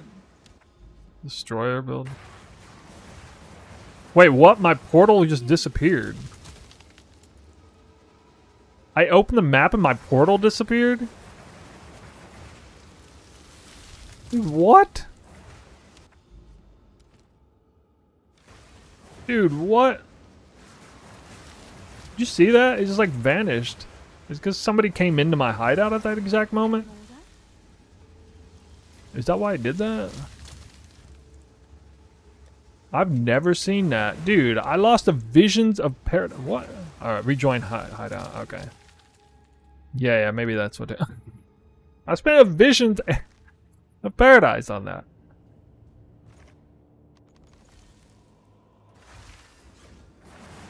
Oh, thank God. Alright. Jesus. What? Well, let that be a lesson to you guys. Rejoin hideout. I wouldn't have done that if somebody didn't recommend it in chat. I would have just been like pissed and put in another map. I saw the portal spawn and then like despawn in the middle of spawning.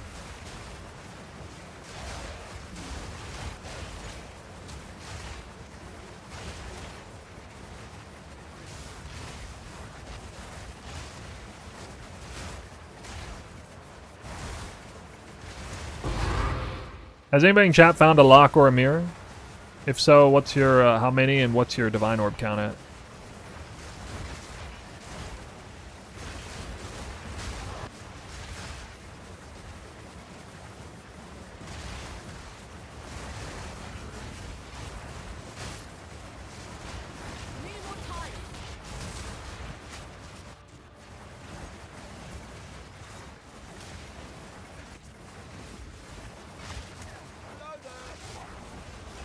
I got any plans for PoE1 League start? Yeah, but they're...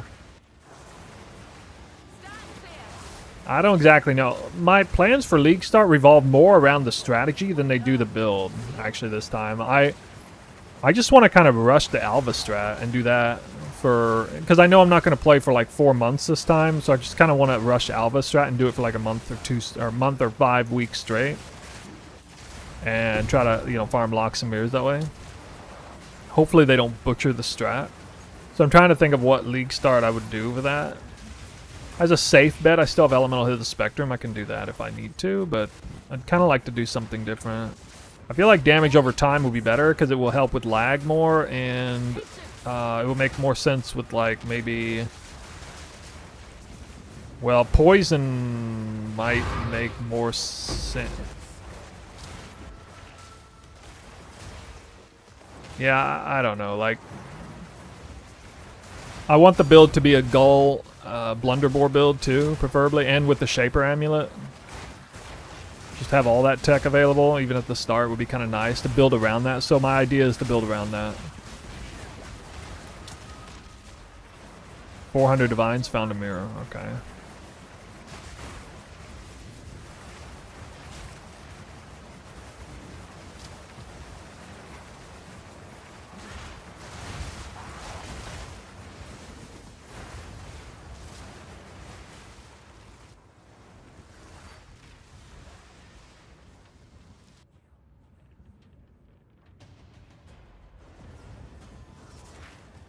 You cannot stop us. We will take the power that we deserve. Many have tried.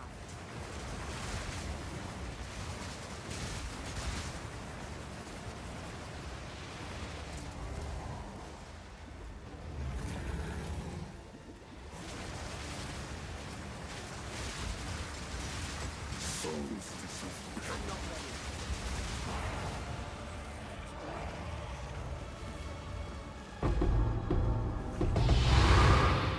Double fragment.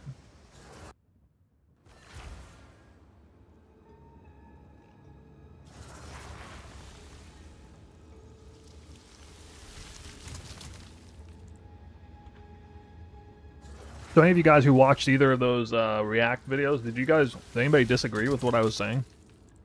Surely somebody did.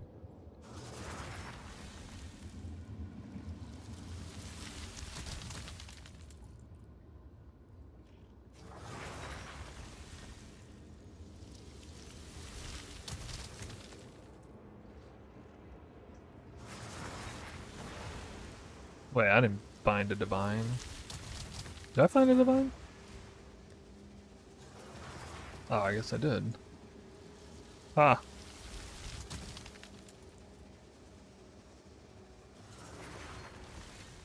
Bottom line is effort equals result. Ah, that's true.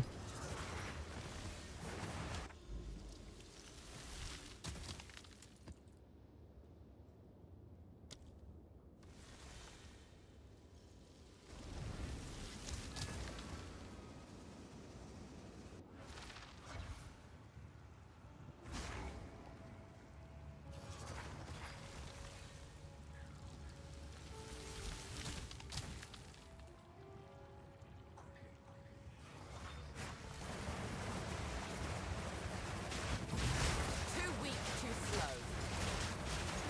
Need more time.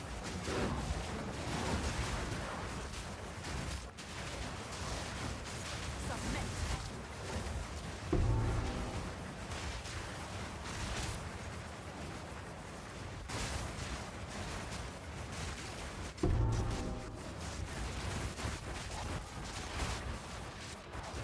Not ready.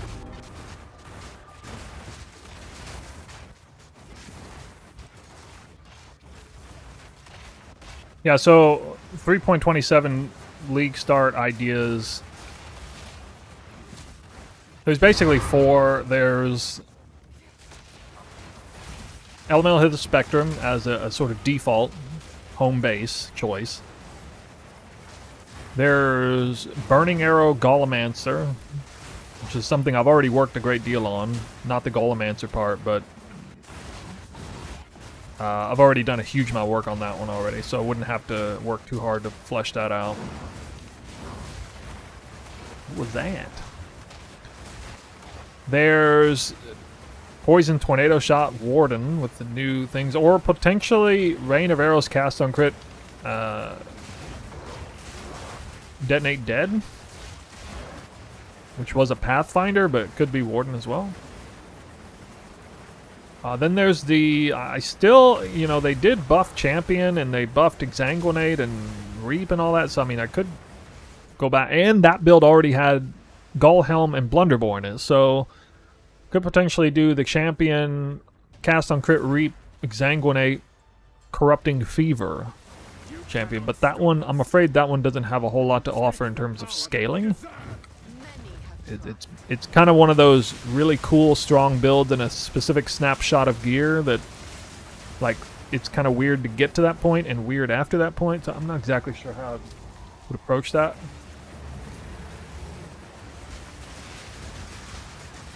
I will take out your...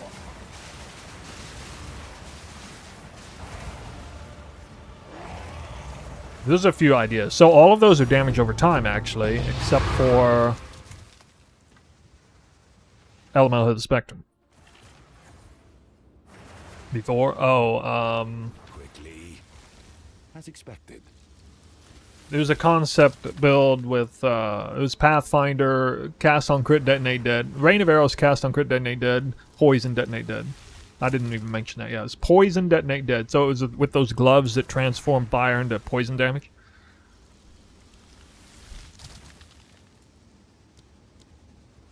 I already made a video on that build like 3 leagues ago. It was a concept build a few weeks before the league started, that league. So you can actually look it up right now if you want. Like, cast on crit, Rain of Arrows, detonate dead, poison, detonate dead, Pathfinder or something. That was when I also came out with the initial Freeze Elemental His Spectrum Deadeye. So that was a concept build prior to Settlers League coming out.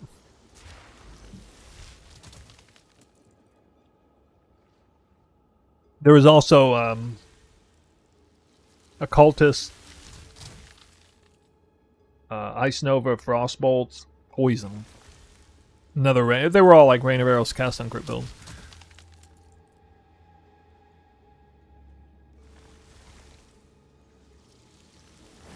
Steaming Springs. Maybe I can do that one.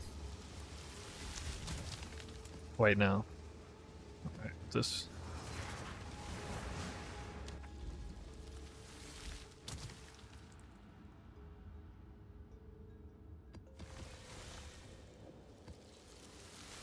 Also, not a water map.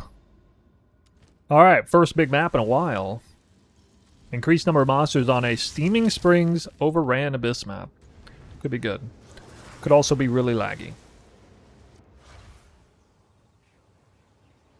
But if it makes me drop several divines, I don't care. Hey, there's the proc.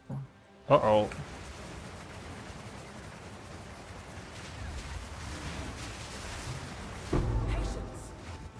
I feel like cast on crit, detonate dead. You know, they nerfed detonate dead a bit, and then everyone thought it sucked, but it didn't exactly suck after that. Like, you know, it was definitely a case of a really powerful build that got a little less powerful, but way less popular. Because everyone, you know, who was saying anything about that type of build was like, oh, detonate dead's dead now. Detonate dead dead. Nobody's going detonate dead anymore. But I remember testing it like the next thing, I'm like, bro, it's barely any worse than it was. Like, what? Like, even the POB numbers were showing up almost the same. And then I actually played, because I mocked up the gear and had the league starter ready in playable fashion. So, you know, I loaded it up again and was playing around with it. I'm like, dude, these people are nuts. You know, talking about how dead this build is. It's so hyperbolic. This whole, like, attitude about, oh, they nerfed it. They nerfed it. It's dead now.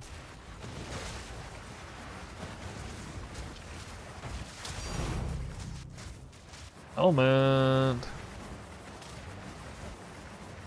Alright.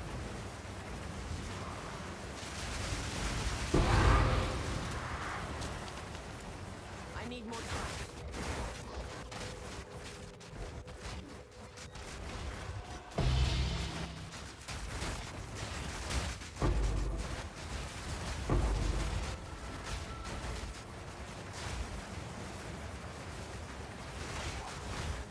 Quick and a little.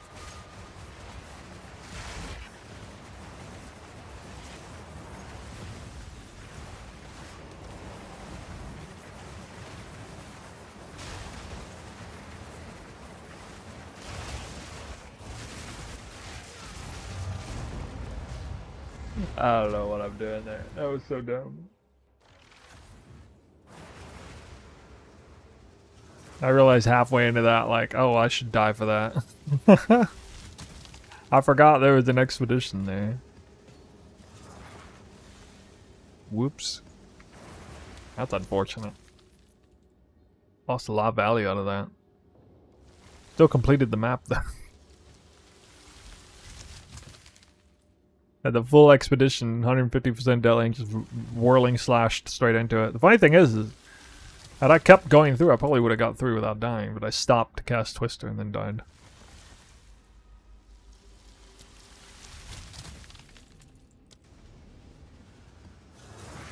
So that was a well-deserved death. Killed? Kills? 4 million?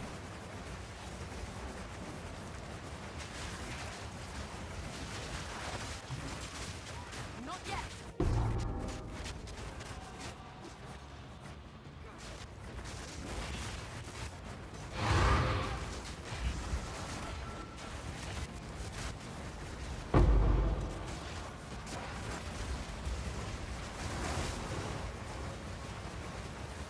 I need more time. What's the farmer been up to? He's the MVP of PoE 2 now. Seems like he's the big up-and-comer. Gonna take over the whole creator scene. Not yet.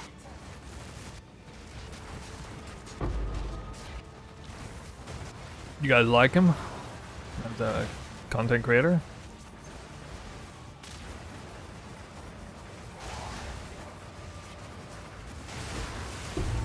I noticed him last league. I could tell if he kept pushing content like he was doing last league and kept doing that consistently, he would blow up.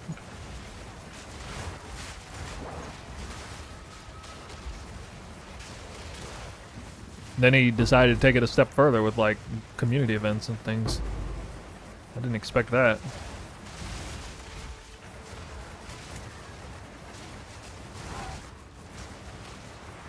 Need more of a casual player focus.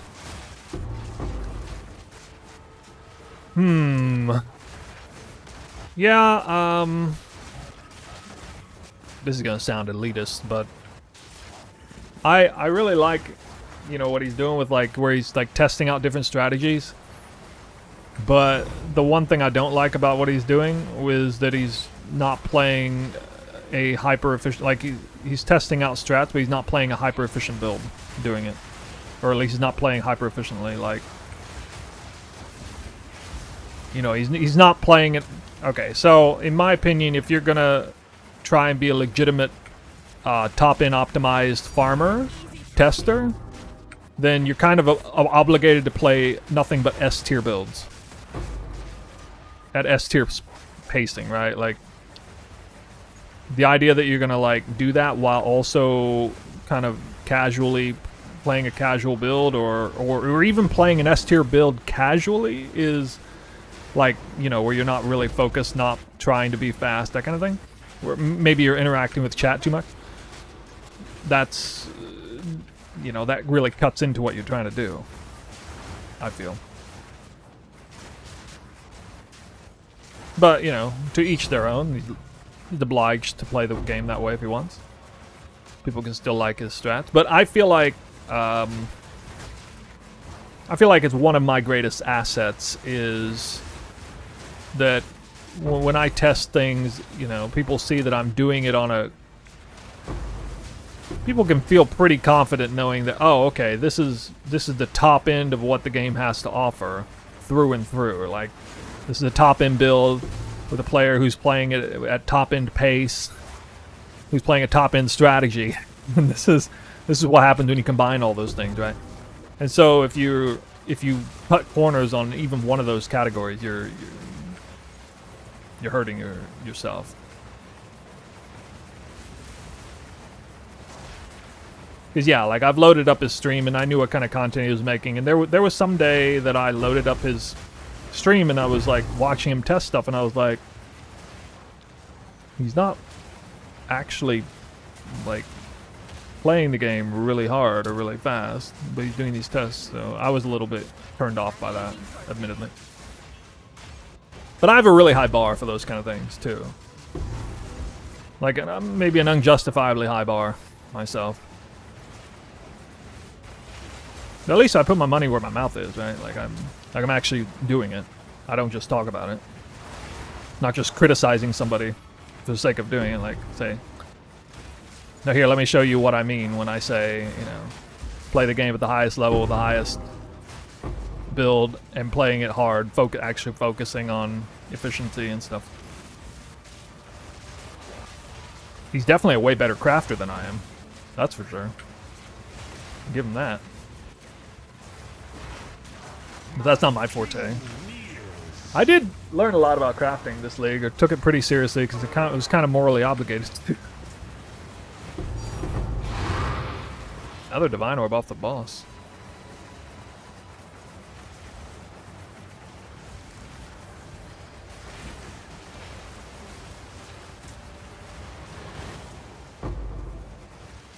What's the difference? Well, even right there, do you see me leave the boss room and kill these mobs here with this breach that was 90% explored because there's a tiny bit left area? And I figured there was probably a few monsters that spawned in there. 99 out of 100 people aren't going to go back and kill those monsters there and run that fast, or even have a build that would have been fast enough to do that after killing the boss. I mean, that's just one micro example of you know, getting the most out of it. If this game is going to have breach in it, and breach is a fundamental part of farming, I mean, that's it right there. Like, that's... You have to have, like, a god tier speed farming build if you're going to get the most out of breach in this game. Now, if breach didn't exist, it would be less constrained in that respect. But I've seen, you know, I've seen other streams of people who are playing the game, and respectfully, they're not clearing anywhere near as much of the breach as I would be in their shoes. Like, let's call it what it is.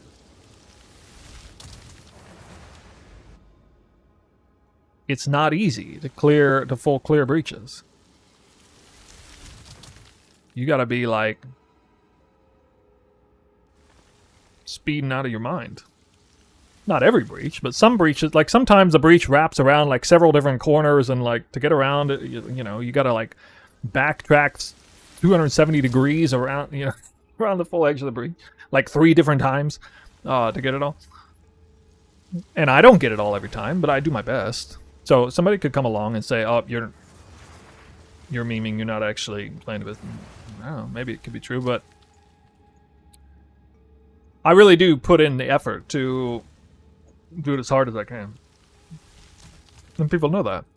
Yeah, I'm doing 150% Deli. Okay, so like here's another example. The first test of this, not last time, time before, I didn't actually have 150% rarity, and I made sure to point that out. And I felt legitimately bad about that because I was doing a 100 map farming test without 150% player rarity. I had 139, I think, and I felt like I was letting you guys down by doing this test with only 139, because it's like, well, we recently learned that, I mean, there's still conjecture around this. We recently learned that basically 150% is a softish hard cap on player rarity. And so I could see where somebody who has a super high bar would look at this test and they would be like, yeah, but dude, you didn't even have 150% rarity, so how good is that test really? I could see them having that approach, and I would have no response to that. I would be like, well, yeah, I agree. because I also have put a really high bar on myself. Nobody actually came out and said that, but if they had, I would be okay. No, you're right. You're right. I could have done better. Probably should have had. I really should have had at least hit that breakpoint, because that's the kind of agreed upon breakpoint the community has. And then ironically, I did get some comments from people who were saying, "Dude, why are you not doing 150% deli? I don't understand why you're not doing that. That's where the real juice is at." And I responded to a couple of those comments saying, "Yeah, I mean, I've tested it. I understand, like, conceptually it should be good, but you lose the additional modifier, and I've tested it, and I feel like it's not necessarily working, especially for, you know, blah, blah, blah, blah, blah." And then I kept testing it more and more, and I kept hearing about it more and more, and I was like, all right, well, clearly, maybe it is better, so let's make sure we get that test done. And here we are, doing that exact test. Forgot to mark all my stuff. Whoop. Not ready. Only build I think was faster than this is 0.1 auto armor. Well, I'm glad to hear that. If you guys are aware of something that's, you know, faster, let me know. I mean, I endeavor to play the fastest, most efficient farmer every single league, basically, and it's in part because I want to be taken seriously as like a juicer blaster tester as far as like currency per hour and stuff, and give really high sample sizes with legitimately, you know, top end strats and performance. So I also don't like it when I die. You know, that pisses me off quite a bit because that cuts into the performance as well. But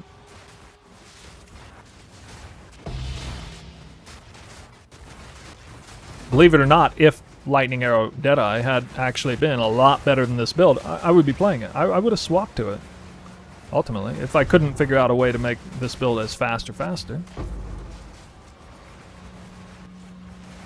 Because that would have bothered me way too much, knowing that I was testing strats with like an inferior build or something.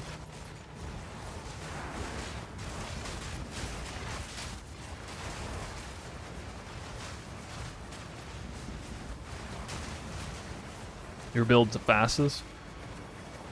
Playing devil's advocate against my own build. There are some legitimate complaints about it, like still getting stuck on stuff sometimes, but yeah, I mean, I think overall it is better at the pound for pound, same investment.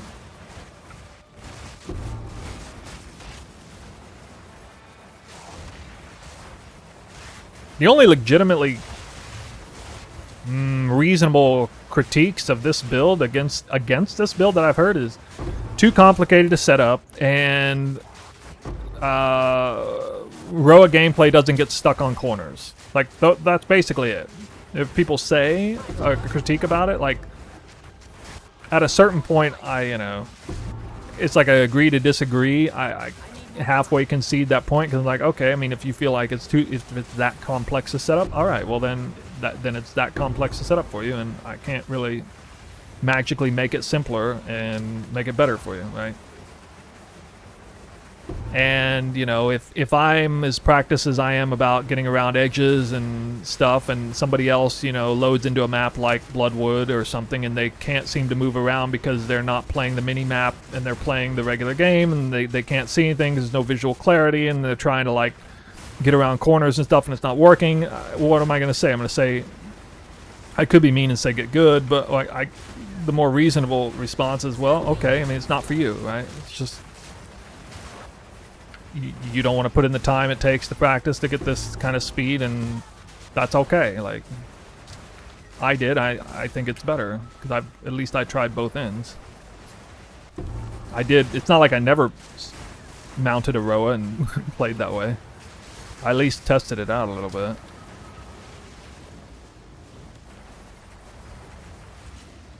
Yeah, I've heard complaints with boss damage. Usually that's a lack of gear or a lack of crit chance, if they're going crit real hard. I had this happen a few other times. I actually died on a Citadel boss because I did no damage on the first 2 Twister casts. I think I just got really bad RNG on them with the positioning and then no crits or whatever. Oh my god, what is this? And then this crap here happens. I don't know what's going on with this boss.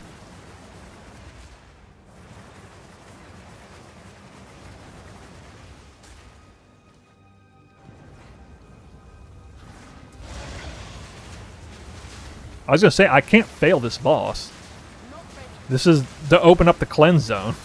I can't fail this. I can't be bugging out here. No bueno.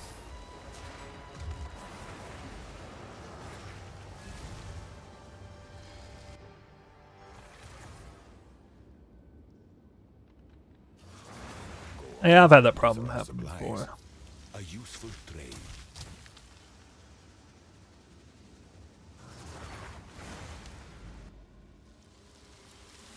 For me, this build was really easy to set up. Of switching to Dead. I mean, a lot of people get really confused with. I mean, you would be. I mean, you can't be that surprised. How many times do people get confused about the weapon set points and like having the perfect amount of spirit? And it is highly restrictive, and like, what's the red color? What's the green color? Which there's a lot of people who don't have a very good fundamental understanding at all about weapon sets and allocation and stuff. And I'm getting so much power from that you don't get on almost any other build.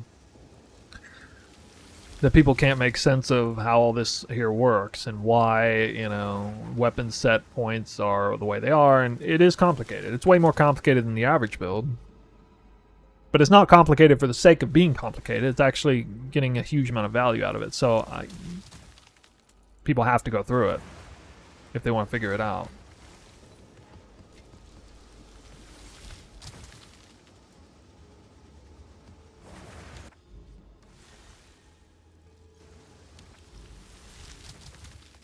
Willow. I like Willow. So Willow is an example of a map that last league, Willow was my least favorite map when it came to getting stuck with Whirling Slash. Every freaking tree you get stuck on. But now, especially in the manner in which they fixed the pathing, Willow is almost unnoticeable with its trees. You almost don't notice them at all. I'll show you right here. Maybe you guys, those of you who remember, Willow being god-awful to play on. It's like all these trees, I would just get stuck on them constantly. Like, I would not have this level of freedom of movement. Like, you see me just kind of moving around this map, like, without too much trouble. You couldn't do that last time. Even maps like Step were really bad.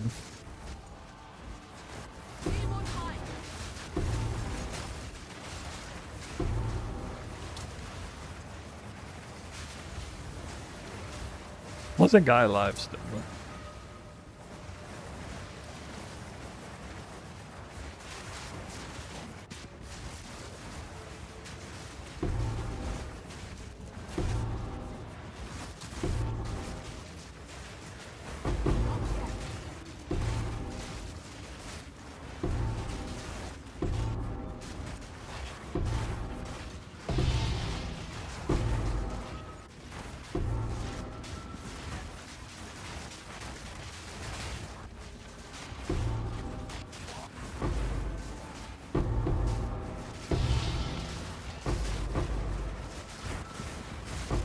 You got breach in this map somewhere?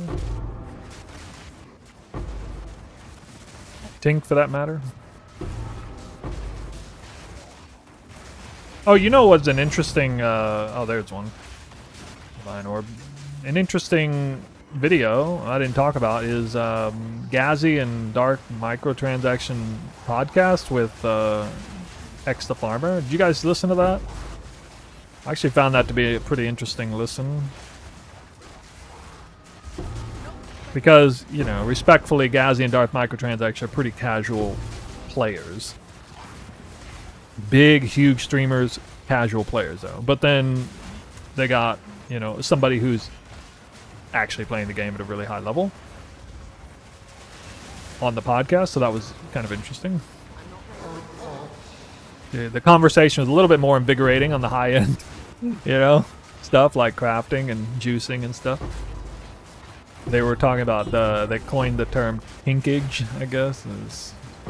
Talking about all the important things were discussed. Maybe we could listen to it in the background. Now see here, right now.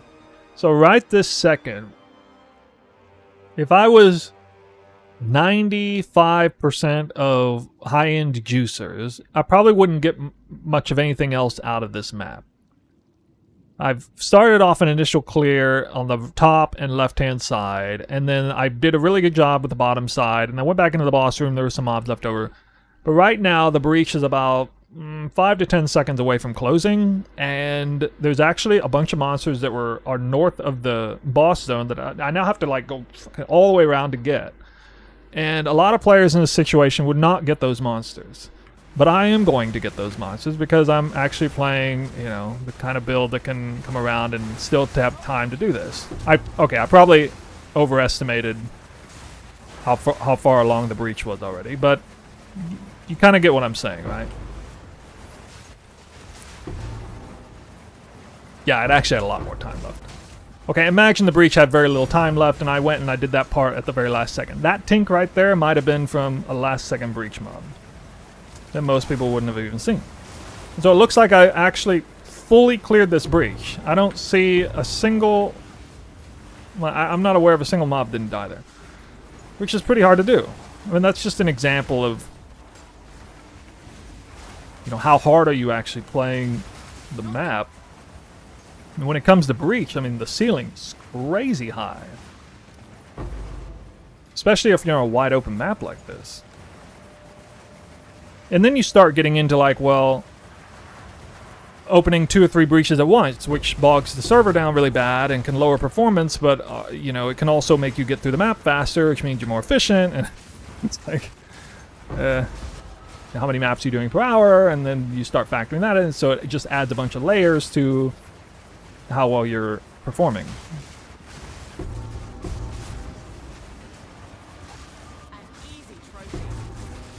And if you keep going down that rabbit hole, eventually you come to a place where you're like, well, shit, I need to buy a new PC.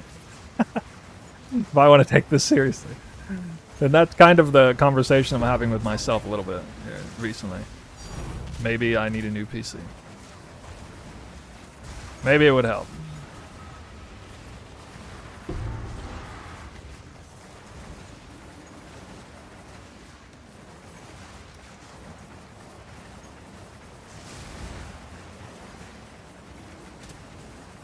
I would enjoy this so much more if I had faster FPS. And that's the thing, I do. I have much higher performance than what you see here when I'm not streaming. This is all we have. It's quite enjoyable, actually.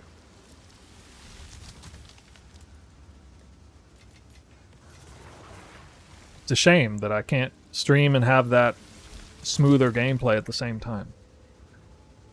Too many resources. Too many. Alright, that one is now open. Then we got one more right here. Rust Bowl. Excellent. Excellent map. Nice. Should probably run a higher, better one than this. Oh well.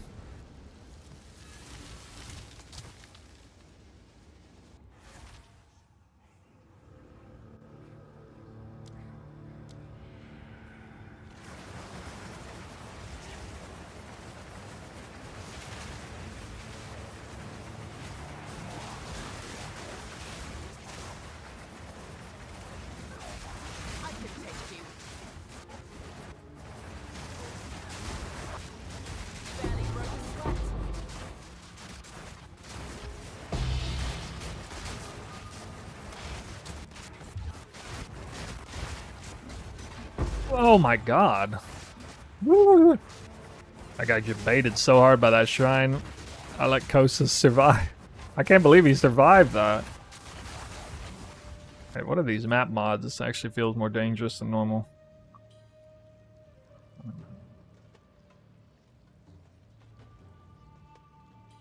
Elemental weakness, elemental... It's not more dangerous, I'm just bad. Okay. It's actually not a dangerous map. I guess I just got wrecked by Kosis then. Fair enough. Why not use another computer? Well, I don't have one, and I live in a closet basically. I'm living in a shared apartment in Tokyo, so I don't even have space for a PC. I should be rushing the boss on these. We can't afford to die. Fail to open up a cleanse area. Bad.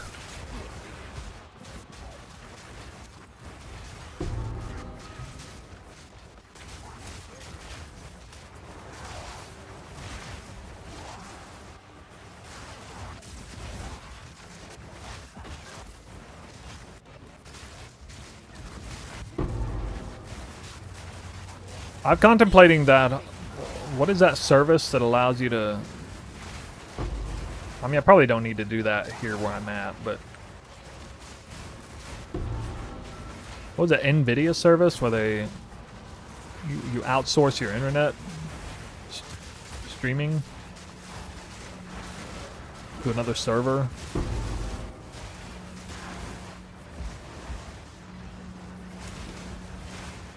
Now on a breach like this, you don't have to be that skilled to get all of it because there's only half of it even available. I mean, there's not a whole lot to do around here.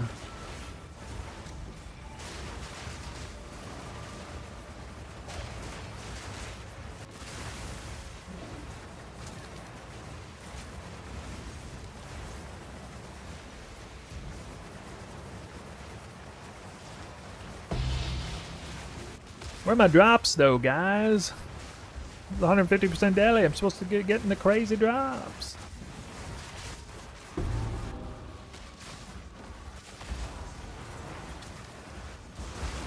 Or maybe my intuition was right the whole time, and 150% Deli is not actually all it's cooked up to be.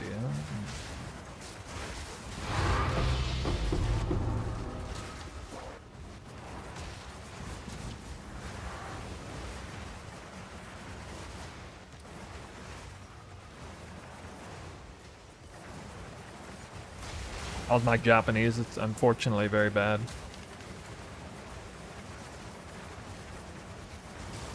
I studied it when I first came here, kind of hard, but then slacked off and moved to the city and didn't need it as much anymore. Never needed it for my work. Definitely don't need it for streaming. Holy shit, what am I looking at? PoE 1? Yeah, basically. This is the new vision, guys. This is the vision that GGG wanted. They wanted to remove all of that crazy player power creep, to reset all of the power creep, and give us this brand new, invigorating game with all of its Souls-like combat and, you know, all that.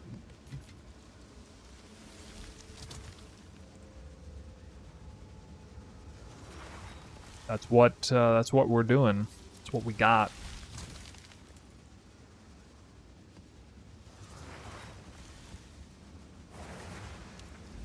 Alright, that's all the cleanse zones, all the citadels, I think. Basically home free, although I got another... Actually, I got another cleanse zone over here. I could... Yeah...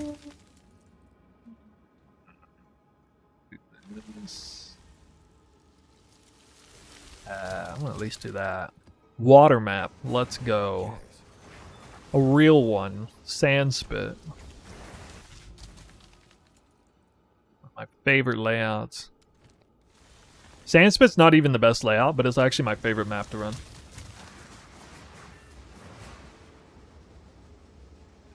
Teach English to Japanese people using English, yeah.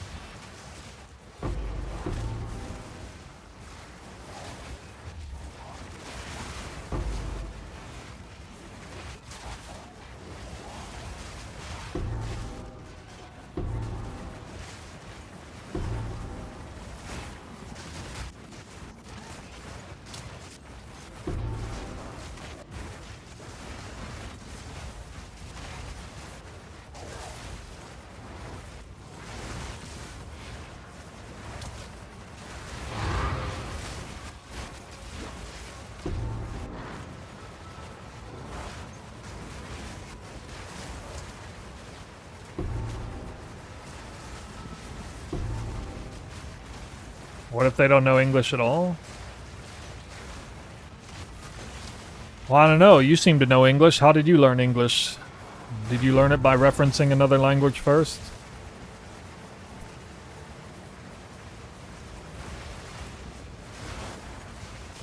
I think you already know the answer. You experienced it.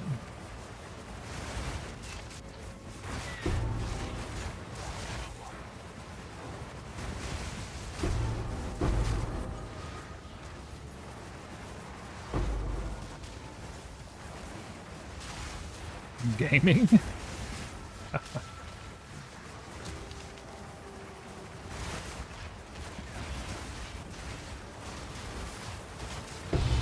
How do you think I teach a child the word for walk? You think I start by telling him, by saying the Japanese word for walk? No, I simply stand up and walk around and say the word walk while I'm doing it. Then I stop and don't say anything. Then I start walking again and I say walk. Then they start walking and they say walk while they walk. That's how you learn a language from scratch. How everybody learns a language from scratch.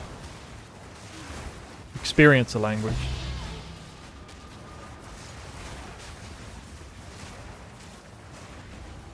Obviously action words, onomatopoeia and stuff like that is easiest to teach that way, but hey, Omen of Light, nice.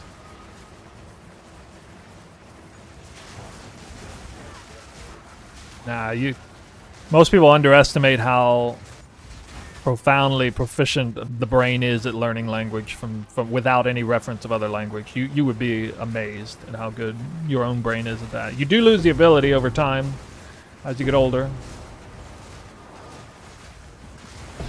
to do that, but I think children are best suited for it, but even still adults can do it.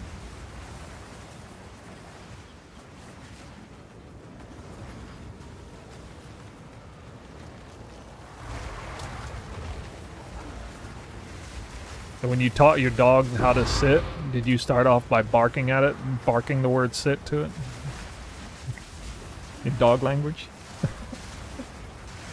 What? What? Well, at least I got an Omen of Light, but that was kind of bad. I keep getting only 1 breach maps. 3 chaos is terrible. What? 3 chaos is terrible. What is that? That's alarming, man. That's bad. Omen of Light saved that run, but I should have many more of those.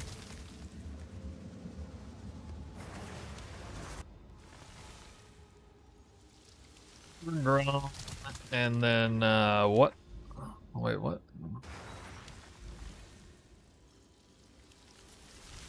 What is the Corrupted Zone 2? Oh my god. What is Overgrown? I don't know this map. Yes. Overgrown.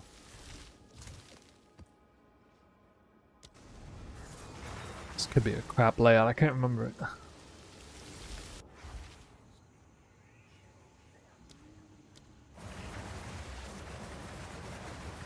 Oh, this one. Okay, this is fine. Yeah, to use on that. Like that Aztec residential zone or whatever.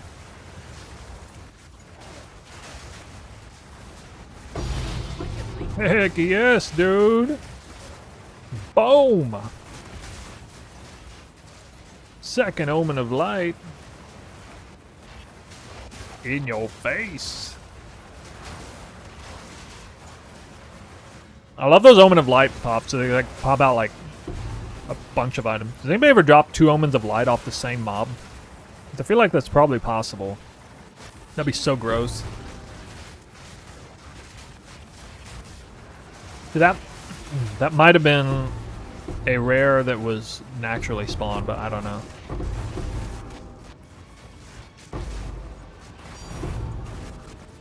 So this is... So here, I'll pause that because this is an example of a breach that's very hard to complete in full. The amount of actual like running around that I have to do to to complete this breach without missing any monsters or most of them is very tough. Like, you got to be crazy fast. Just watch what I have to do to try and finish this breach. Just watch how far I gotta go. So I gotta go all the way down here. Then I gotta fucking book it all the way back up here. And here are some mobs up here. See, that's where the edge? And I'm trying to like, okay, I'm trying to get down there. I missed a few mobs that were like right here, I think. Only a few, but just look how far and how fast I had to move just to get back up there and clear some of that. And it's because Breach exists and it's set up this way that, I mean, you just can't justify not having, if you're going to play the game this way, you basically have to have an S tier speed clearer. I got to go all the way down here. That's going to open up into this area. Need more time.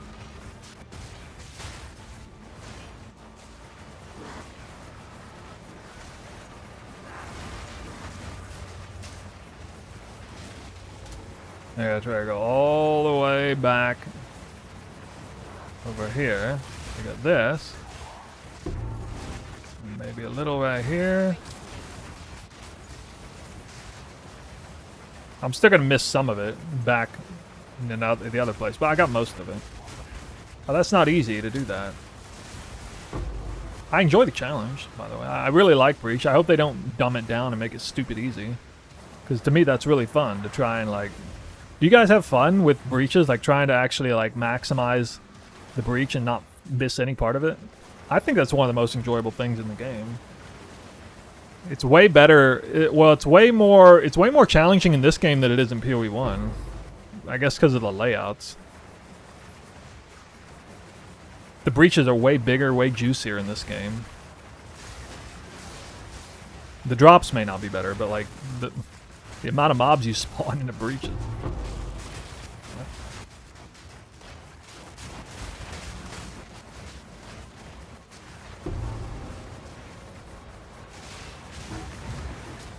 That's how it's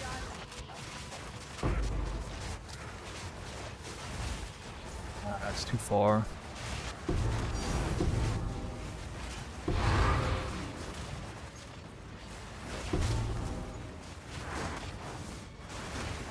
Oh no, a despawn twister.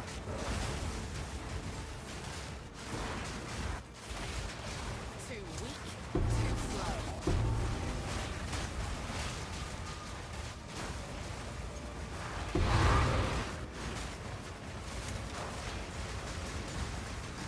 Really?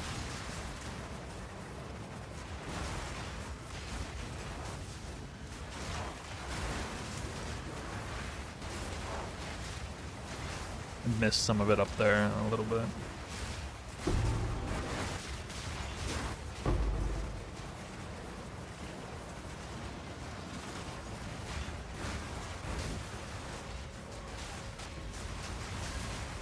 If I could choose how a Mirror of Kalanda drops, I would want it to be off of like the very last breach mob that I killed that I actually worked really hard to like go all the way around the map to get like this one last rare breach mob, and then that one drop a mirror. That would make me so effing happy if that's how I drop the mirror. I know it won't be like that, but that would be absolutely amazing.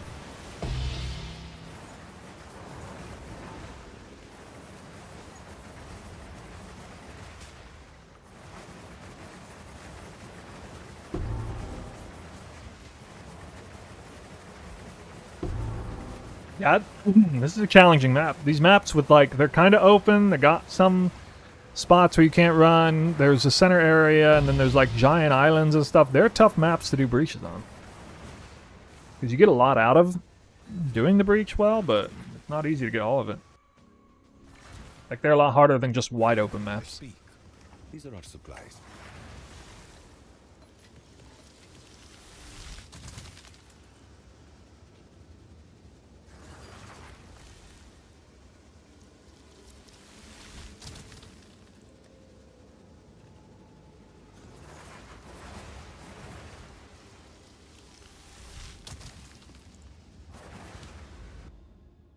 Oh.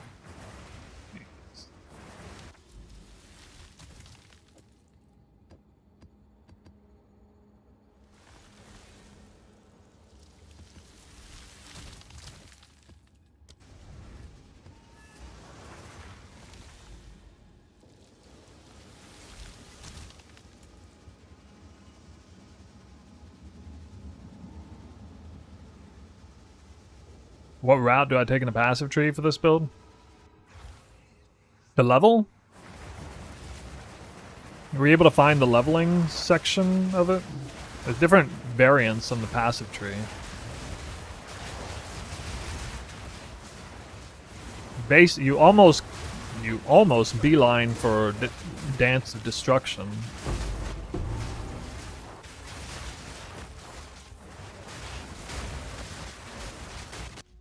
Question about spirit. Can you call somebody forward? You're missing reservation efficiency, quality on your companion gem, probably.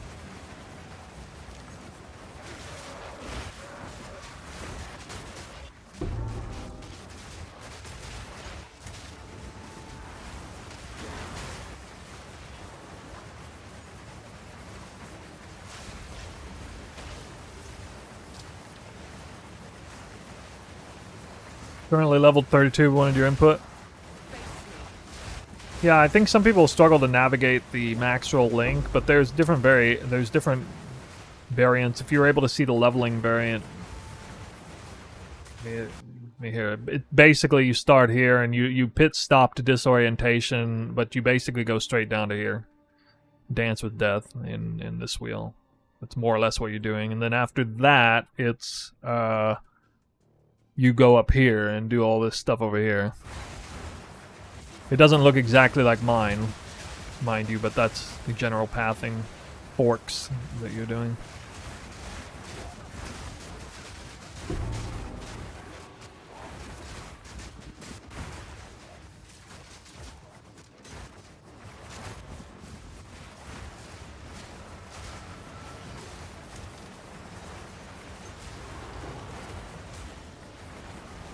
Dang, your build seems cool. Has PoE 1. Now we just need Herald explosions.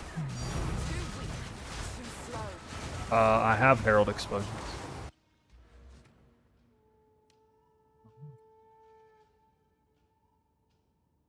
Wearing Coming Calamity.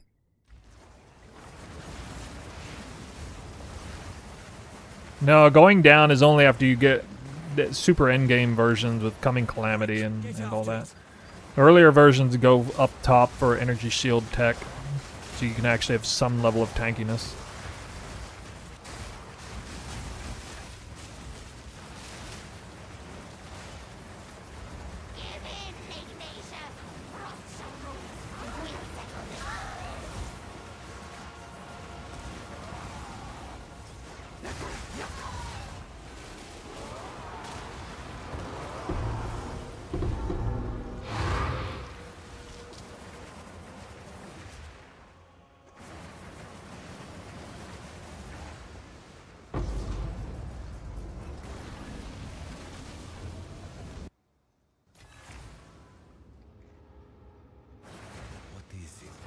The MTX effect? I don't have an MTX on this build. What? Really?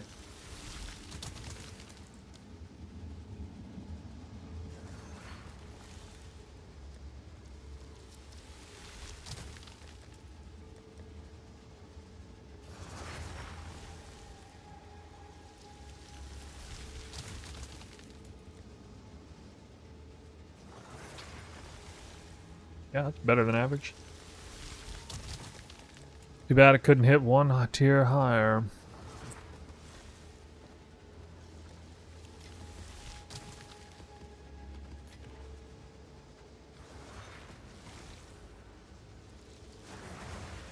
Is haste very important? No, it's not very important. It's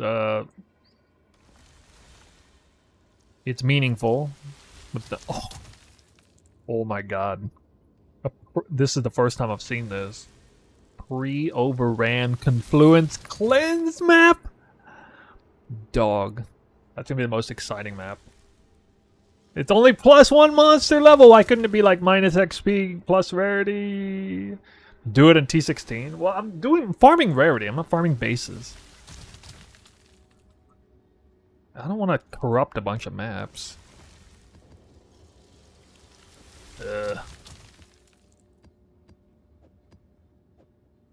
Zeus chiming in, coming out of the peanut gallery over here. Epitaph. Epitaph's actually a pretty good map. It's a lot like Slick, actually.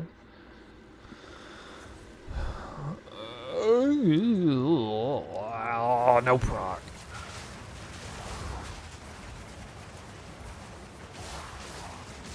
Quick and lethal.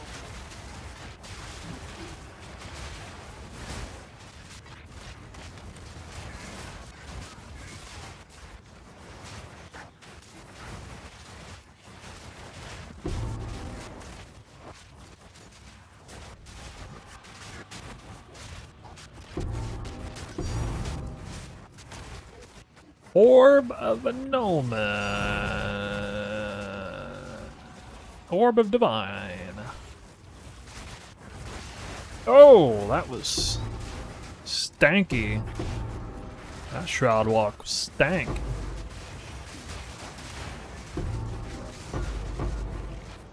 At least I got more than one breach. Oh, that's gonna be a pretty sick breach, actually. Wow. Alright. Okay. Wait, actually, I better hurry up. I'm gonna lose this thing. Nowhere to run. Oh, wow. Fun breach. Yeah, I gotta run my ass off for this one, too.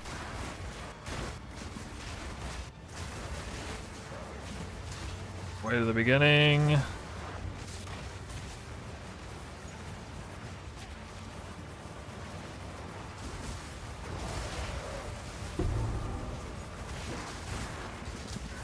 Down the line. Woo! Trophy.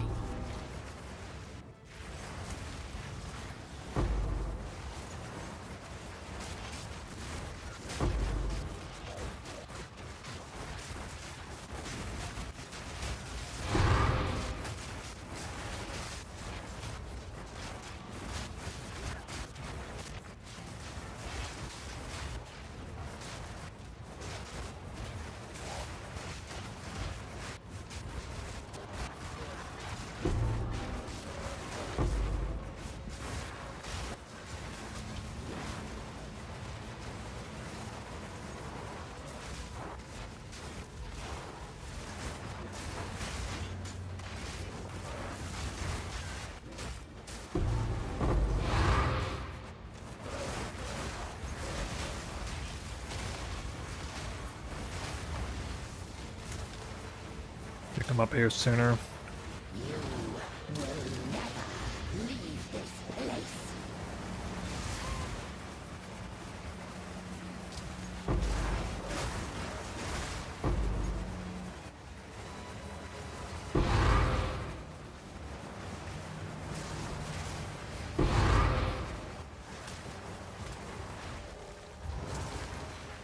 I forgot this was the corrupted man.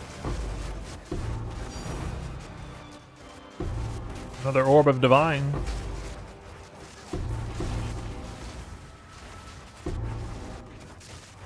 Oh yeah. Double. Double in the same place. Let's go.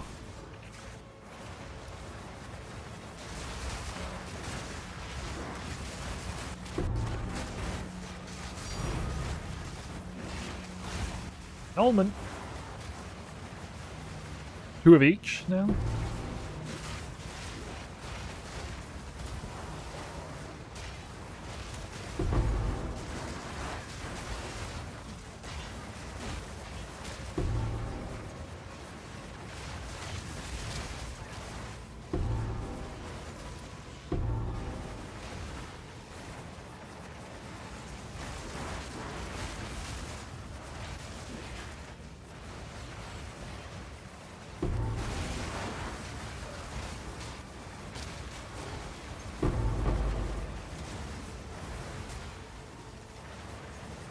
Hurts my soul hearing all these. Why? Should be happy. Should fill your heart with joy. Now, speaking of that, who's ready for the Dune Messiah video? I keep teasing that like I'm gonna release it. It's gonna be the ultimate comeback. You guys are gonna know exactly when I make the swap from PoE 2 to PoE 1 because I'm gonna start with that video. I'm not gonna say anything. I'm just gonna release that video again.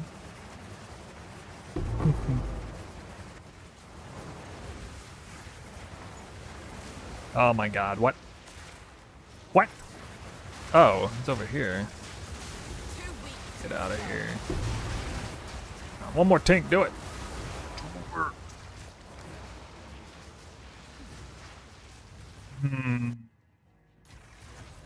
Oh yeah, I dropped Ancient Jawbone before. Forgot.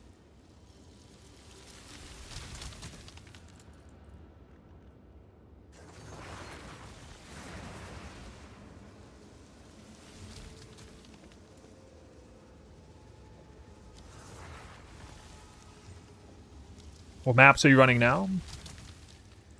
I'm still doing my chores, getting cleanse zones up, but I got a lot working for me on this setup. I had even 2 more cleanse zones to show up, so I mean I could almost run nothing but cleanse maps doing this. We still got this over here, so I'm not even probably yeah. I think I'm just gonna do this and then open that tower up and that's it. Oh wait a minute, no, I don't need to do that. I got this here. You can see this. Sinking Spire water map. Nice. Nice. Surely this is the last tower map I do. Crazy. Why is it good to run cleanse maps? Cleanse maps come with automatically with like 20 to 30 extra packs of monsters that don't exist on maps, and they drop predominantly or exclusively currency items. Like everything's converted over. On top of that, those maps have extra boosted modifiers such as area contains the Immured Fury, which automatically drops a Fracturing Orb. +1 monster level. -, experience plus rarity. Super strong. You know, all kinds of things. Oh yeah, increase effective prefixes, less effective suffixes. Reduced quantity, extra rarities, not quite so good. Not quite.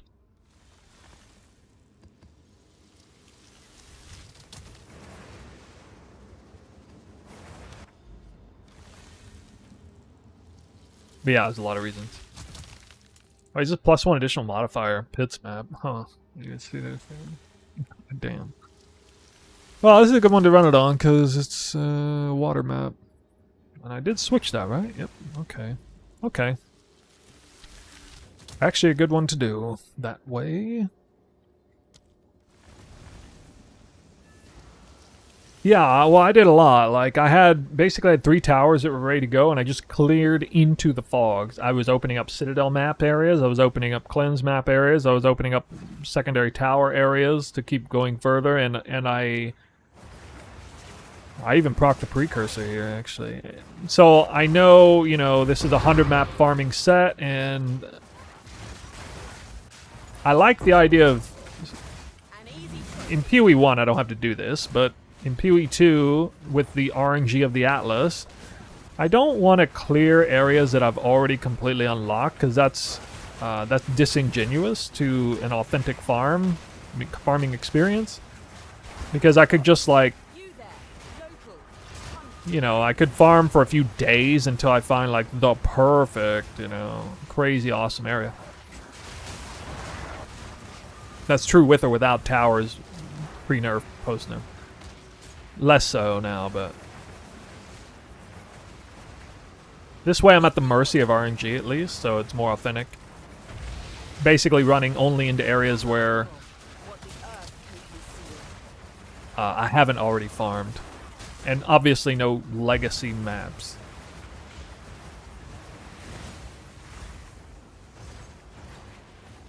Double quant rolls and stuff.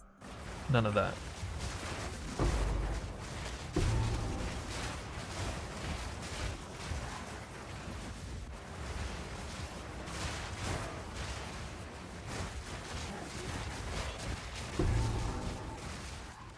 Oh yeah, crafting the Overrun maps for profit would be profit because, well, they sell for less now than they did before, but last I knew they sold for over a divine apiece, and it doesn't cost any more than about half a divine on average to craft them because you can sell back other mods too. Like additional, well, especially additional pits and natural monsters have additional modifier because those are decent, plus they have additional rarity and rare monster rolls. I think it was Zushi who told me earlier about Area has an abyssal pits for, like, if you corrupt it in T16, that can be good, but it's a little bit antiquated because you're rolling a ton of rarity on the maps. But inside the abyssal pits, that doesn't matter specifically.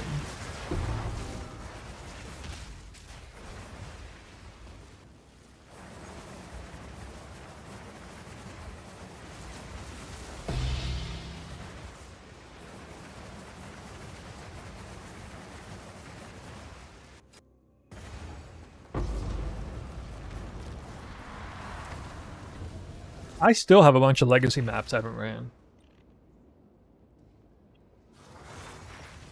I run them off stream sometimes, but I don't really even run them off stream too much because usually off stream I'm still trying to test stuff and get a sense of, you know, what setup's better or not, and I can't be running legacy maps and trying to look at, you know, Chaos Orb count through legacy maps. That doesn't work. Ugh, Sun Temple. Oh. Oh god, this.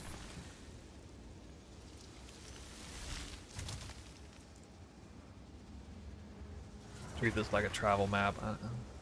Get this map.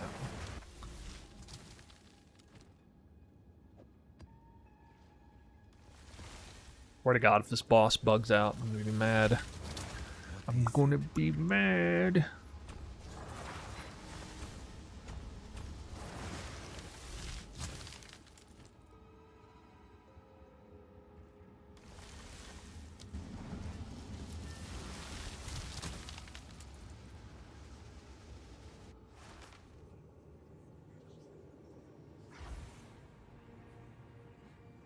Somebody asked earlier, I missed the message. How much does it... What? No. Is crafting strong versus drop balance enough for you, or would you like deterministic crafting? I think crafting is already... I feel like there's more nuance that's needed in the crafting. Is it too strong conversation? I think in the current snapshot of power of the game, if you imagine this is a finished game, I think crafting's actually in a pretty good place. I just think it's way too strong in the context of the game already having such limited options. The options that we do have are collectively too strong, knowing that we're going to get more options. Many more options. But, you know, if you imagine this game as a totally finished product, which, you know, would have its own problems, set of problems, then it seemed more fair. It seemed more fair. Which is to say, I felt like crafting was really fun this league, and... it was obviously quite powerful, but it didn't seem like stupidly strong. Unless you were just trying to compare it directly to what 0.2 had to offer, then it may have seemed stupidly strong.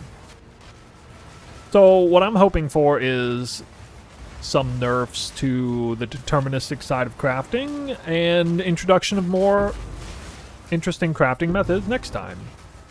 They can't just add more crafting power next time without nerfing something. Or that's not gonna...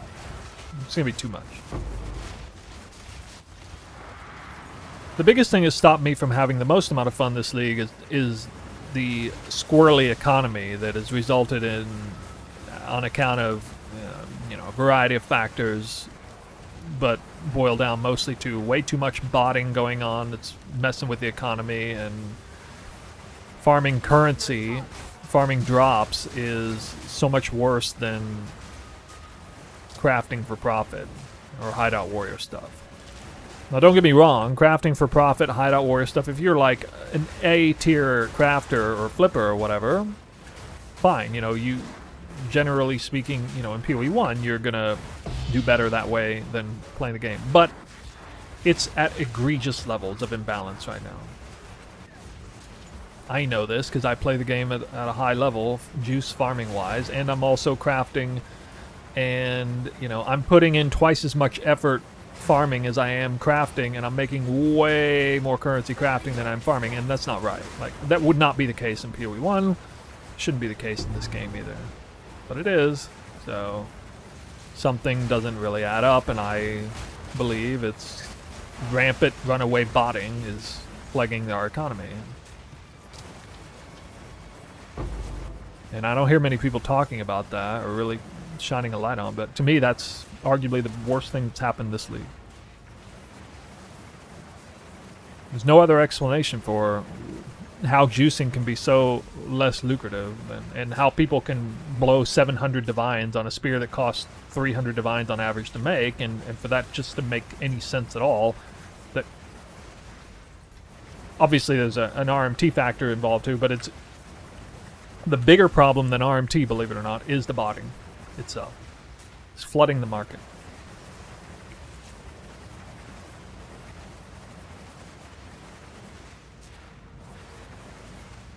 Well, I guess I'm not going to get to do that. Abyss.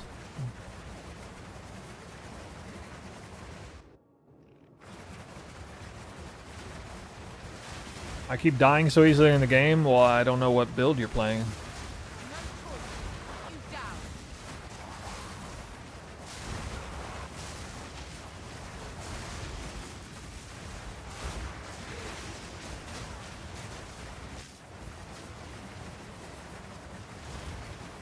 I don't really believe that. I mean, I haven't seen enough information to know, but I don't at this time really think that party play is a giant problem in that whole thing. I think that's a little bit more of a subjective thing with people who don't want to feel even remotely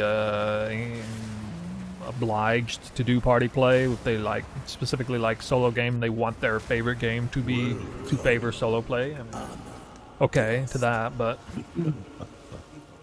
just like I don't think party play is a huge problem in PoE1 either. There are many strats that are great that can't even do it well, like the Alpha strat, for example.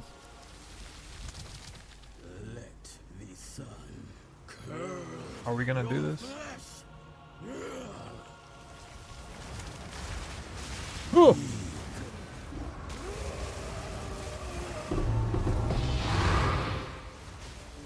If you experience it. Well, are you talking about like dopamine hits with tinks and stuff, or are you actually factoring in the amount of time it takes to set all that up, the obligations you have to make with other players to be on at the same time, the split you have to do? Because that's a lot. All this stuff's annoying.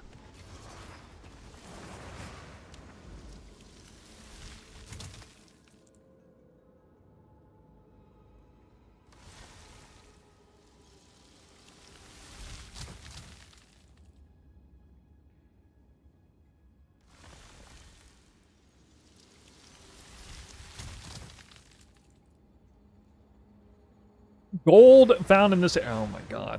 You hit a wetlands cleanse map and it spawned extra gold.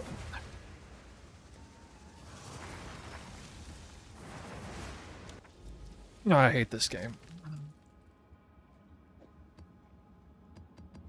Best water layout with extra gold.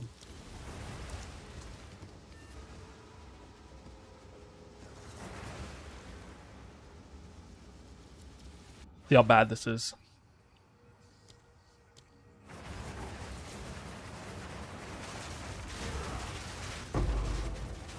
Need more time. Barely broke a sweat.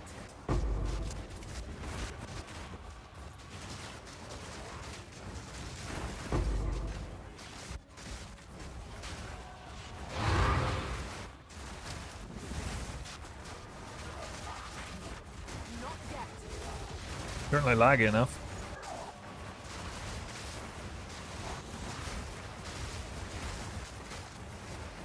Got the big twisters. What's that? An almond orb.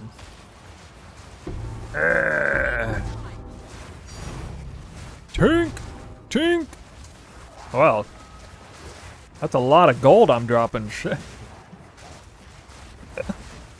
Good. Through sheer force of will, he will drop the tinks on a plus gold map.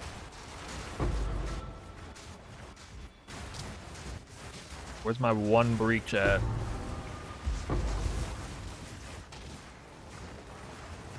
not ready. Don't mind if I do.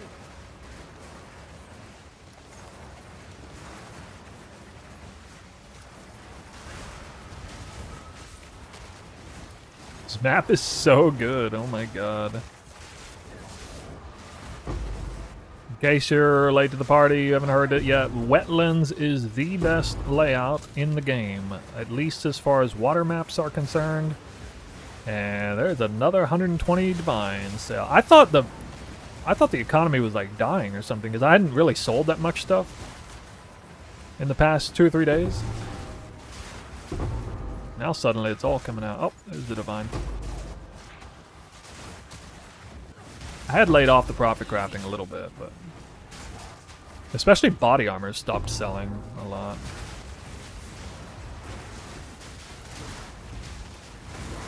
Damn, I gotta try this build. Are you saying that because I just got 120 div deposited in? See, I'm not even gonna drop 120 raw divines in 100 maps, 10 hours of farming. So, where does 120 div ring come from? Granted, you know, it cost a little bit to make it, but ain't that bad. Patience.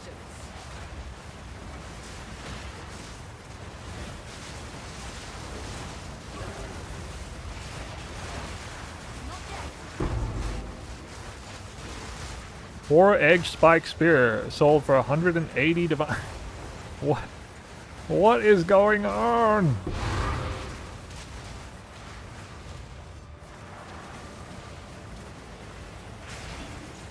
That's another failed craft. I need more time. Yeah, I'm just running triple breach tab. Some people were trying to say irradiated is smarter, or at least one irradiated, but I don't know about that.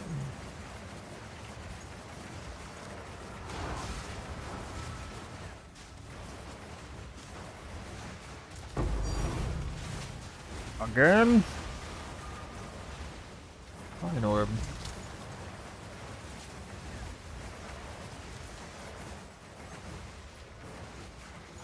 Don't count out the gold map too much. If it's this layout, you should still run it. Should still run it.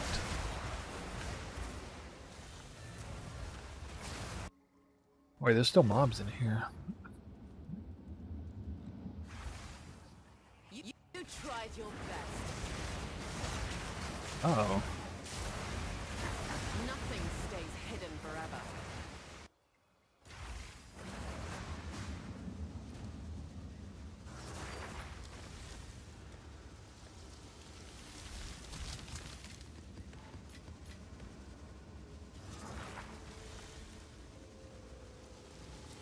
I don't know of a specific advantage of running +1 area level for the sake of currency farming. It's you.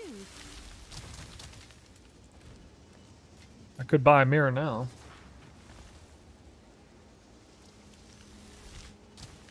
$2,000 almost.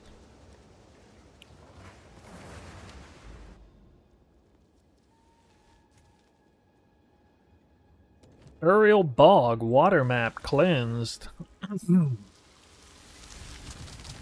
Worth it.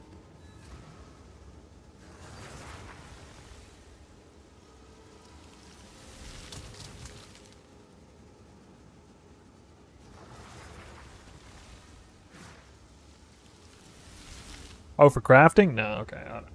I'm not doing it for bases. Apparently exceptional bases don't drop rare anyway. Oh, we procced the precursor. I didn't even proc the precursor last match. Worse layout, but still B tier.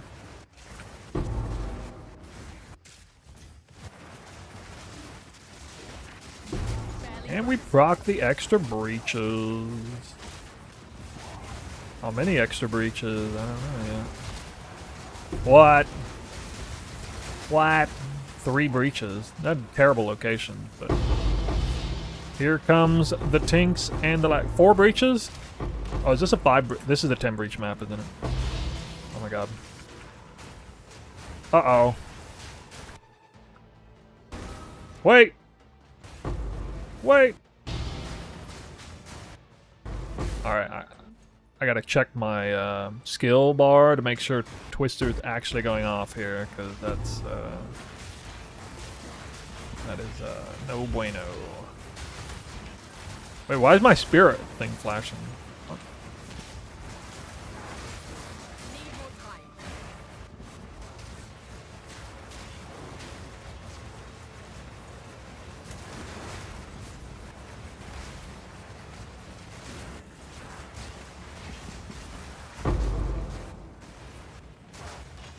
Horrendous breach spawn locations, though. I hope that wasn't it. Woo. Wait! Wait!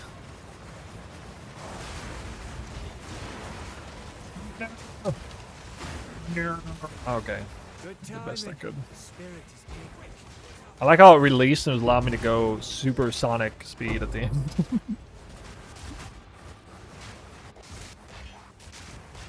The lag is over.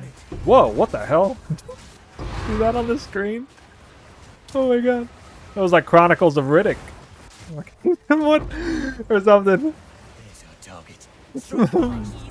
What was those guys in Chronicles of Riddick movie? Like move forward before they go there. It was like some kind of like shadow step or something.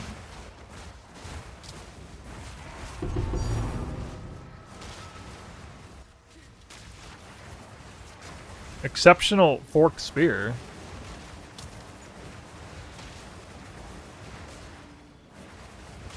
Where?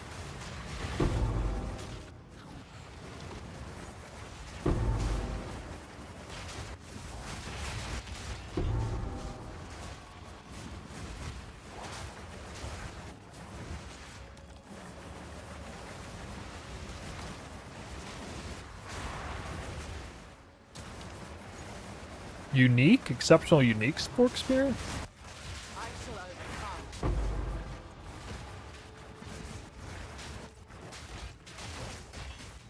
Is it on this map that I didn't see it? Or did I miss it from last map? I need to pay more attention to those. They're supposed to show up like red if they're really good.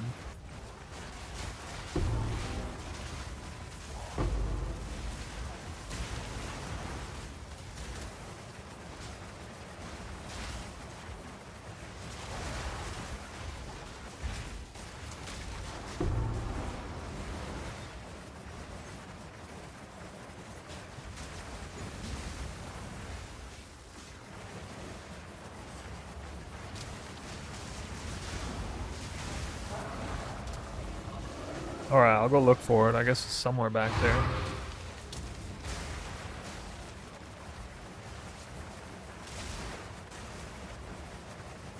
An easy trophy. Thanks for informing me.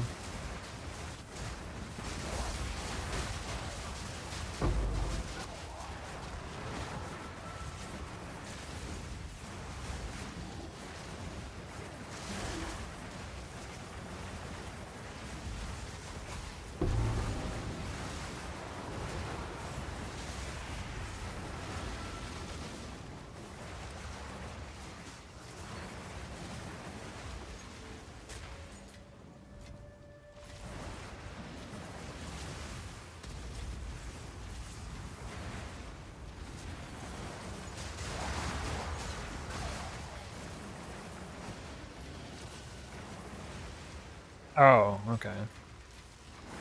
Yeah, I would have seen that. Oh, I got visions too. Nice. Dang. I did okay this map. Exception. 2-socketed Hangleton. Imagine dropping that with last league's power. Oh my god. Oh, what? Gotta check here.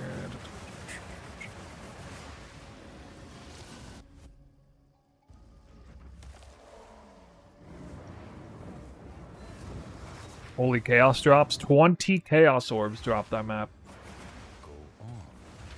That's a freaking sin.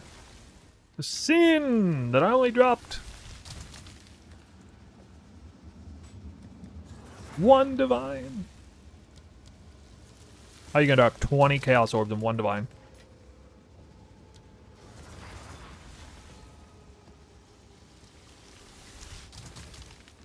Bad.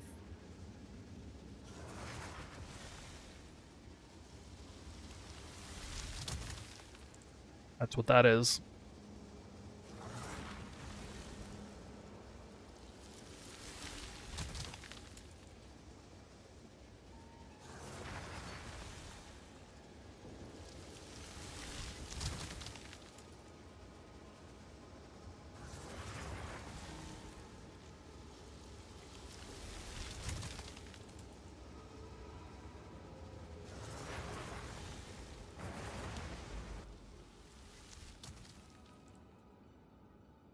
Influence? Bro.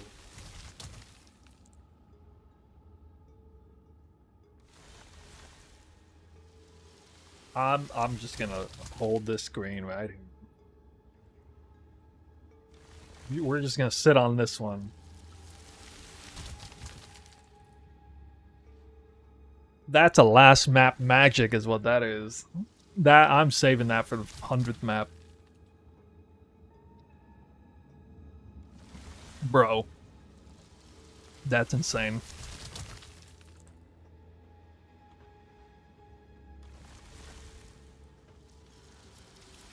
Free Overran, cleansed plus rarity free confluence map.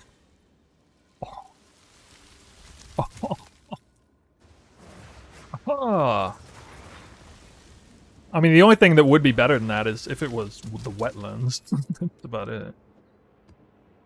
Even then, I'm not quite sure that would be better. Alright, let's see. Increase effective prefixes. Spring. It should still be good. Still be pretty good.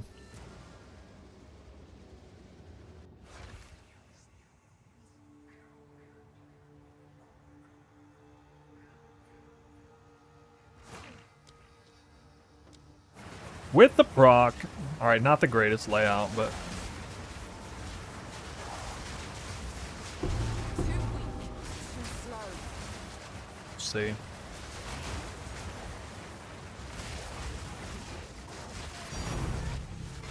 Fracture orb. Probably be getting a few of those.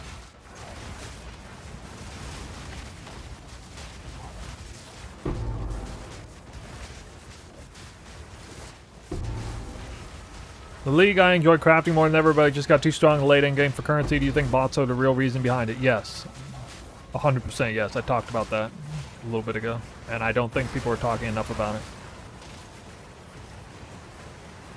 There's a lot of people who like quit early or aren't taking the economy very seriously. Anybody who's still trying to take the economy seriously right now and has dabbled in both super high-end farming, juicing, as well as crafting. Anybody who's done that knows with almost certainty that something is very odd about the economy, and there is way too much currency floating in it.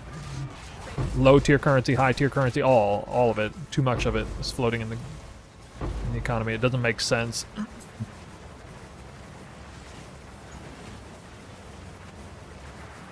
Bots up here we want are gonna go crazy. I know it is gonna be like that. Yeah, it's gonna be a crafter's paradise from now on, I guess. Now part of it is because the Chinese server is open on PoE2 still, I guess. I think that's actually a big part of it. But yeah, it's still gonna be kind of crazy. An easy trophy.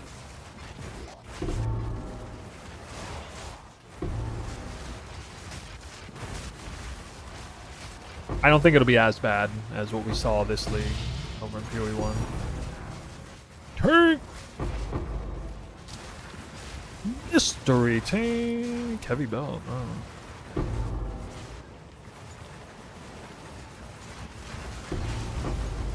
Divine orb. Just a humble divine orb.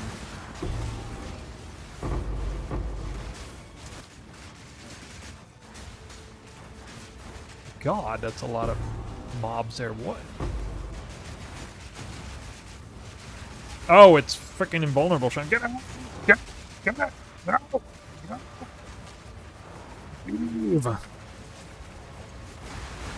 Damn, I got scared there because I kept like 2 frame rate shroud walking back into it. I thought I might never get out. Not ready. I'm not sure how I'm gonna have to wait for these abysses to despawn at the very least. There's 65 headhunter buffs in there. I think I'm very likely to die down here. Got him! Got him!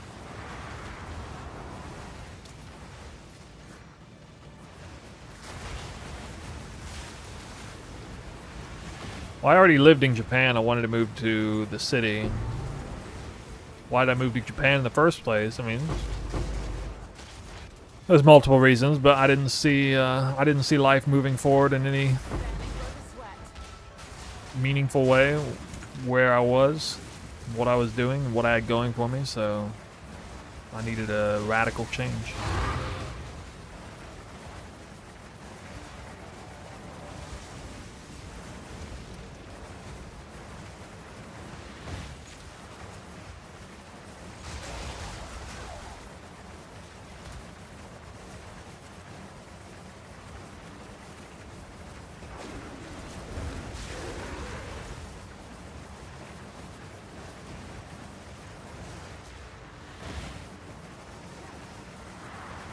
Why Doc, the man, the myth, the legend, what's up, dude?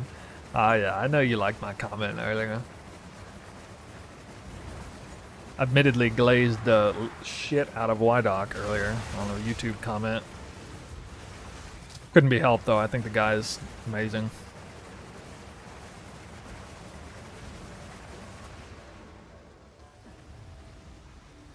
I saw you when you had less than 1,000 subs. You had that, I'll never forget that Hitler meme movie video. That I was rolling on that. Absolutely rolling.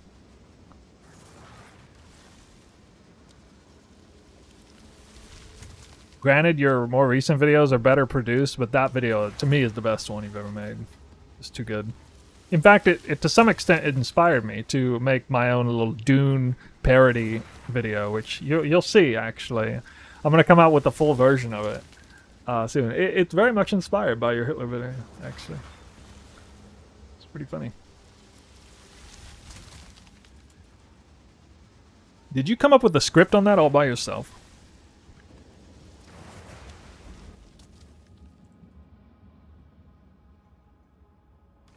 Yeah, a lot of you people have no idea who I'm talking about here. On the Twitch side, we got young Doc.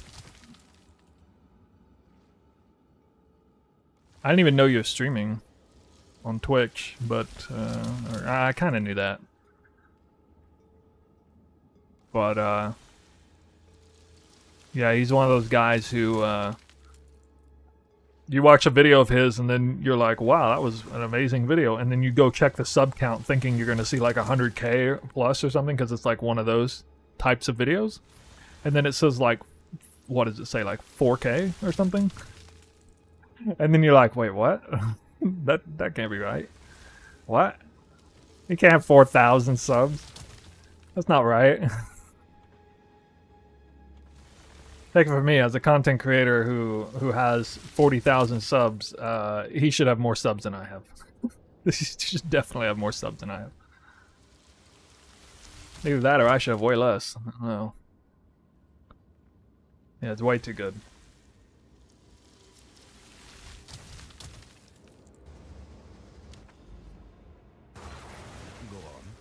choose what you.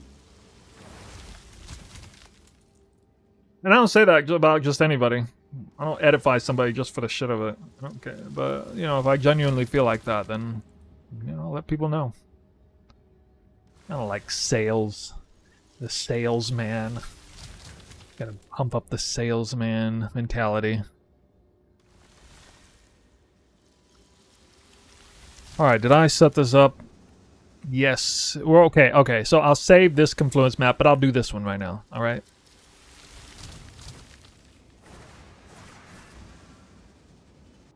You must have some background, like some schooling background or something, right? Did you produce videos before for like a company or something, or you must have done something before. Something kind of big. And then said, fuck, I don't want to have a boss anymore. I have to imagine that's how it went down.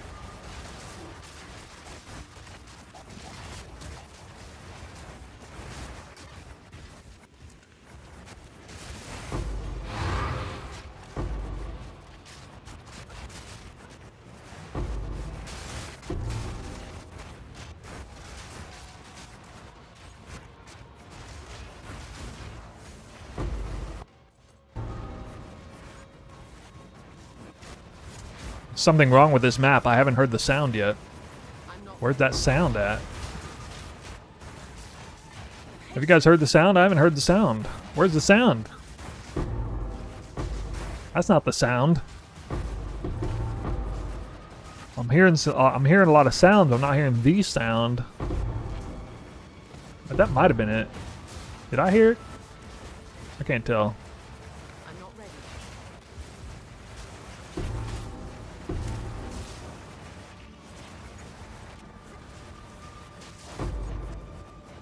Patience.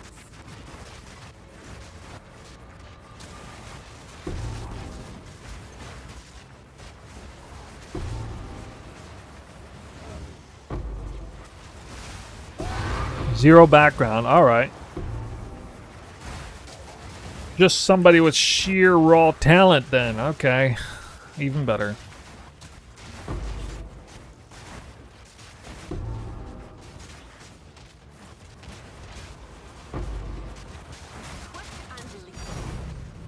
There it is. It's the sound. All right. Lonely Divine Orb.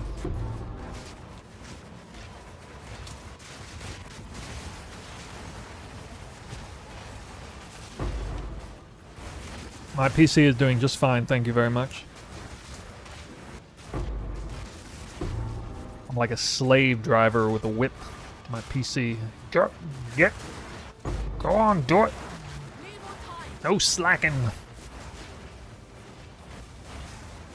Who, by the way, I have to say every time I see a gameplay, it cracks me up. Yeah, don't take it too much to heart. This is the forbidden. This is for forbidden content you're watching. This is actually just supposed to be for Patreon subscribers, but you know, I'm just kidding. There's a Patreon sub. Oh.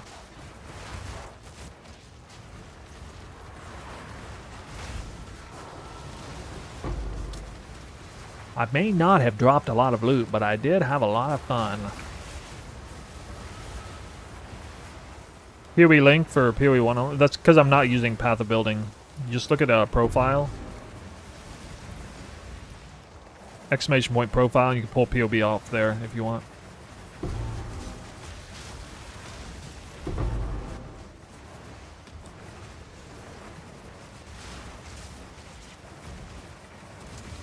Tourist friendly stream? Yeah. Yes. We unlocked tourist mode for this one. Tourists are welcome. Now you've eaten from the forbidden tree of knowledge. You're forever changed. You can't go back to playing the game for fun. Now you have to play for tanks. Play for the juice only. If you're not juicing, you're not really playing. Not ready. One more. One more. Do I have a guide up for this build? Oh boy, do I have a guide up. I do.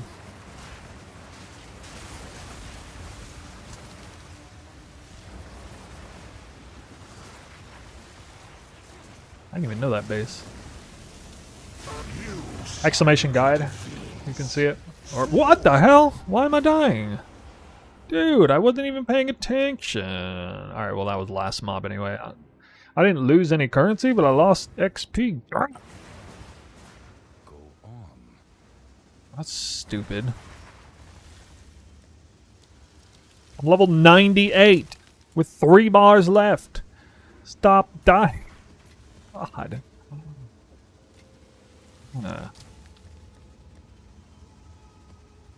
I mean, next point gives me 25% increased damage. On YouTube, sorry, you're on YouTube. Check the description of the stream. You will see it there. Another confluence map. Well, if I don't mind so myself, I think I will. Not Savannah. Get out of here, Savannah. Trash. Trash. You're second rate. Savannah was best in 0.1. Not anymore. The price of tablets, giga lately? Well, that's why I'm still divining them myself.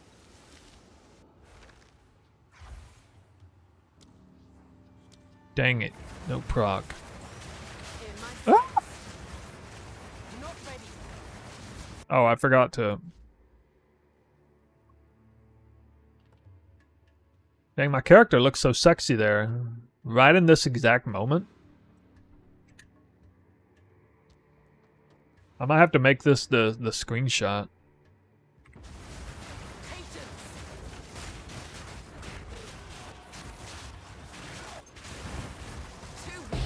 Wow, that's that was... I think I got stunned there, actually.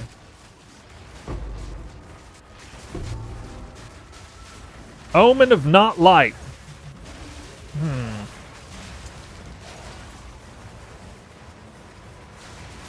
Alright. Omen of everything except light. Oh.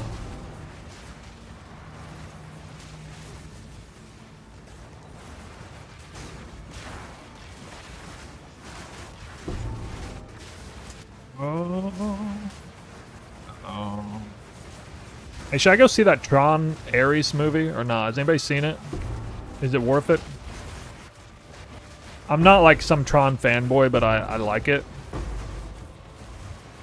Is it fun enough to see with some pop? Is it popcorny enough? Popcorny enough.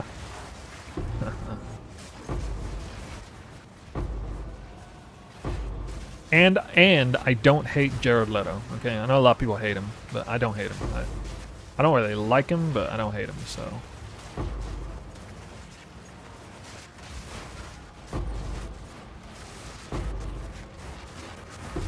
Yeah, by the way, Wydock, you're free to use my footage if you want to make some funny YouTube video about how terrible the performance of this game is or something. As a joke, you can use it.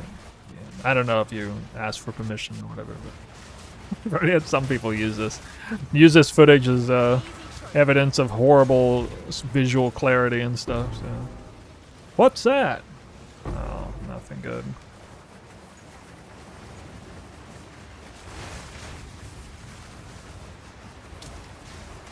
Make sure you get a few tinks in there, if you know what I'm saying. Know what I'm saying? Know what I'm saying. Gotta get a few tinks in there. Oh, it crashed! Oh. Yeah, you can include that too. That's a good screen grab right there. Crashed game. GG. Alright, so if I crash, I don't count it against me. That doesn't count as a map ran or time or anything. Because it's 100% not my fault. GGG. GGG, fix the game. Fix the damn game. Channel. Channel, I don't think is a very good map, but it is increase effect of prefix modifiers and cleanse, so we're gonna run it.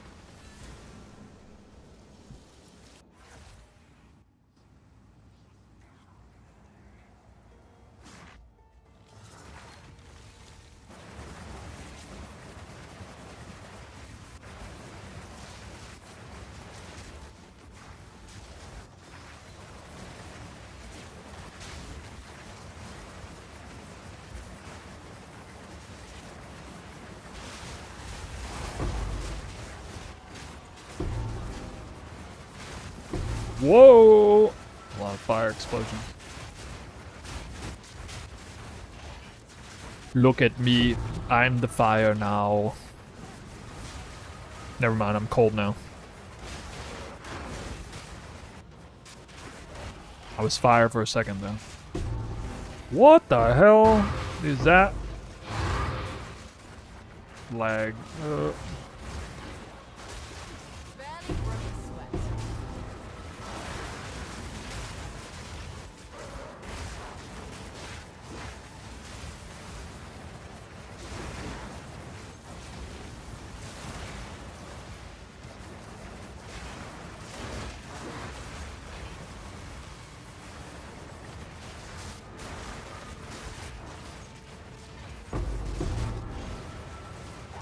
Oh, by the way, if Wydock, if you're still here, you have one of the most base takes of all content creators I've heard, talking about what makes ARPGs good. The point you make about wanting to find good loot on the ground. You want to just drop something on the ground and it be good, without having to mess around with it, craft on it and stuff. Like that should be a perfectly viable thing that happens, and should be the most exciting point of a game. And we don't really get that in PoE because, you know, it's either raw currency or a base we're farming or something. So that you pushed that point really hard in one of your videos somewhat recently, and yeah, it's super. I'm 100% in agreement with that. I think that's one of the biggest things we've lost. The feelings that I had in Diablo 2 and Diablo 3, actually, dropping Archon pieces in Inferno mode when hardly anybody was doing Inferno mode, that was amazing. Like dropping actual, you know, even though they 99% of the time they were trash, like every time you ID'd one, you're like super excited because you're like, oh my god, this could be the crazy payday, you know. And you couldn't craft on it, but and then Diablo 2, of course, is like that. Some of the rare items, ethereal items and things. I got the feeling you were maybe a little bit on the anti-crafting side. I'm not really anti-crafting, but it is kind of a zero-sum game. People can't get their characters outfitted via crafted bases and then also get their gear outfitted by impeccably well-rolled random drops. You know, you can only have one or the other. You can obviously have some derived in some ways and some in others, and damn, nice. And the nice thing is, at least like unique gear is the kind of thing where, you know, you drop it and it's, dang, dude. All right, we're printing now. Unique gear you drop and it's like done, right? I mean, maybe you divine it or corrupt it or something, but I don't know. It only goes so far. Like a unique piece of gear, it's the thing that saves it in PoE's case is unique gear has pretty wide roll ranges in some cases. I think that's why a lot of people really like unique pieces that have wide roll ranges, so it's more exciting when you ID it because you don't know how good it is. You could have like a really, really good one. Wait, I'm actually like trapped. What the hell? Just like straight up trapped there. Prepare yourself. Wait! No! Wait! No! I'm not gonna make it around. Okay. Okay. Whatever.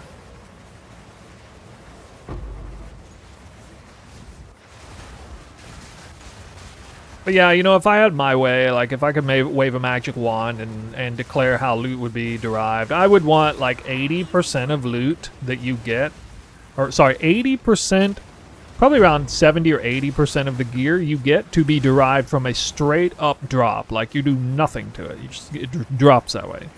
And maybe like 20 or 30% of it can be like, okay, you dropped a base, you crafted on it, you went through that whole process, and now the item's finished, and voila, you got a great item. Instead, it's like 90-10 or something. Like 90% of it. Oh, okay. Well, I mean, here. Let's see. Did I drop this weapon? No. Okay, this was a base crafted. somebody dropped this item and then corrupted it into a third socket, and now it's good. So this, you know, as a unique, it was dropped. Same with this unique. Same with this unique. Okay. Same with this unique. But every single rare... This one I actually bought off trade, so it did drop with perfectly rolled rarity, because it starts off with a fraction. This one also dropped, and this was some kind of like random crap. I don't remember exactly how I got this. I think this one dropped with like half the mods already. This one dropped with Spirit and Fractured. So, I mean, there is a little bit of the item dropped and it rolled with Spirit, and now it's worth something because it can be Fractured. But that's still like... most of the investment or things that go into that gear upgrade are derived from crafting, not from the drop. Only a very small percentage of this item is dropped. Basically as a base. The gloves, the boots, this is why I don't like the exceptional bases. Really, I think the exceptional bases are backwards. I think they're actually a major problem. As much as I like getting a little bit of added player power, they just make like 99% of the things you drop are redundant.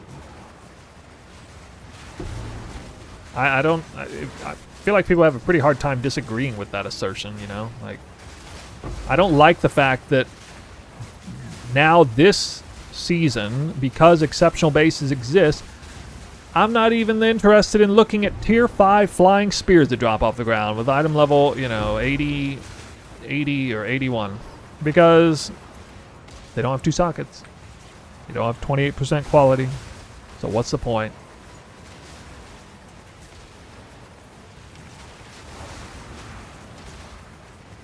I actually really think the tiered rare system is a great system. But I actually don't think it's a great system. I think it's a great band-aid to a bigger problem with loot not being worth anything. It's a good band-aid fix. I don't really think it's like an ultimate fix. Maybe it is if it was more robust. I don't know, but yeah, it seems kind of... Bro, we dropped some loot on that map. That map? Some stuff dropped. Stuff dropped there.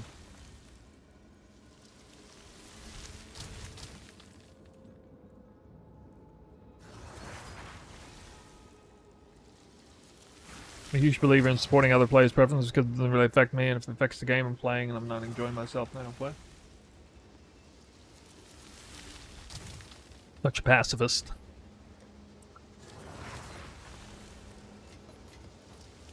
You are such a pacifist, though.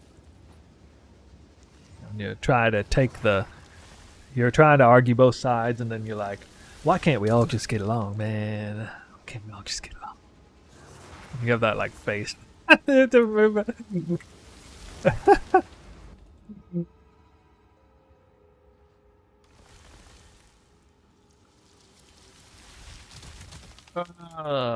What's this? Hive with increased rarity. Okay. Okay, then this is the kind of map I should run on it. Yep. This map right here. Go on. Additional modifier. Hive's a pretty good layout. Already got the rarity with this map mod. Additional modifier, some rarity, pack size, rare monsters, yada yada. Okay. 35, 20, or 20, I guess. And the light. I got up to 67 div today and tried to corrupt 8 pieces of gear, 3 brick down to 20. Okay, you had to like remake them. I still think last epoch's crafting, their solution to the whole crafting versus dropped gear is the greatest blend. It truly is the greatest system I've ever seen in ARPG. Drop only modifiers that are a separate tier. I would love that. I would love to see PoE to adopt a sort of drop only tier 0 things that are fairly rare drops, and it would bring back an excitement level to drop only loot. It wouldn't have to drop as a finished item, and because I think that's a great blend of crafting and dropping. You know, okay, you got to drop an item that already has 1 or 2 specific mods on it. Then and only then can you start crafting on it.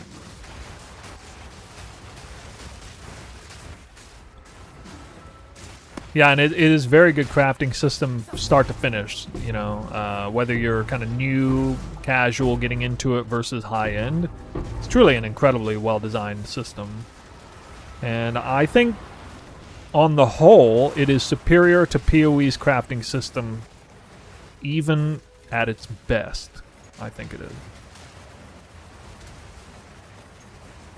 While PoE has a far more robust crafting system, at a fundamental level, Last Epoch is just it's a better system of crafting than Path of Exile.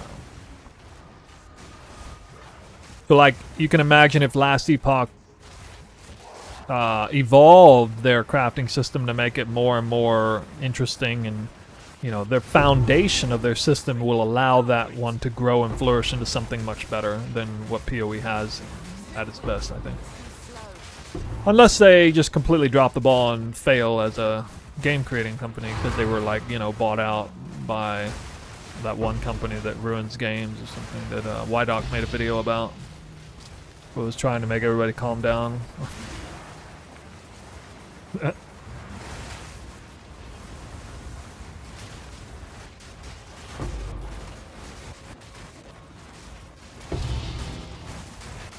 No.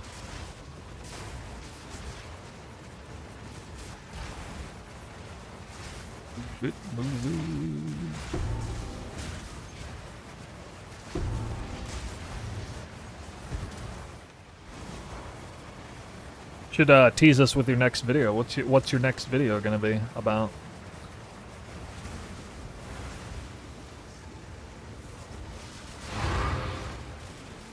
Oh.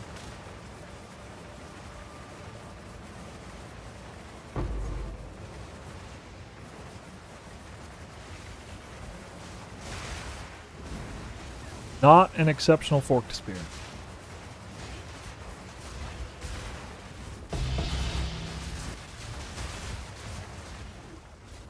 Short horror film. Okay. Okay. I actually don't know what you're talking about. I must have missed the original version.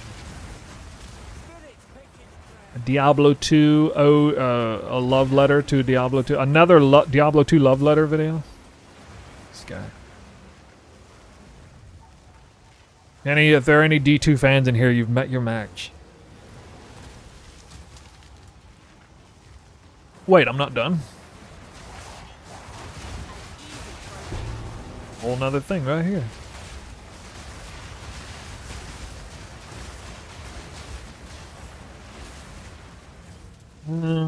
That was terrible. I used an epic rolled map on that. It was cleansed. It had extra rarity. 4 chaos?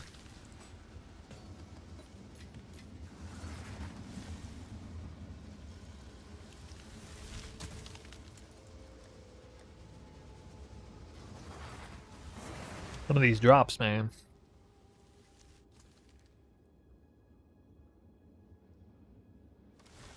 Barrel bog again.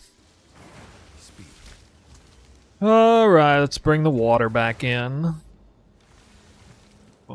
We got some sand spits over here.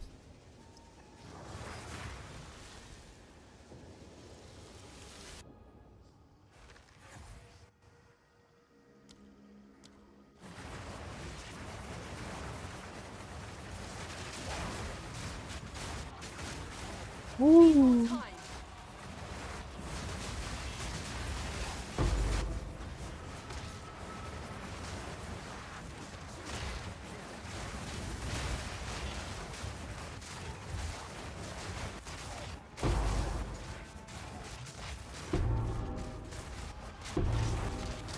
Any luck on Jade Isle? Oh, you have 4. You're 0 for 4. Well, I'm probably 0 for 40, so that's what you have to look forward to.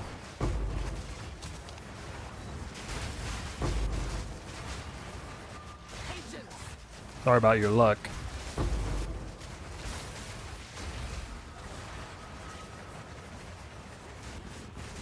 Too weak, too slow. A beautiful sound. Should make that my alarm clock. I wonder if it would wake me up if I made that sound my alarm clock sound.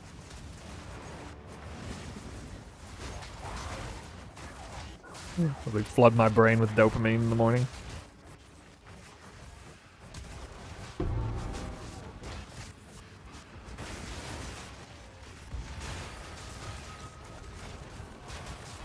Why can't 1080p? Well, probably because 1080p doesn't exist right now on this stream. There's no way this is rendering 1080p at the moment. I mean, it probably is technically, but it's not.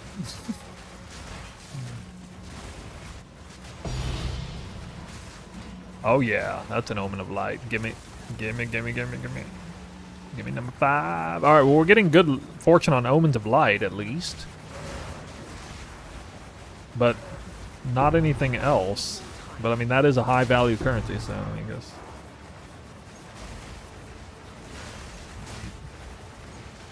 Alright. This terrible breed, man. How much rarity? 159, I think? It's over 150, anyway.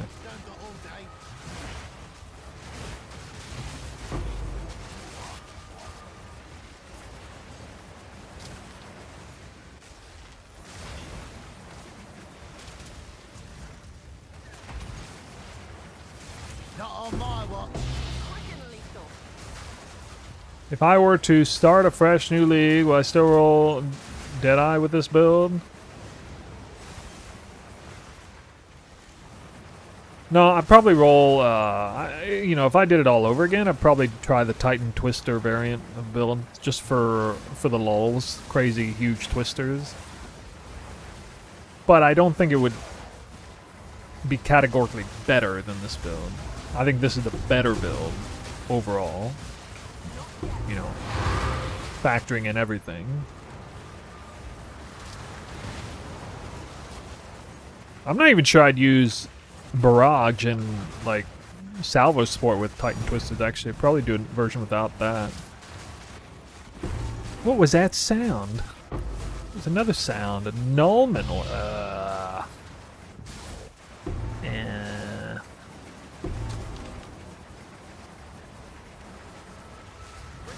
Drop me divine orbs. The hell?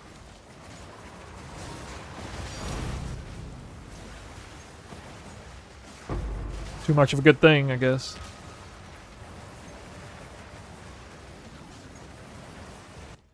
Oops. Look at that. How do I drop more lights and divines? What's going on?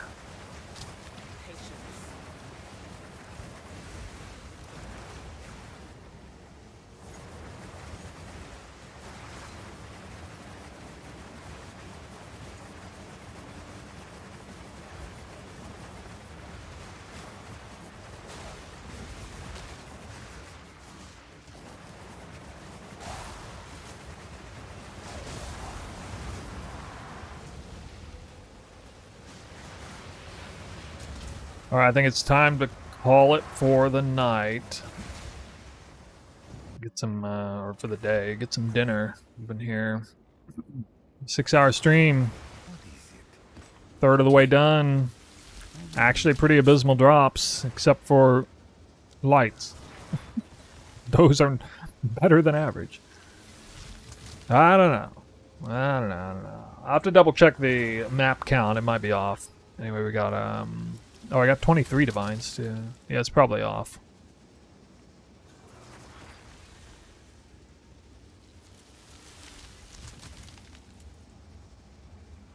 Six Omens of Light. Ball the Axe. Only jackpot drop.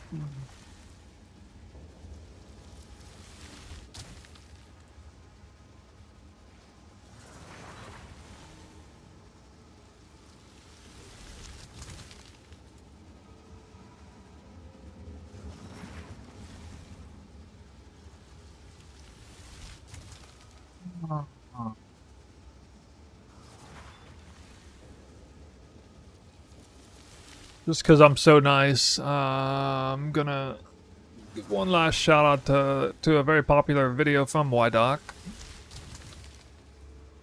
Path of Exile 2 is for casuals. This is something that a lot of people are really enjoying, this video.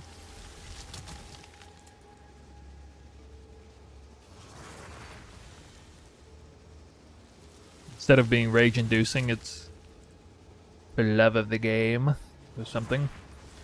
No, it's actually kind of an interesting take, as he is a casual himself. Dirty casual.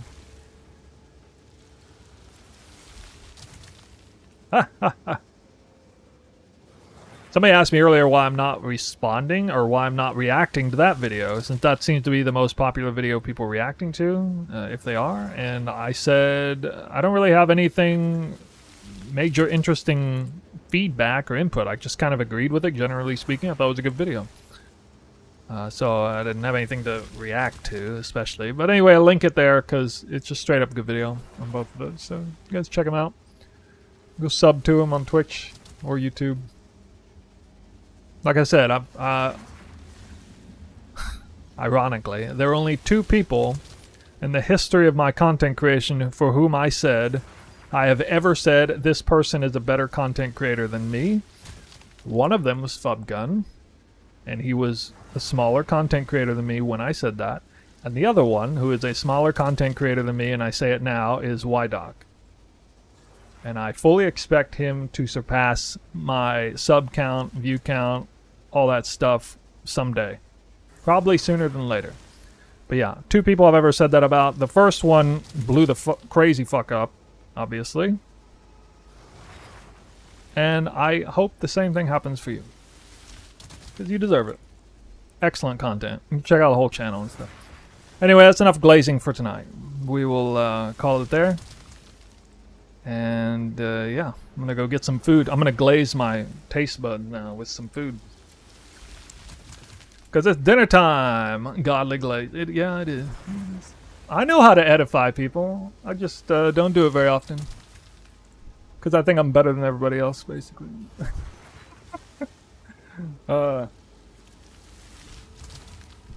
Most of the time. Yep. You know who's number 3 on the list as a content creator who's gonna blow up? This Pro Plays. If you have any idea what he was doing last season, the guy dropped like 30 mirrors or something. I'm expecting that guy to just like shoot off out of nowhere. We'll see. Anyway, guys, we'll continue this farm tomorrow. I don't have to work or anything. I don't think. No. And so we'll get this either done tomorrow or we'll get a lot of the maps out of the way. Very slow start with Divine Orbs. Great start with Light, Omens of Light. No mirror or lock, but I don't know. We'll see. Yeah. And yeah, I'm also pretty happy today because I managed to corrupt this. And it's kind of weird because I'm starting to run out of things to do with the currency. I don't know what I want to... I don't know if there's anything I'm going to do with this currency. I don't know. I'll probably wake up tomorrow with... You'll see me log in tomorrow with like 5 divines right here. Just for... I'll just throw it away. Doing stupid shit.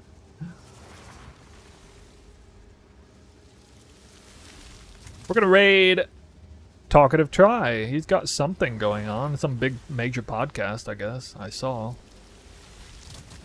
So they're either in the middle of it or about to start or something. So I like his podcasts, interviews or whatever.